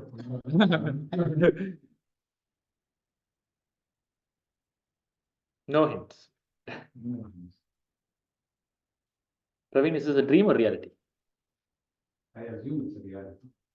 You assume. So the fact that you say I assume, that means I don't know. That's why I have to substitute the lack of knowledge with assumption. Assumption by nature means it is open to all possibilities. So you're open to the possibility that this is a dream. Yeah. So when you're open to the possibility that it is a dream, why? So is that part clear? If somebody says, I don't know, I'm open to the possibility that this is a dream. Both are Both are possible. Then why isn't that intuition that that this is a dream occurring in coming to you or coming to your mind in your day-to-day life? When you go through a day-to-day life, you go through as if it's real, all your burdens and problems and thoughts and feelings and emotion, the problems, politics, country, a war. Then why do you take that so seriously? Why at that time, why don't you think, or disease, pain in the body, or stress in life? At that time, why don't you think that, hey, there's a possibility it's a dream? Does that occur? No. At that time, it's very real. Somebody abuses you, it's very, very real. I'm telling you, it's not. It's a dream. So please, because you're living it, you're there here right now, let's bring a resolution. Please tell me, any logic, any thread, any format is fine. I just need to know this is reality. And I'm convinced it's a dream. And so far, we have had back and forth, and nobody, I've counted all logics. So far, nobody has been able to prove it's a waking state. So the example I gave was, you're in Paris, you guys went to Egypt, you're in Egypt. You went to an Indian restaurant you had a dream. In the dream, you went to Egypt. In Egypt, you went to an Indian restaurant. You're having a nice masala dosa. Okay. When you're experiencing the masala dosa, it's very real. Okay. And you have a memory. You say, oh, I was in Reading, I made plans, and I came to Egypt. So there is time, there is space, there is world, there is body, there is family, there's experience, and there's memory. Right? Which is the exact same thing you have in the waking state. What is the difference? I'm saying your whole waking experience is exactly like that. Space, world, time, memory, skill, experience, body, sensation. There's no difference. And when you're experiencing the feeling and thought that it's real, which is also what you have in the dream. When you experience a dream, you say it's real. Fast, we don't have time. Are you awake or are you asleep?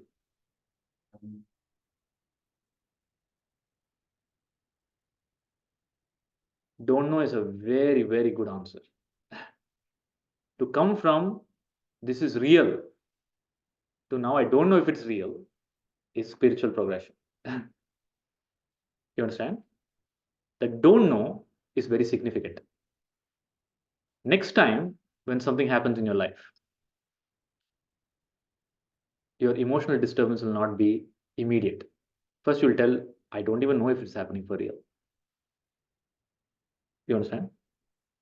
The don't know is the intuition, inner intuition, which will make you question what you're experiencing. Next time, even in your dream, you will ask if it's real. You understand? And that is what is the entire spiritual journey about. Questioning what is real and what is unreal. The reality is there are no three states. Okay, I told you avastha traya. Avastha traya is three states of consciousness: waking, dreaming, deep sleep. There are no three states. There are only two states. There is deep sleep, which is state of no perception, and then there is dreaming, which is state of temporary perception. The waking is also in the bucket of dreaming. You understand? Is it clear, Preeti? Can you repeat what you understood? Different cultural places. Yeah. One is the state, and it's the training state, and the next state, the deep sleep state. And before we go to the next thread, before you continue, in each state, you will always negate the other two states. So the waking Preeti will negate the dreaming Preeti who is in Paris and the deep sleep Preeti. Okay? And the dream Preeti will negate the waking Preeti as dream and deep sleep Preeti. And the deep sleep Preeti will negate the dreaming Preeti and the waking Preeti. You'll tell those two, I don't know who they are, they're unreal. This is real. The dreamer who is eating the croissant, she'll tell the reading Preeti is unreal and the deep sleep is unreal. This is real. Just the way you are telling now, the other two are unreal. So who should we believe? Who should you believe? Which Preeti is real?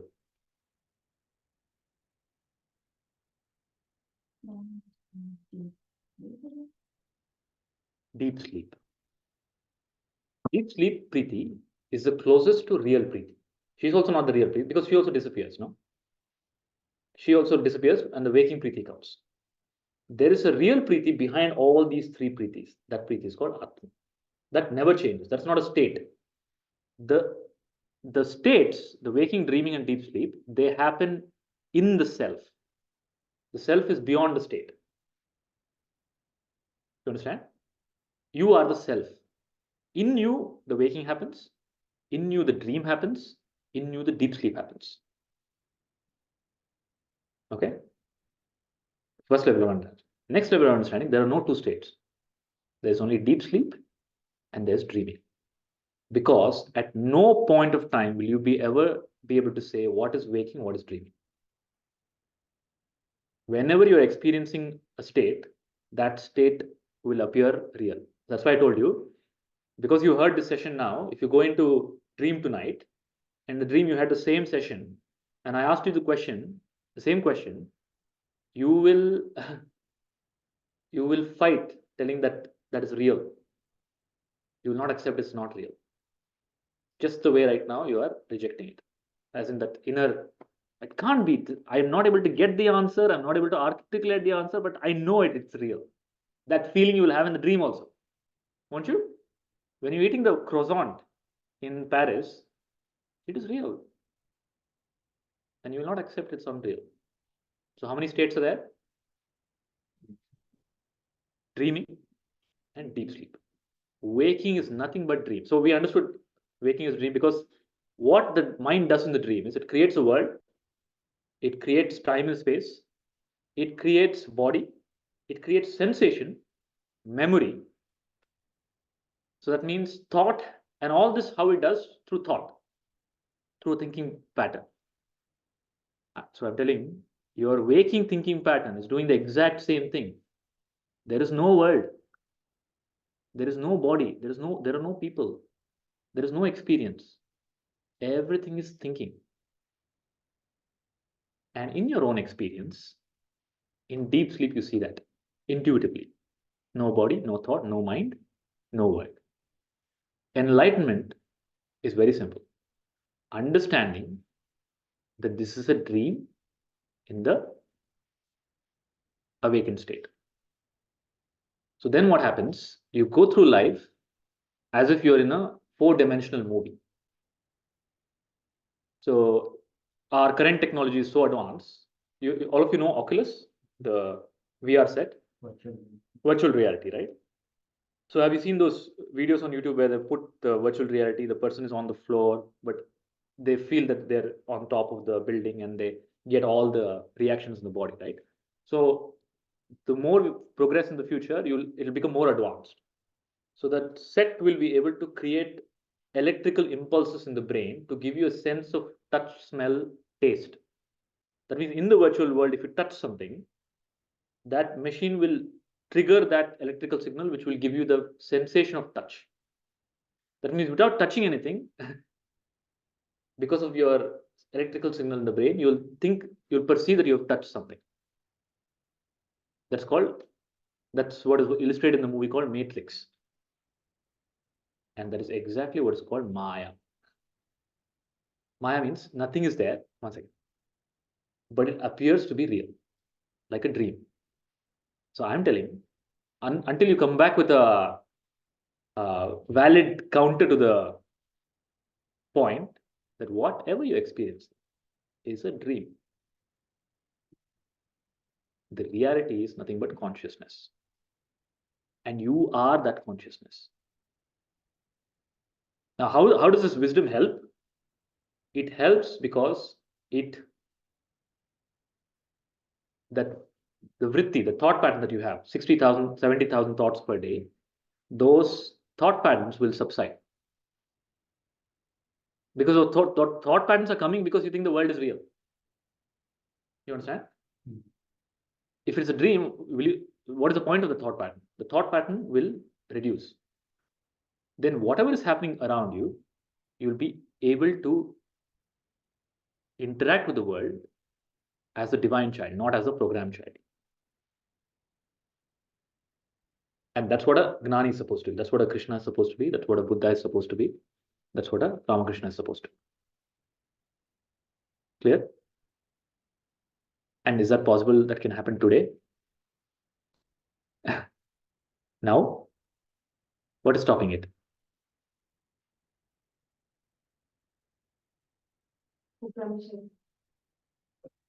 So any doubts? So this was just a tip of the iceberg of Avastatraya. But since we don't have time, I gave you a very small capsule of the process. But the more you inquire into it, the more it will become your intuitive understanding that the world that you perceive is just a holographic perception. There's a beautiful video on YouTube called Holographic Universe. Okay. Typically, I show that in the Atma Darshana session. I'll quickly give you a illustration of what that talks about. So modern science has figured out that the brain is the processing unit of your system, right? Every sense and the input mechanism for the brain is sense organs, eyes, ears, all the 5 senses. When you see this, what do you see? You see the stick? Everybody sees the stick? How many of you see the stick? Raise your hand. Nobody has seen the stick. You see the stick? Nobody sees the stick because you're only seeing sight is because of light. The light has to reflect, it has to through your lenses, go back and in the dark part of the brain, create an electrical impulse. And the brain interprets the electrical impulse and creates an image. So what you see is not a stick, but the reflected image in your brain. You all know that from the science book in the primary school, where there's a picture of the eye and there's a bird and the bird is inverted in the brain, right? You see what? The image of the bird, not the bird. An animal probably which has higher senses, like a bat or something else, will probably see more. Okay? So deers will probably hear more. So what the world that you experience, you're experiencing through a small hole called five sense organs. There are animals who are lower order beings who have better sense organs than you. Their world is very different. Now, in your five sense organs, if there's a defect, like let's say you're colorblind, the world is very different for you. Just that matter of if you don't have a glass. Yeah. So one sense organ is not there, the world is very different. Now, with this limitation of with a small hole, you're making an interpretation about the world. So when you see the bird, when you see the stick, you never see the stick. You only see the reflected image in your brain, which is an electrical impulse. Now, the story doesn't stop there. That electrical impulse has to be interpreted by the brain. So the brain uses a faculty of memory. It does image matching and says, okay, this is a stick. But it doesn't stop there. The moment it says it's a stick, it also brings out a psychological memory of getting hit by the stick. 30 years ago, my teacher hit me. I got so embarrassed in front of everybody. All that psychological association with the memory it brings out. You understand? So have you ever seen the stick? You only see the example I give is there's a cow. The cow comes in front of somebody's house. The person opens the door and they say, wow, Gomata has come. They do puja, arti. Then the cow goes ahead. Next house. The person opens. Beef curry has come. Okay. Then the cow goes ahead, opens the door. Money has come. Milk. I can sell milk, make money. Okay. Then the cow goes ahead. Fourth house. Shoes. I can make shoes with the leather, the shoes with the skin. None of the four people saw the cow. Each saw what? Their programming. So, whenever you look at the world, you see only the image of the world and you interpret the image based on your programming. And all of this happens in this part of the brain. There's a 1 inch by 1 inch square in this part of the brain. That's why in the movie Matrix, to enter the Matrix, they put the pin in here. How many of you seen the movie Matrix? Right? So this is from, so the Matrix directors are disciples of Advaita Vedanta. So they took the concept of Shankaracharya Maya and they did the movie Matrix.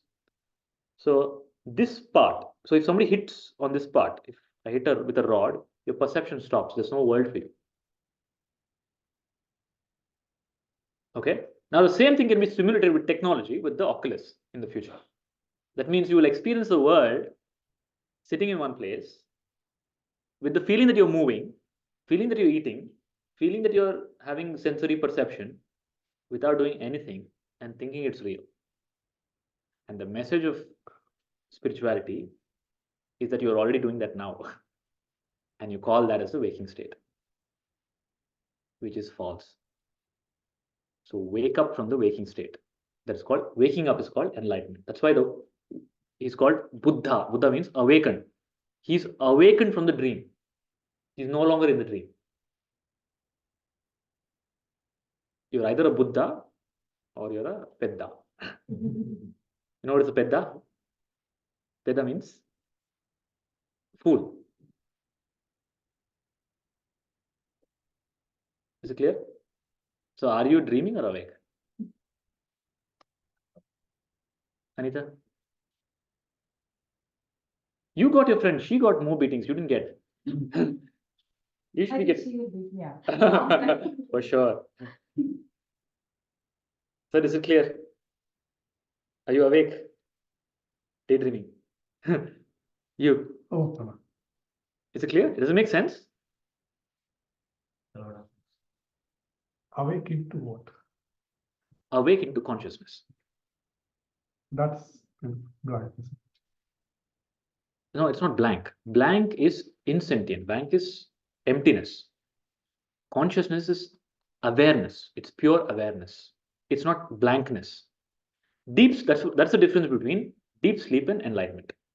Then I also always said that deep sleep is like a true state. Then you'll say, why deep sleep is, if I go into deep sleep, I should be enlightened. You're not, because deep sleep is unconscious. It's blankness. The mind is suppressed.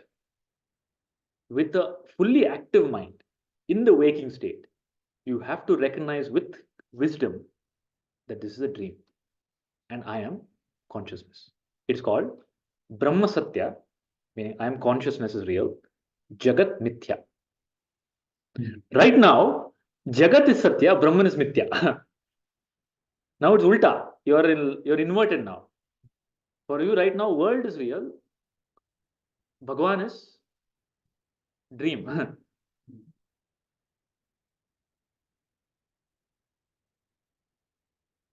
Is it clear? Okay, so let us experience that now. So far we have worked on Gnana, which is clarity of thought. Okay, the second part to that is Dhyana, which is bringing that into practice. Otherwise, you'll be like those engineers who don't do engineering. So somebody asks you, I've written this line of code, can you fix it? You'll say, no, I studied 30 years ago. I don't know how to write code, right? Or I don't know how to, or a doctor who's not practiced. So on the airplane, somebody's having a heart attack. Then, is there a doctor on board? Yeah, I'm a doctor, but I never practiced. I know the steps, but I did not do it. You did not actually do it. So the Gnana has to be translated into practice, and that's called Dhyana. Dhyana, in the sense, is not practice. Dhyana is intuitive. It's called Aparoksha Anubhuti, wherein whatever you've heard, Shravana, becomes Manana and Nidhyasa, your intuitive knowledge. Otherwise, it will remain as intellectual knowledge. That intellectual knowledge has become your living experience. Only then there's a transformation in life. Otherwise, it will remain as information. Okay? Is it clear? Yeah. Now we'll go into the process of awakening.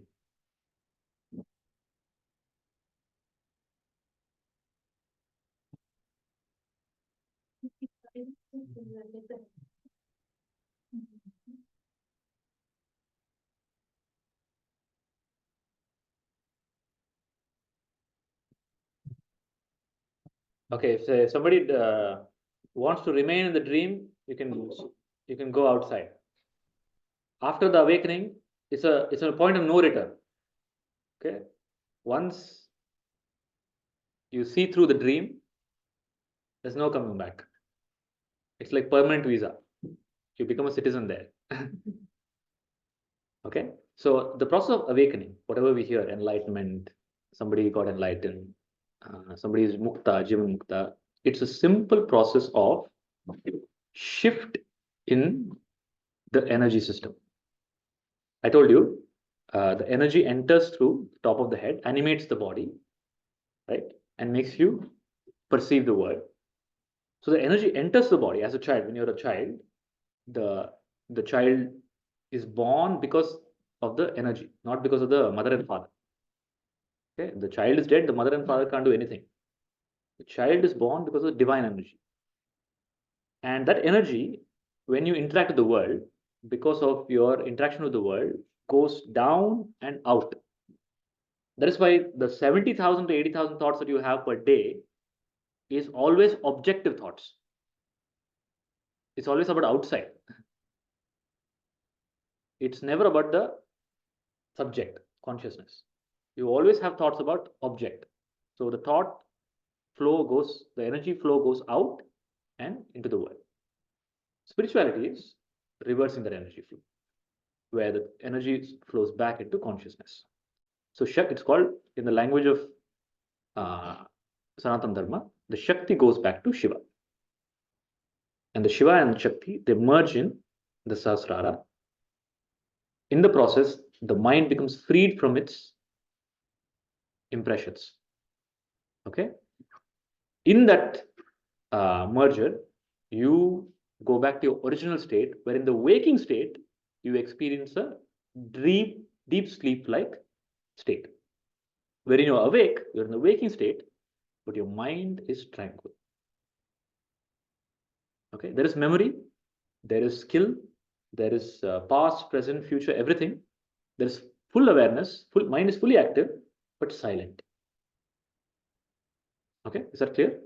And that's a passive path, meaning there's no role for you to play.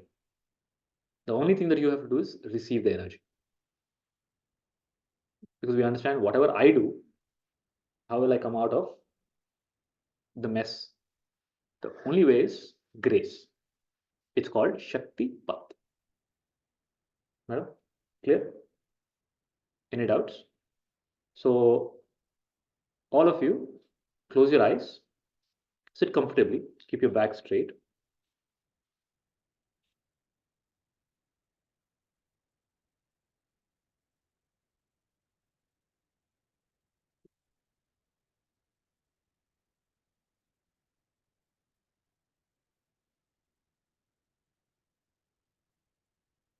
Let us chant Omkara, but we'll chant it as Akara, Ukara, Makara. So when you chant then the vibration, become aware of the vibration in the stomach region. When you chant you become aware of the vibration and sensation in the chest area. And when you chant Makara, you become aware of the top of the head. So let us chant Akara 3 times, and post that I will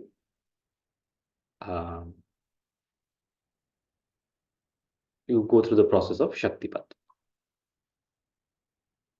Let us start with Akara. Let us chant together.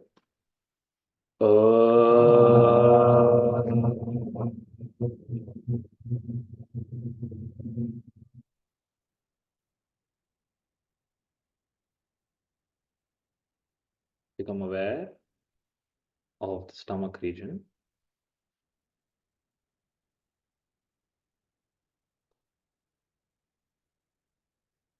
Now let us chant Ukara. Become aware of the vibration, sensation in the chest area. Ooh.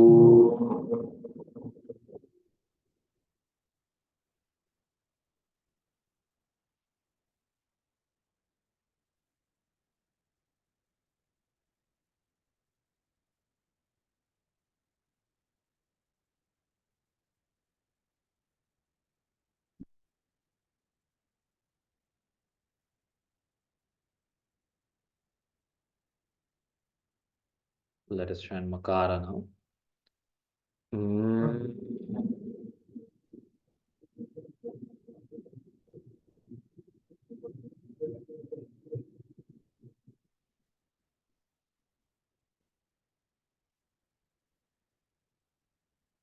Become aware of the center of the forehead or the top of your head.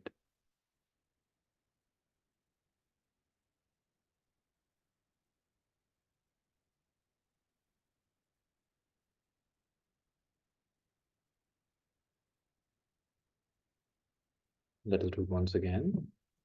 Let's start with Akara.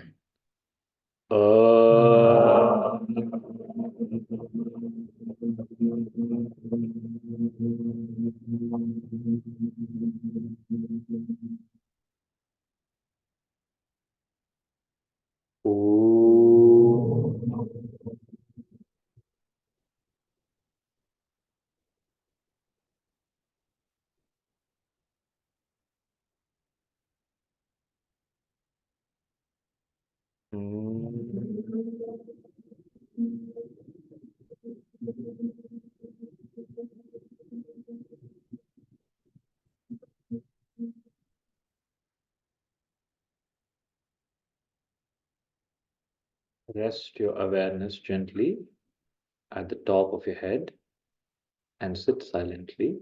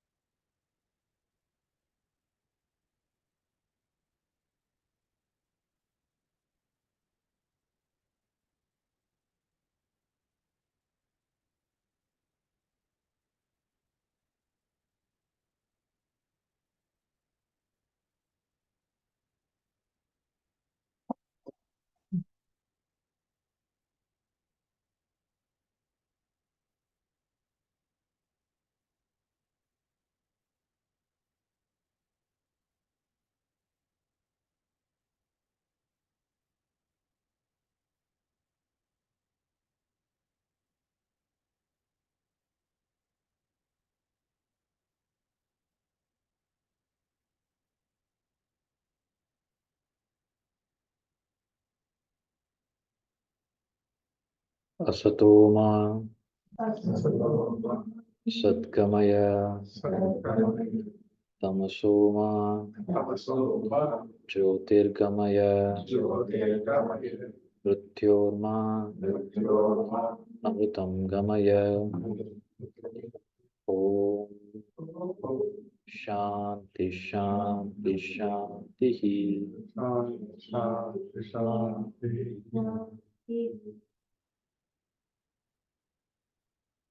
Slowly open your eyes.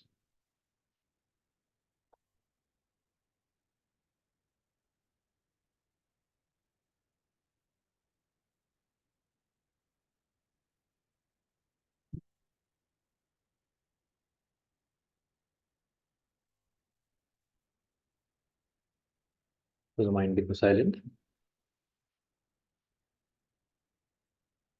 Sorry? Does the mind become silent? Yeah. And what happens?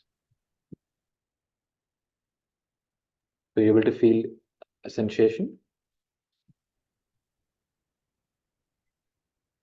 Kriti? Does the mind become silent? Madam? Actually, No. Mind is full of thoughts. as I was consciously synchronizing towards Okay. here, Okay. but yeah, I was just avoiding all the thoughts which was coming to me. Like it was more of an intermittent struggle. Okay. A lot of back and forth. For whom is the struggle? For whom is the struggle? Who's struggling? It was my mind. Mind struggles? Okay. What happened to you? Who are you? First one. So the mind has two states, thought and no thought. You are the self which is aware of both. So at once you say, I have too many thoughts in my mind. Then you say, oh, I have no thought in my mind. That means you are out of both. Only if you're out of both are you able to witness both of them. So are you thought? No. You're not thought, right? Because thought appears. Are you no thought? No thought is also an object. You are the witness of both. Is it clear? And to stay as a witness is mukti. Mukti means has no other connotation. Mukti means you're a witness to the mind. And you don't no longer associate with the games of the mind. And the mind is one that creates the world, body, memory, feeling, sensation, karma, everything. Make sense or not? Clear? Sir? Mind is quiet? Yeah. If it is white, Mhm. start feeling some density. Sure. Yeah. Kunalji? We initially few thoughts afterwards, but in silence. Silent. Shishari? Nothing. Are you able to listen to what I say? Yeah. Okay, that percentage remains. That was the moment I came for, that 1 second gave me that this. Silence. Anybody else? Seema ji? Silence. Your name is Seema, right? Yeah. Mine is silent. Now that silence of the mind is is original state. The noise, the 70,000 is the unnatural state. So obviously you're stressed and disturbed. You're in an unnatural state. Like the body is in an unnatural state, let's say. Of course the body is in trouble. The Sanskrit word for that is in Sanskrit is called swasthya. You heard swasthya? Swasthya means health. Health means original state. Swa astya. Swa means your own true self. To stay in your own true self is healthy. Everything else is a distorted state. It's a state of intoxication. That state of intoxication creates thought. There's a lot of, how to say, mysticism, romanticism, hallucination, propaganda about spirituality. Right? So many stories, miracles. It has nothing to do with any of that. It is just to rest in your true state of consciousness. From the true state of consciousness, you interact with the world. It's obvious, no? Operating with the world with 70,000 dogs barking in your head versus operating in the world with peace and tranquility. By default, you're more creative and you're more loving, more compassionate. All other aggression, emotion, anger, jealousy, doubt, fear, all that is part of a disturbed state of mind. Love is your natural state. Compassion is your not natural state. Wisdom is your natural state, and peace is your natural state. Anything apart from this is your imagination. Anything apart from this is your imagination. So an enlightened person, a Buddha, is an embodiment of love. Simply because there is no perception of other. Like you love your hand, right? You won't cut your hand because it's my hand. So, but there's a perception of this is me, this is not me. That is a story fabricated by the mind. There's no such thing.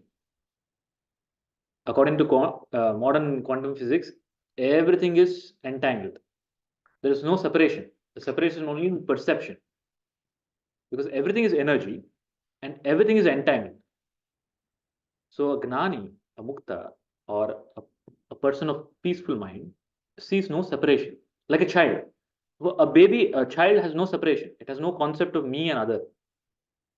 Okay? It will talk to anybody. It has no filters. Whoever embraces it, it'll go with them. Okay? That filtering process, I should go here, I should not talk to this person, I should not do this. All that filtering process is the society child. If that filtering mechanism and that noise stops, you go back to your original state of being a child without the ignorance of the child.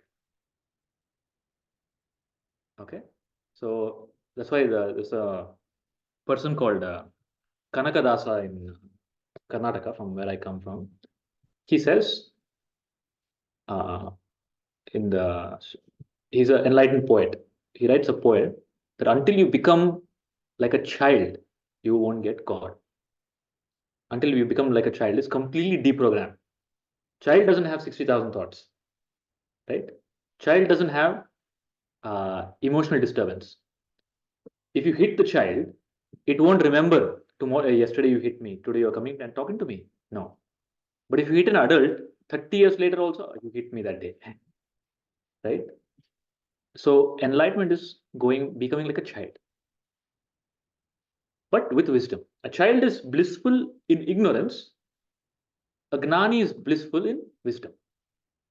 Because the gnani has resolved and reconciled the doubts and distortions of the mind through the process of this prakriya, I told you.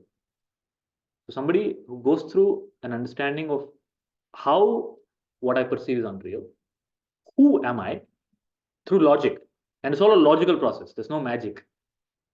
Okay, some God will come in front of me, he'll touch my head, the light come from his eyes, and he'll look at me, something will happen. Nothing of that will happen. It is clarity of thought. That's why it's called Upanishad. And all the Upanishads, including the Bhagavad Gita, is a dialogue.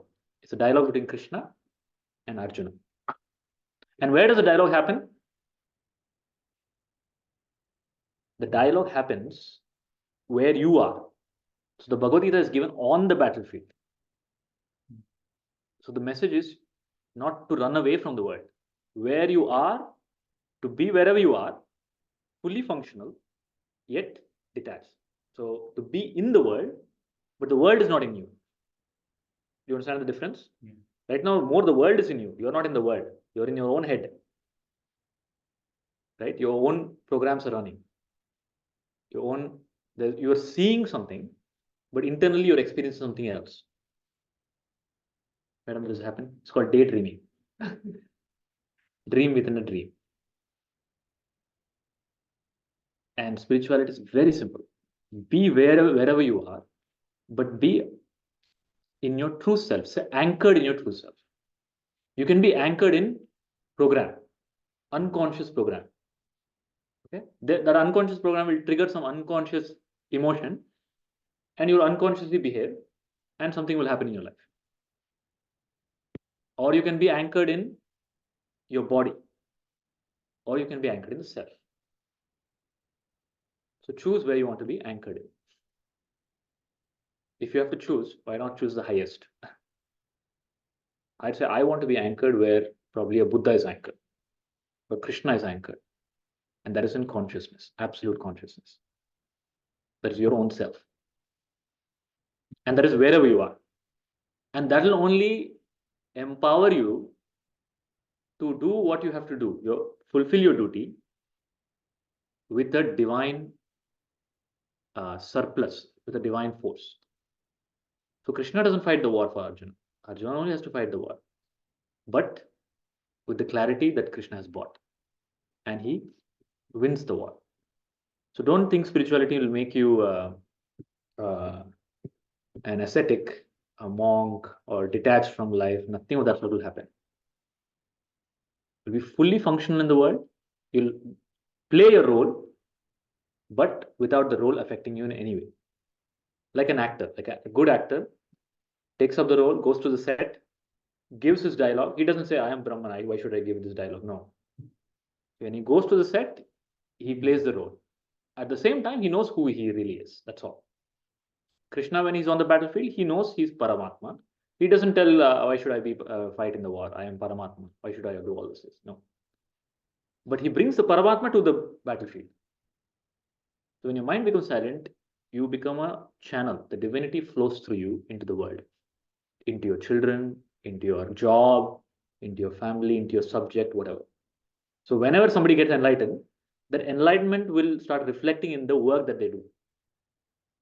It's not that you will take up some new like your enlightenment doesn't mean that you'll start playing enlightened, sing enlightened poetry like Tyagaraja or who's that? Kanakadasa or Purandaradasa. Whatever you are, will get an enlightened flavor. We'll get a no mind flavor. Now it has a mind flavor. Is there a difference between flavor of the mind and flavor of no mind? Flavor of no mind is a flavor of purity, beauty. Flavor of the mind is flavor of noise. You'll see the noise, you'll see the disturbance. Is it clear? So it's 4:30. We'll close the session now. But before we close, I just want to know, each one of you tell me 3 main takeaways from today's session for you. What was your main takeaway? What stuck to you, or what is still unresolved, or what is the main thing, that the essence of today? Tomorrow we have one more session, but not here. It's in Pallaviji's house. You can reach out to her if you want to participate in tomorrow's session. So yes, 3 takeaways from today. इसमें मार नहीं पड़ेगी, don't worry. Because there's no wrong answer. Yeah, you can speak it. जोर से बोलिए ना थोड़ा.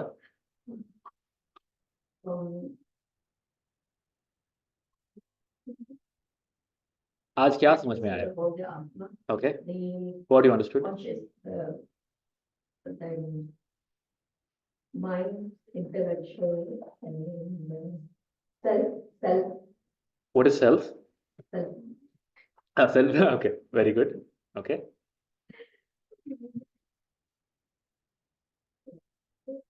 So everybody understood this: self, intellect, mind, body.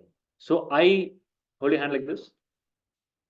I'll tell a statement. You have to point out what aspect of existence is that. Okay. Don't want to play the game? Oh, okay, it's the stick. Don't worry. Okay, hold the hand. I am confused. Intellect is confused. Okay, go back, position 1. I am sad. Who's sad? Mind is sad. I am never sad. I am Atma. Is it clear? Don't do any wrong self-talk. Atma can never get sad. The sadness belongs to what? Mind. I walk. You never walk. Atma doesn't walk. Who walks? Okay. So body walks. Mind feels happiness and sadness. Body feels sensation, pain, pleasure. Pain, pleasure belong to body. Happiness, sadness belongs to mind. Knowing, not knowing, confusion belongs to intellect. Okay. And what are you? You're none of that. Yourself. I'm not the body. I use the body, but I'm not the body. And neither the body is mine. I am not the body, and it is not mine also. Whose is it? Is it yours? I told you the criteria of ownership. Is the body yours? Body belongs to nature. It is 5 elements. It will go back to 5 elements. Mind belongs to? No. Who's the parent of the mind? Mind belongs to society. Right? It's a bundle of whatever you learn from the society. Intellect belongs to? Intellect belongs to your interpretation of what the society is telling. Okay? The only thing that belongs to you is yourself. Clear? Yes. What and not. Okay. What you are, you didn't learn. I've learned what I am, but Who learned? Who's the learning for? So who learned? Clear? You never learn, neither unlearn. All learning is for intellect. Your Atma. Whether you learn or don't learn, Atma doesn't change. Self doesn't change. Self is consciousness, ever in its glory. Never, ever, ever confuse yourself with body, mind, or intellect. And this is nothing to do with telling the world this. Hey, I am Atma, fall down to my feet, do puja of me, nothing of that sort. You know internally, you'll be undisturbed. That's all. Don't go and expect your spouse to treat you differently, or your parents to treat you differently tomorrow. I am Atma. Guruji said in the class, I am Atma. Why are you making me do homework? Atma doesn't do homework.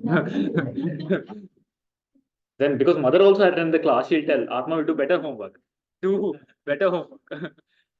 See, mother is also intelligent. Yes, sir. For me, the most realization was I always felt logical thinking is superior, but now I kind of get a hint and realize that when you mentioned dreaming, that was for me. That is where logic fails. That's where logic fails and there's something more than logic. Logic is also an appearance in consciousness.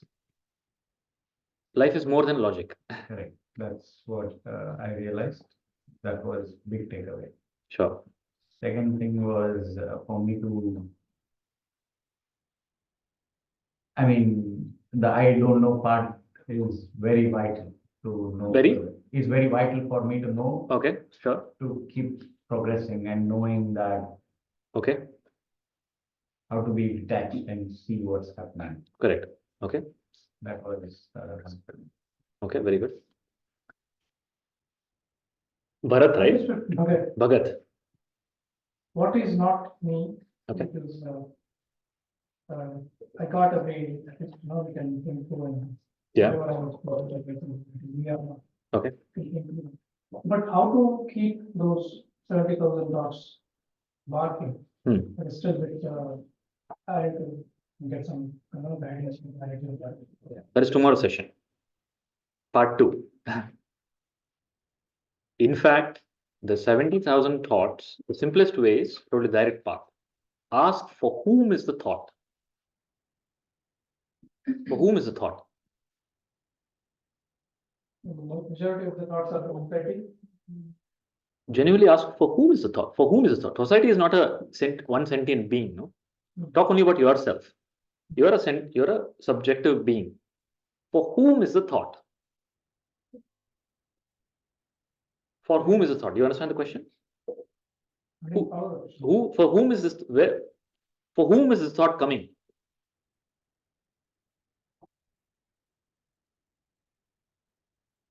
From where in the sense in the mind? From is clear. It's coming from program. But for whom? Who is becoming aware of the thought? For whom is the thought? The consumer of it. Thought is the object. There should be some subject who is going to see that, no? Otherwise, who's telling that there's a thought? That is okay. All thoughts are general. So when you get that question, you'll get that answer that all thoughts are waste because there is no subject to see the thought. There's only consciousness. Then the thoughts shut down. The thoughts are continuously coming because there is a subject that is continuously engaging with them. You understand? Why thoughts are coming? Because you're engaging. But the moment you ask for whom is the thought, you have questioned the existence of the subject. There is no subject. There is only consciousness. Then the thoughts will dissolve into consciousness. Then what happens? Then the thoughts arise, but not unconscious thoughts. Whatever is required for that moment, from the spontaneity of the present moment, a thought will arise and you will respond to the situation. That is called enlightened living. Like Krishna has a thought. Okay? But Krishna doesn't have uncontrolled thought patterns, 60,000 thoughts. He has a very clear thought on the battlefield. He'll tell Arjuna, Karna is doing some repair work, kill him right now. It's a spontaneous thought. It's unpredictable thought. It's from the spontaneity of the moment. And that's perfect thought. It's called perfect enlightened thought, which comes from whatever is required for that moment. There's no noise that is cluttering the decision making in the moment. Is it clear? So, simplest way to get rid of thought, ask for whom is the thought. Clear? Not clear. No, I'm getting it. Yeah. How to experience it? That you sit and ask me. You're only talking to me, you're not sitting and asking for whom is the thought. Close your eyes, sit and ask for whom is the thought. Okay, open your eyes. I'm asking you. You tell me for whom is the thought. I will do the job on your behalf. You tell me for whom is the thought.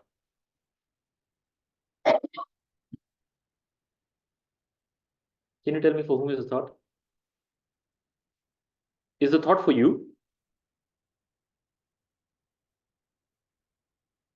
Not getting the right answer. At the beginning of the session, you were very clear. It's for me. Now, it's not. It's that solidity of me has dissolved. And that dissolution, it continues. It will dissolve more and more and more. Then the thoughts will also subside. That's all. It's a very effortless, gentle process. There's no force. There's no strain. There's no stress. Clear? And please stop giving. I know I started the thread telling that there's 60,000 thoughts because of scientific research and all that. All that 60,000 thoughts is an appearance, they're not real. Let there be 100,000 thoughts. How does it matter if it's unreal? Like in the dream, you won $2 billion. What is the point? It's dream. So just say, let it be 100,000 thoughts, 50,000, whatever, 200,000 thoughts. They're unreal. How does it matter to me? You should only fear real thought. And there's no such thing. Why are you afraid of 70,000 or 50,000 thoughts? Clear? Kundan ji, आज क्या समझ में आया? अच्छा. Once I was knowing that only Sanchetan Prana. Sure. But Kriyaman and Agami Karma also. Sure. That was a new to me. Yeah. Mukti of concept of Buddha, that Kram Mukti and then Yeah. Sadhyoga Mukti. Okay. And the last thing was, which was important, Vritti Prakar Prakriya. That was not. मैं कौन हूँ समझ में आ गया? तो आप कौन है? Right? Who am I? That question is, you can use the word but the real answer is no answer. Just silence. Sir, I want to know if your 2 or 4 hour drive was useful or not. For me, the biggest takeaway was there are only 2 states. Sleep and yes. The waking state is also dream. Yeah.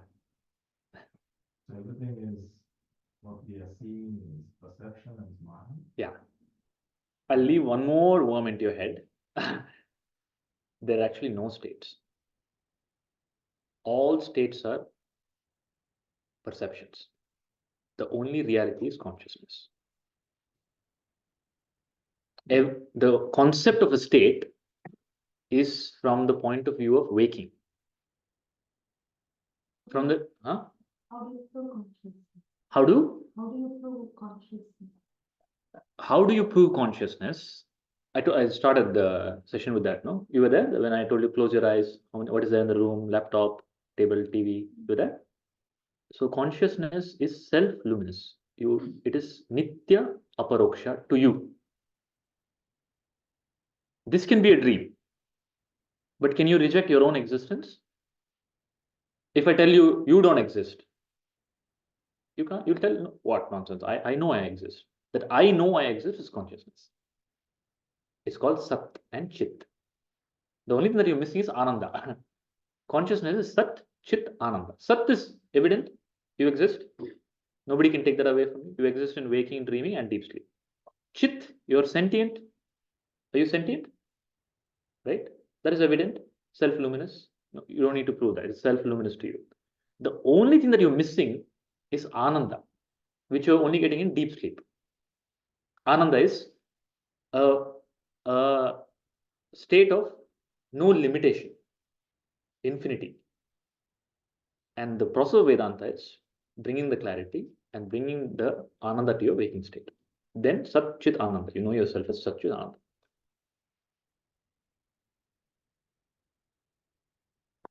Clear? Nobody has to prove. You know it. I am Sat, I am Chit, you know. When you know Ananda in you, then you know yourself as consciousness. The whole discussion is for that. Yes, sir. So I learned about mind. Yeah. Atma. Sure. And then I have that. Sure. Whatever we carry forward. Sure. Yeah. Sure. Preeti, sorry. Firstly, I think I enjoyed the session. Okay. Who enjoyed?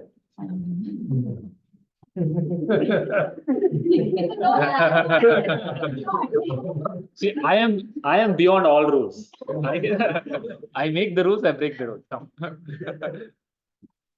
Who enjoyed the session? Who's the enjoyer? Mind enjoyed.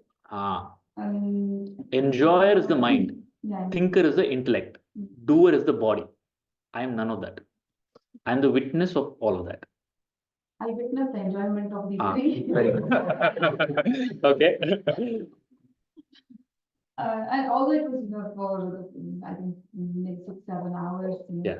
it was engaging all through the Okay. hours, so it thoroughly enjoyed. So, okay, fine. Okay. Enjoyment aside, what is the I learned a lot of things about these 3 states that you spoke about, the conversation that you had about, are you dreaming, not dreaming, the questions that you were asking, how can you prove that? So that was interesting to know, are you dreaming, not dreaming, can't say it. So it was interesting to ourselves to realize that we don't know that we're dreaming or not. Okay. So that was an interesting. Who's we?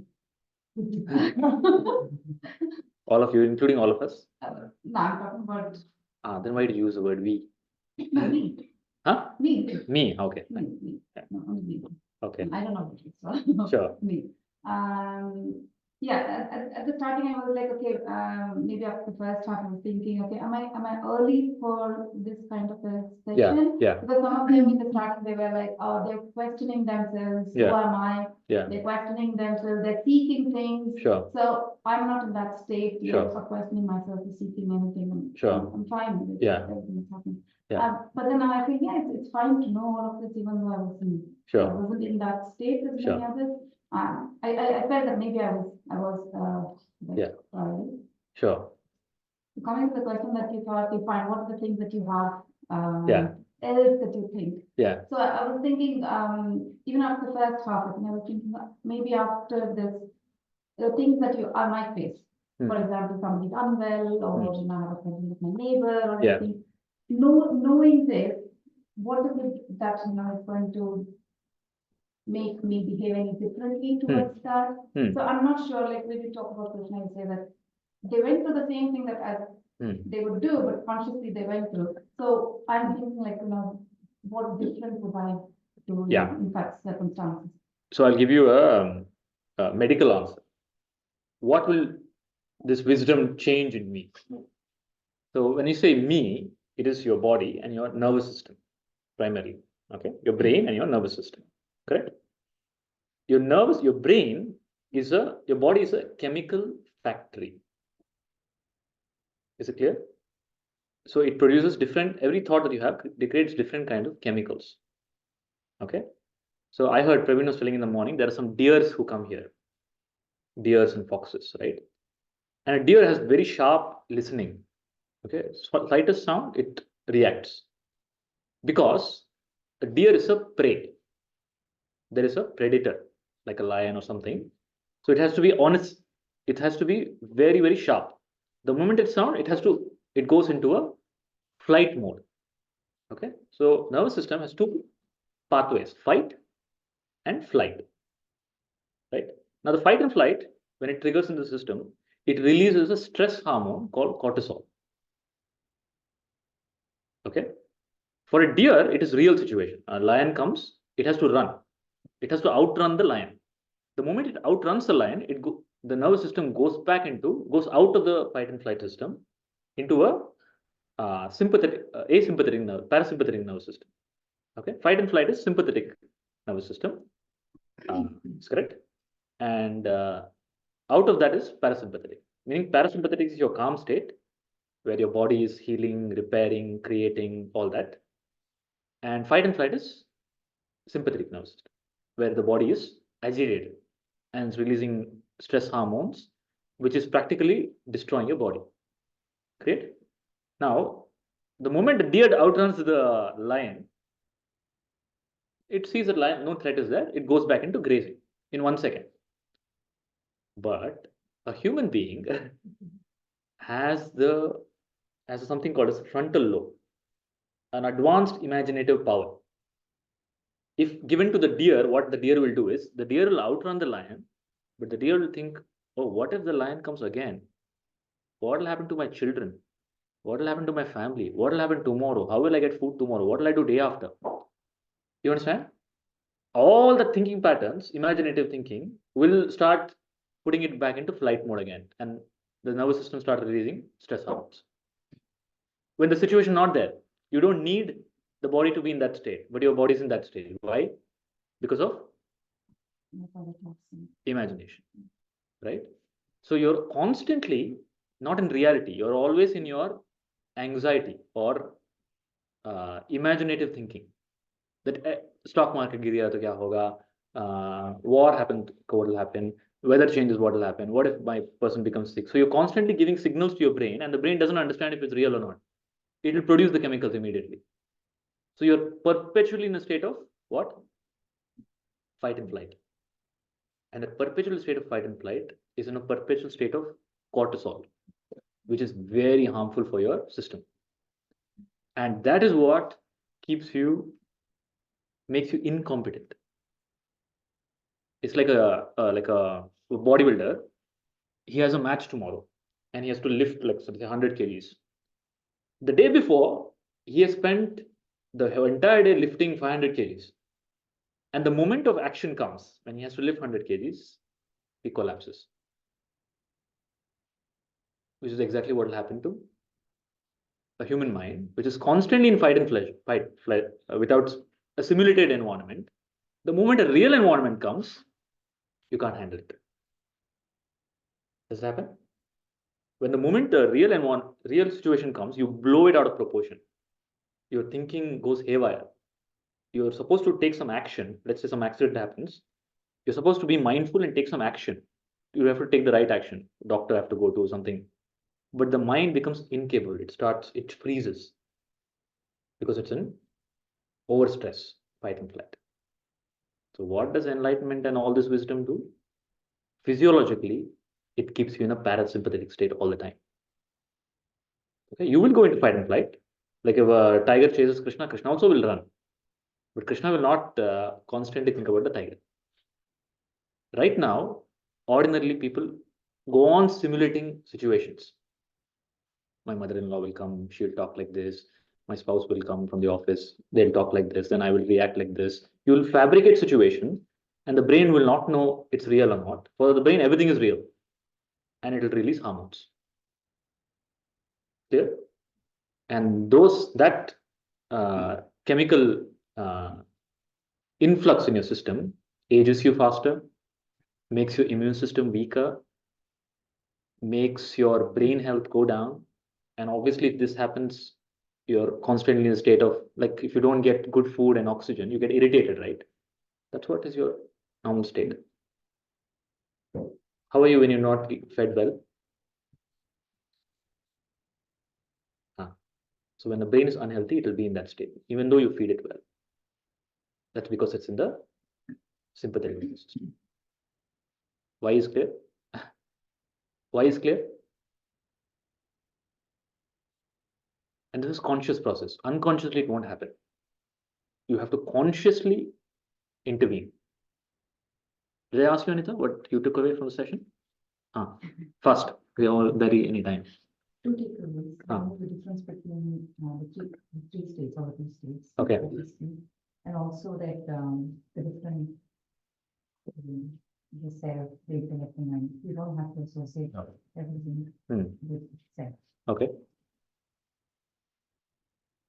I think karma. Karma? Okay. What did you understand about karma?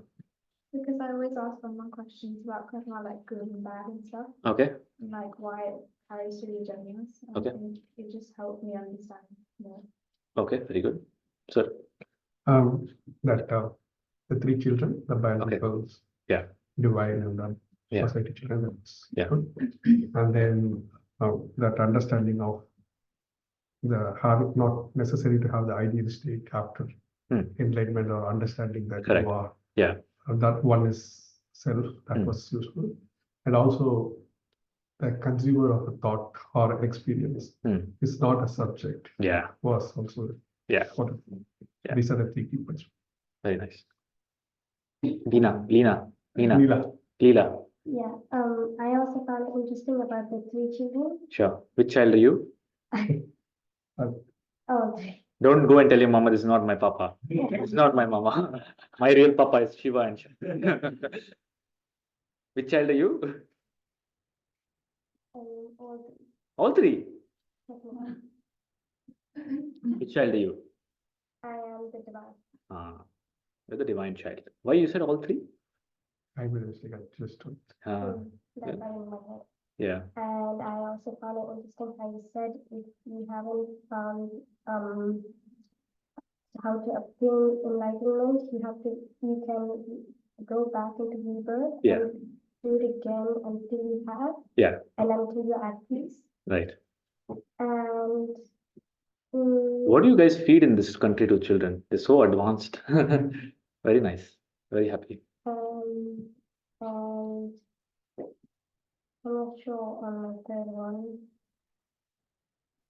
Okay, good enough. Yes. Who else? Who did I miss this side?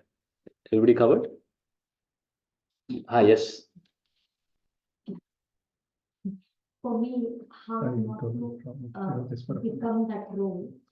Sorry, can you please repeat? Okay, how not to become a role Mm. that we are playing, how Mm.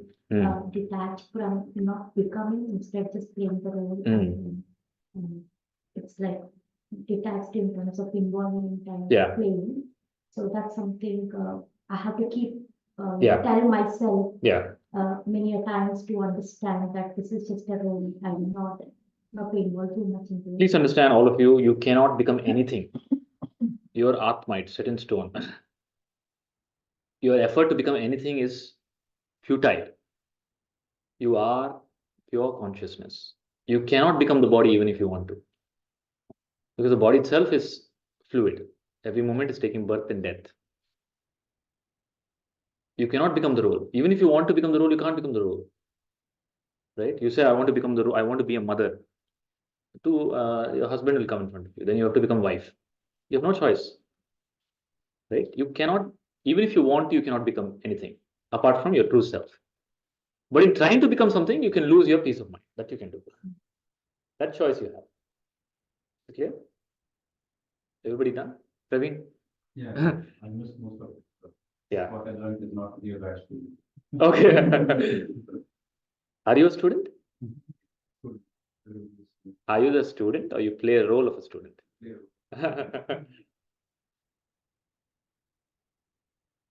Okay, please understand, Guru's job is not to create shishyas, students. Guru's job is to awaken another Guru.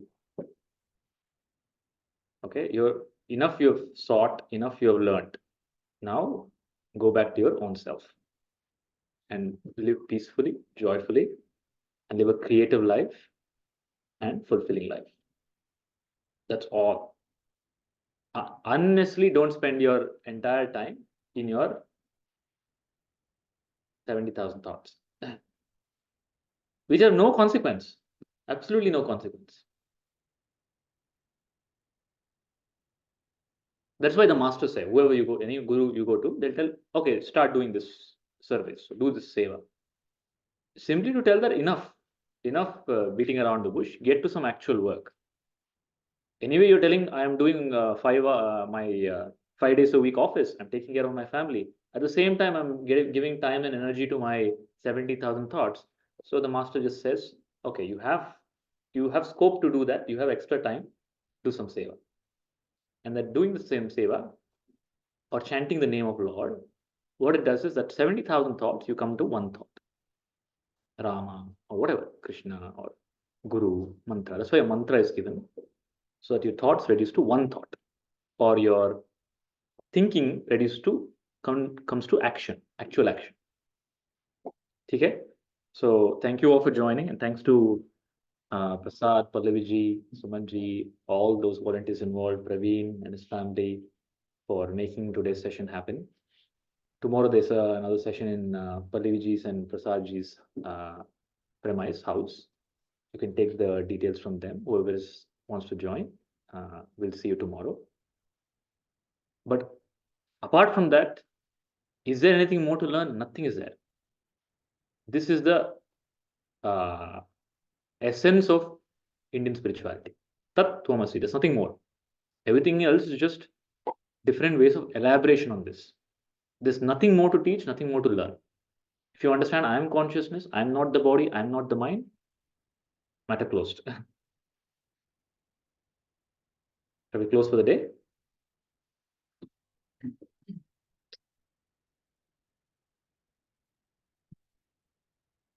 Any Anybody wants to sing a bhajan? Children, anybody?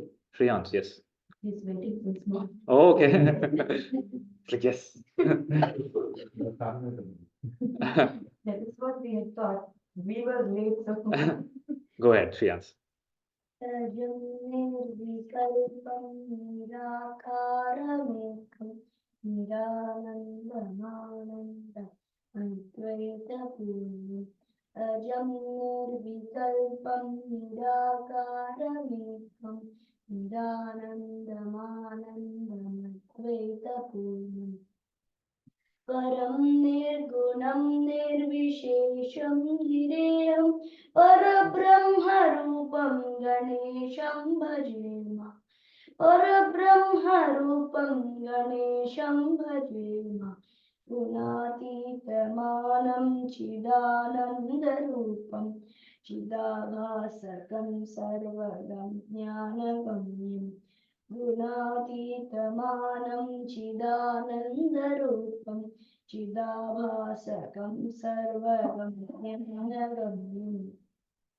Gunidhyeyamaakasharupam paresham Parabrahmarupam Ganesham bhajema. Parabrahmarupam Ganesham bhajema.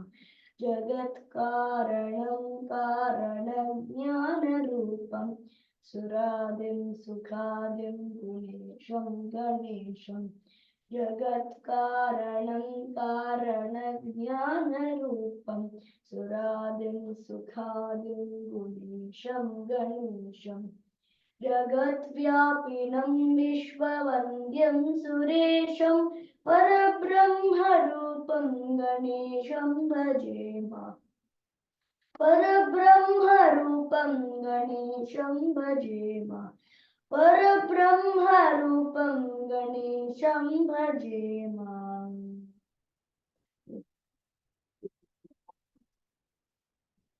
Anybody else?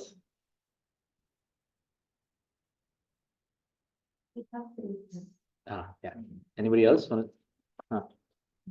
Both of you. Go for it. They'll sing? You'll sing? Huh? Go ahead, Aditi.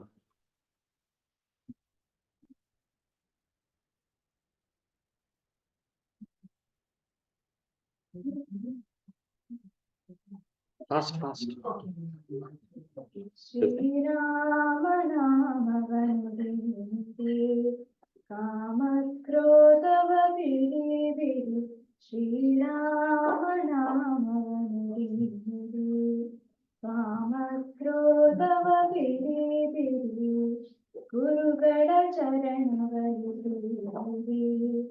Harinilmayava Mode Gurugada Charanavali Harinilmayava Mode Dare Dare Baba Pasha Kari Kari Panda Dore Guri Guri Dare Dare Baba Pasha Kari Kari Panda Dore Guri Guri Shri Rama Nama Vanuri Hundi Kamakrodava Viri Viri Shri Rama Nama Vanuri Hundi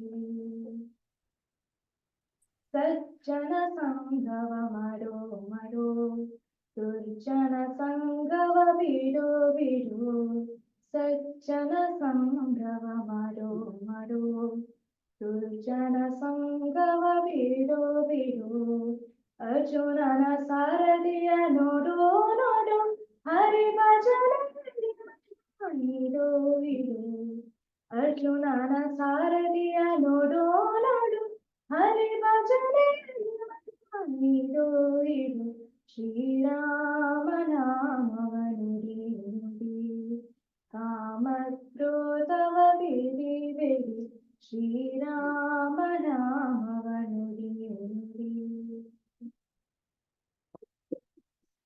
Wow. Anybody else? Yes. Mudaya Bharati Dasalami ಬಾರದೆ ದಾಸನ ಮೇಲೆ ಪನ್ನಗ ಶಯನ ಶ್ರೀ ಪರಮ ಪುರುಷ ಹರಿಯೇ ಇನ್ನುದಯ ಬಾರದೆ ದಾಸನ ಮೇಲೆ ನಾನಾ ದೇಶಗಳಲ್ಲಿ ನಾನಾ ಬಂಧುಗಳಲ್ಲಿ ನಾನಾ ದೇಶಗಳಲ್ಲಿ ನಾನಾ ಬಂಧುಗಳಲ್ಲಿ ನಾನಾ ಯೋಗಿಗಳಲ್ಲಿ ನಲಿದು ಕೊಟ್ಟೆ ನಾನು ನಂತದು ಎಂಬ ನರಕದೊಳಗೆ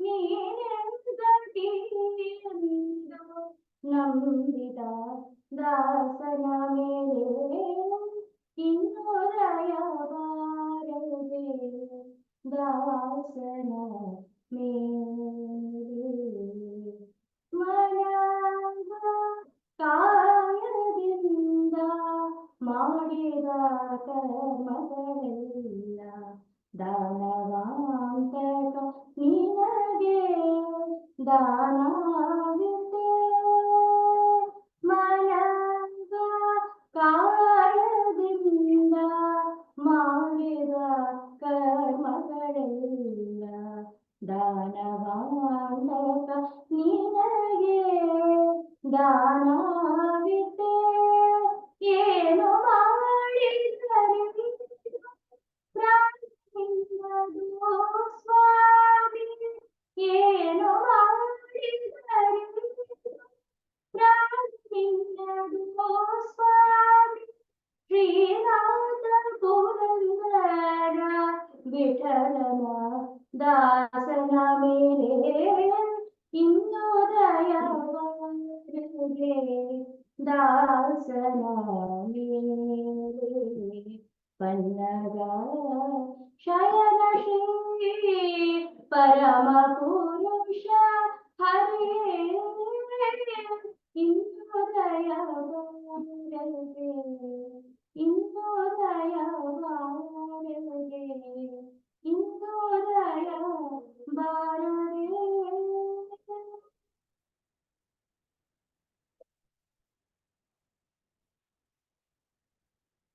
You know a song? No? Anybody else?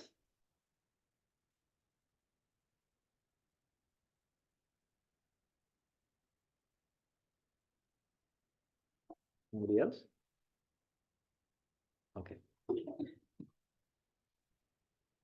Asatoma Satkamaya Tamasoma Jyotirgamaya Mrityorma Amrutam Gamaya Om Shanti Shanti Shanti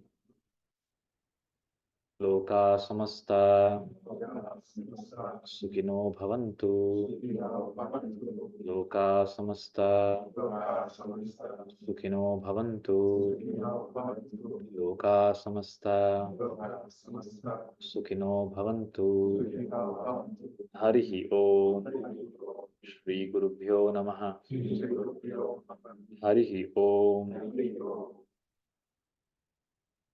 My pranams to all. Hari Om.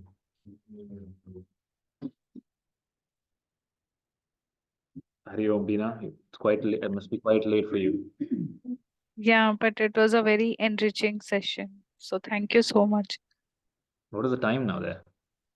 It's 10:45 p.m. Okay. Yeah, and I felt really good. Mind became deeply silent when I did the prakriya. Very nice.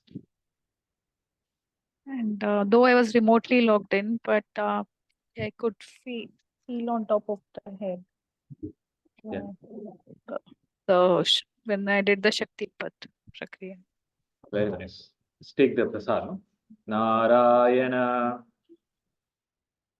Narayana, Narayana, Narayana, Narayana, Narayana, Narayana, Narayana, Narayana, Hari Narayana,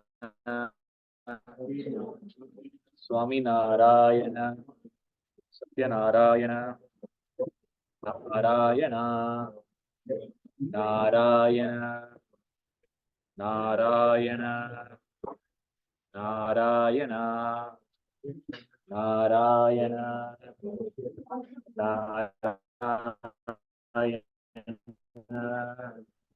Narayana, Narayana, Narayana, Narayana, Narayana, Narayana, Narayana, Narayana, Narayana, Hari Narayana, Swami Narayana, Satya Narayana, Narayana, Narayana, Narayana, Narayana, Narayana, Narayana, Narayana, Narayana, Narayana, Narayana, Narayana, Narayana, Narayana. What do you got?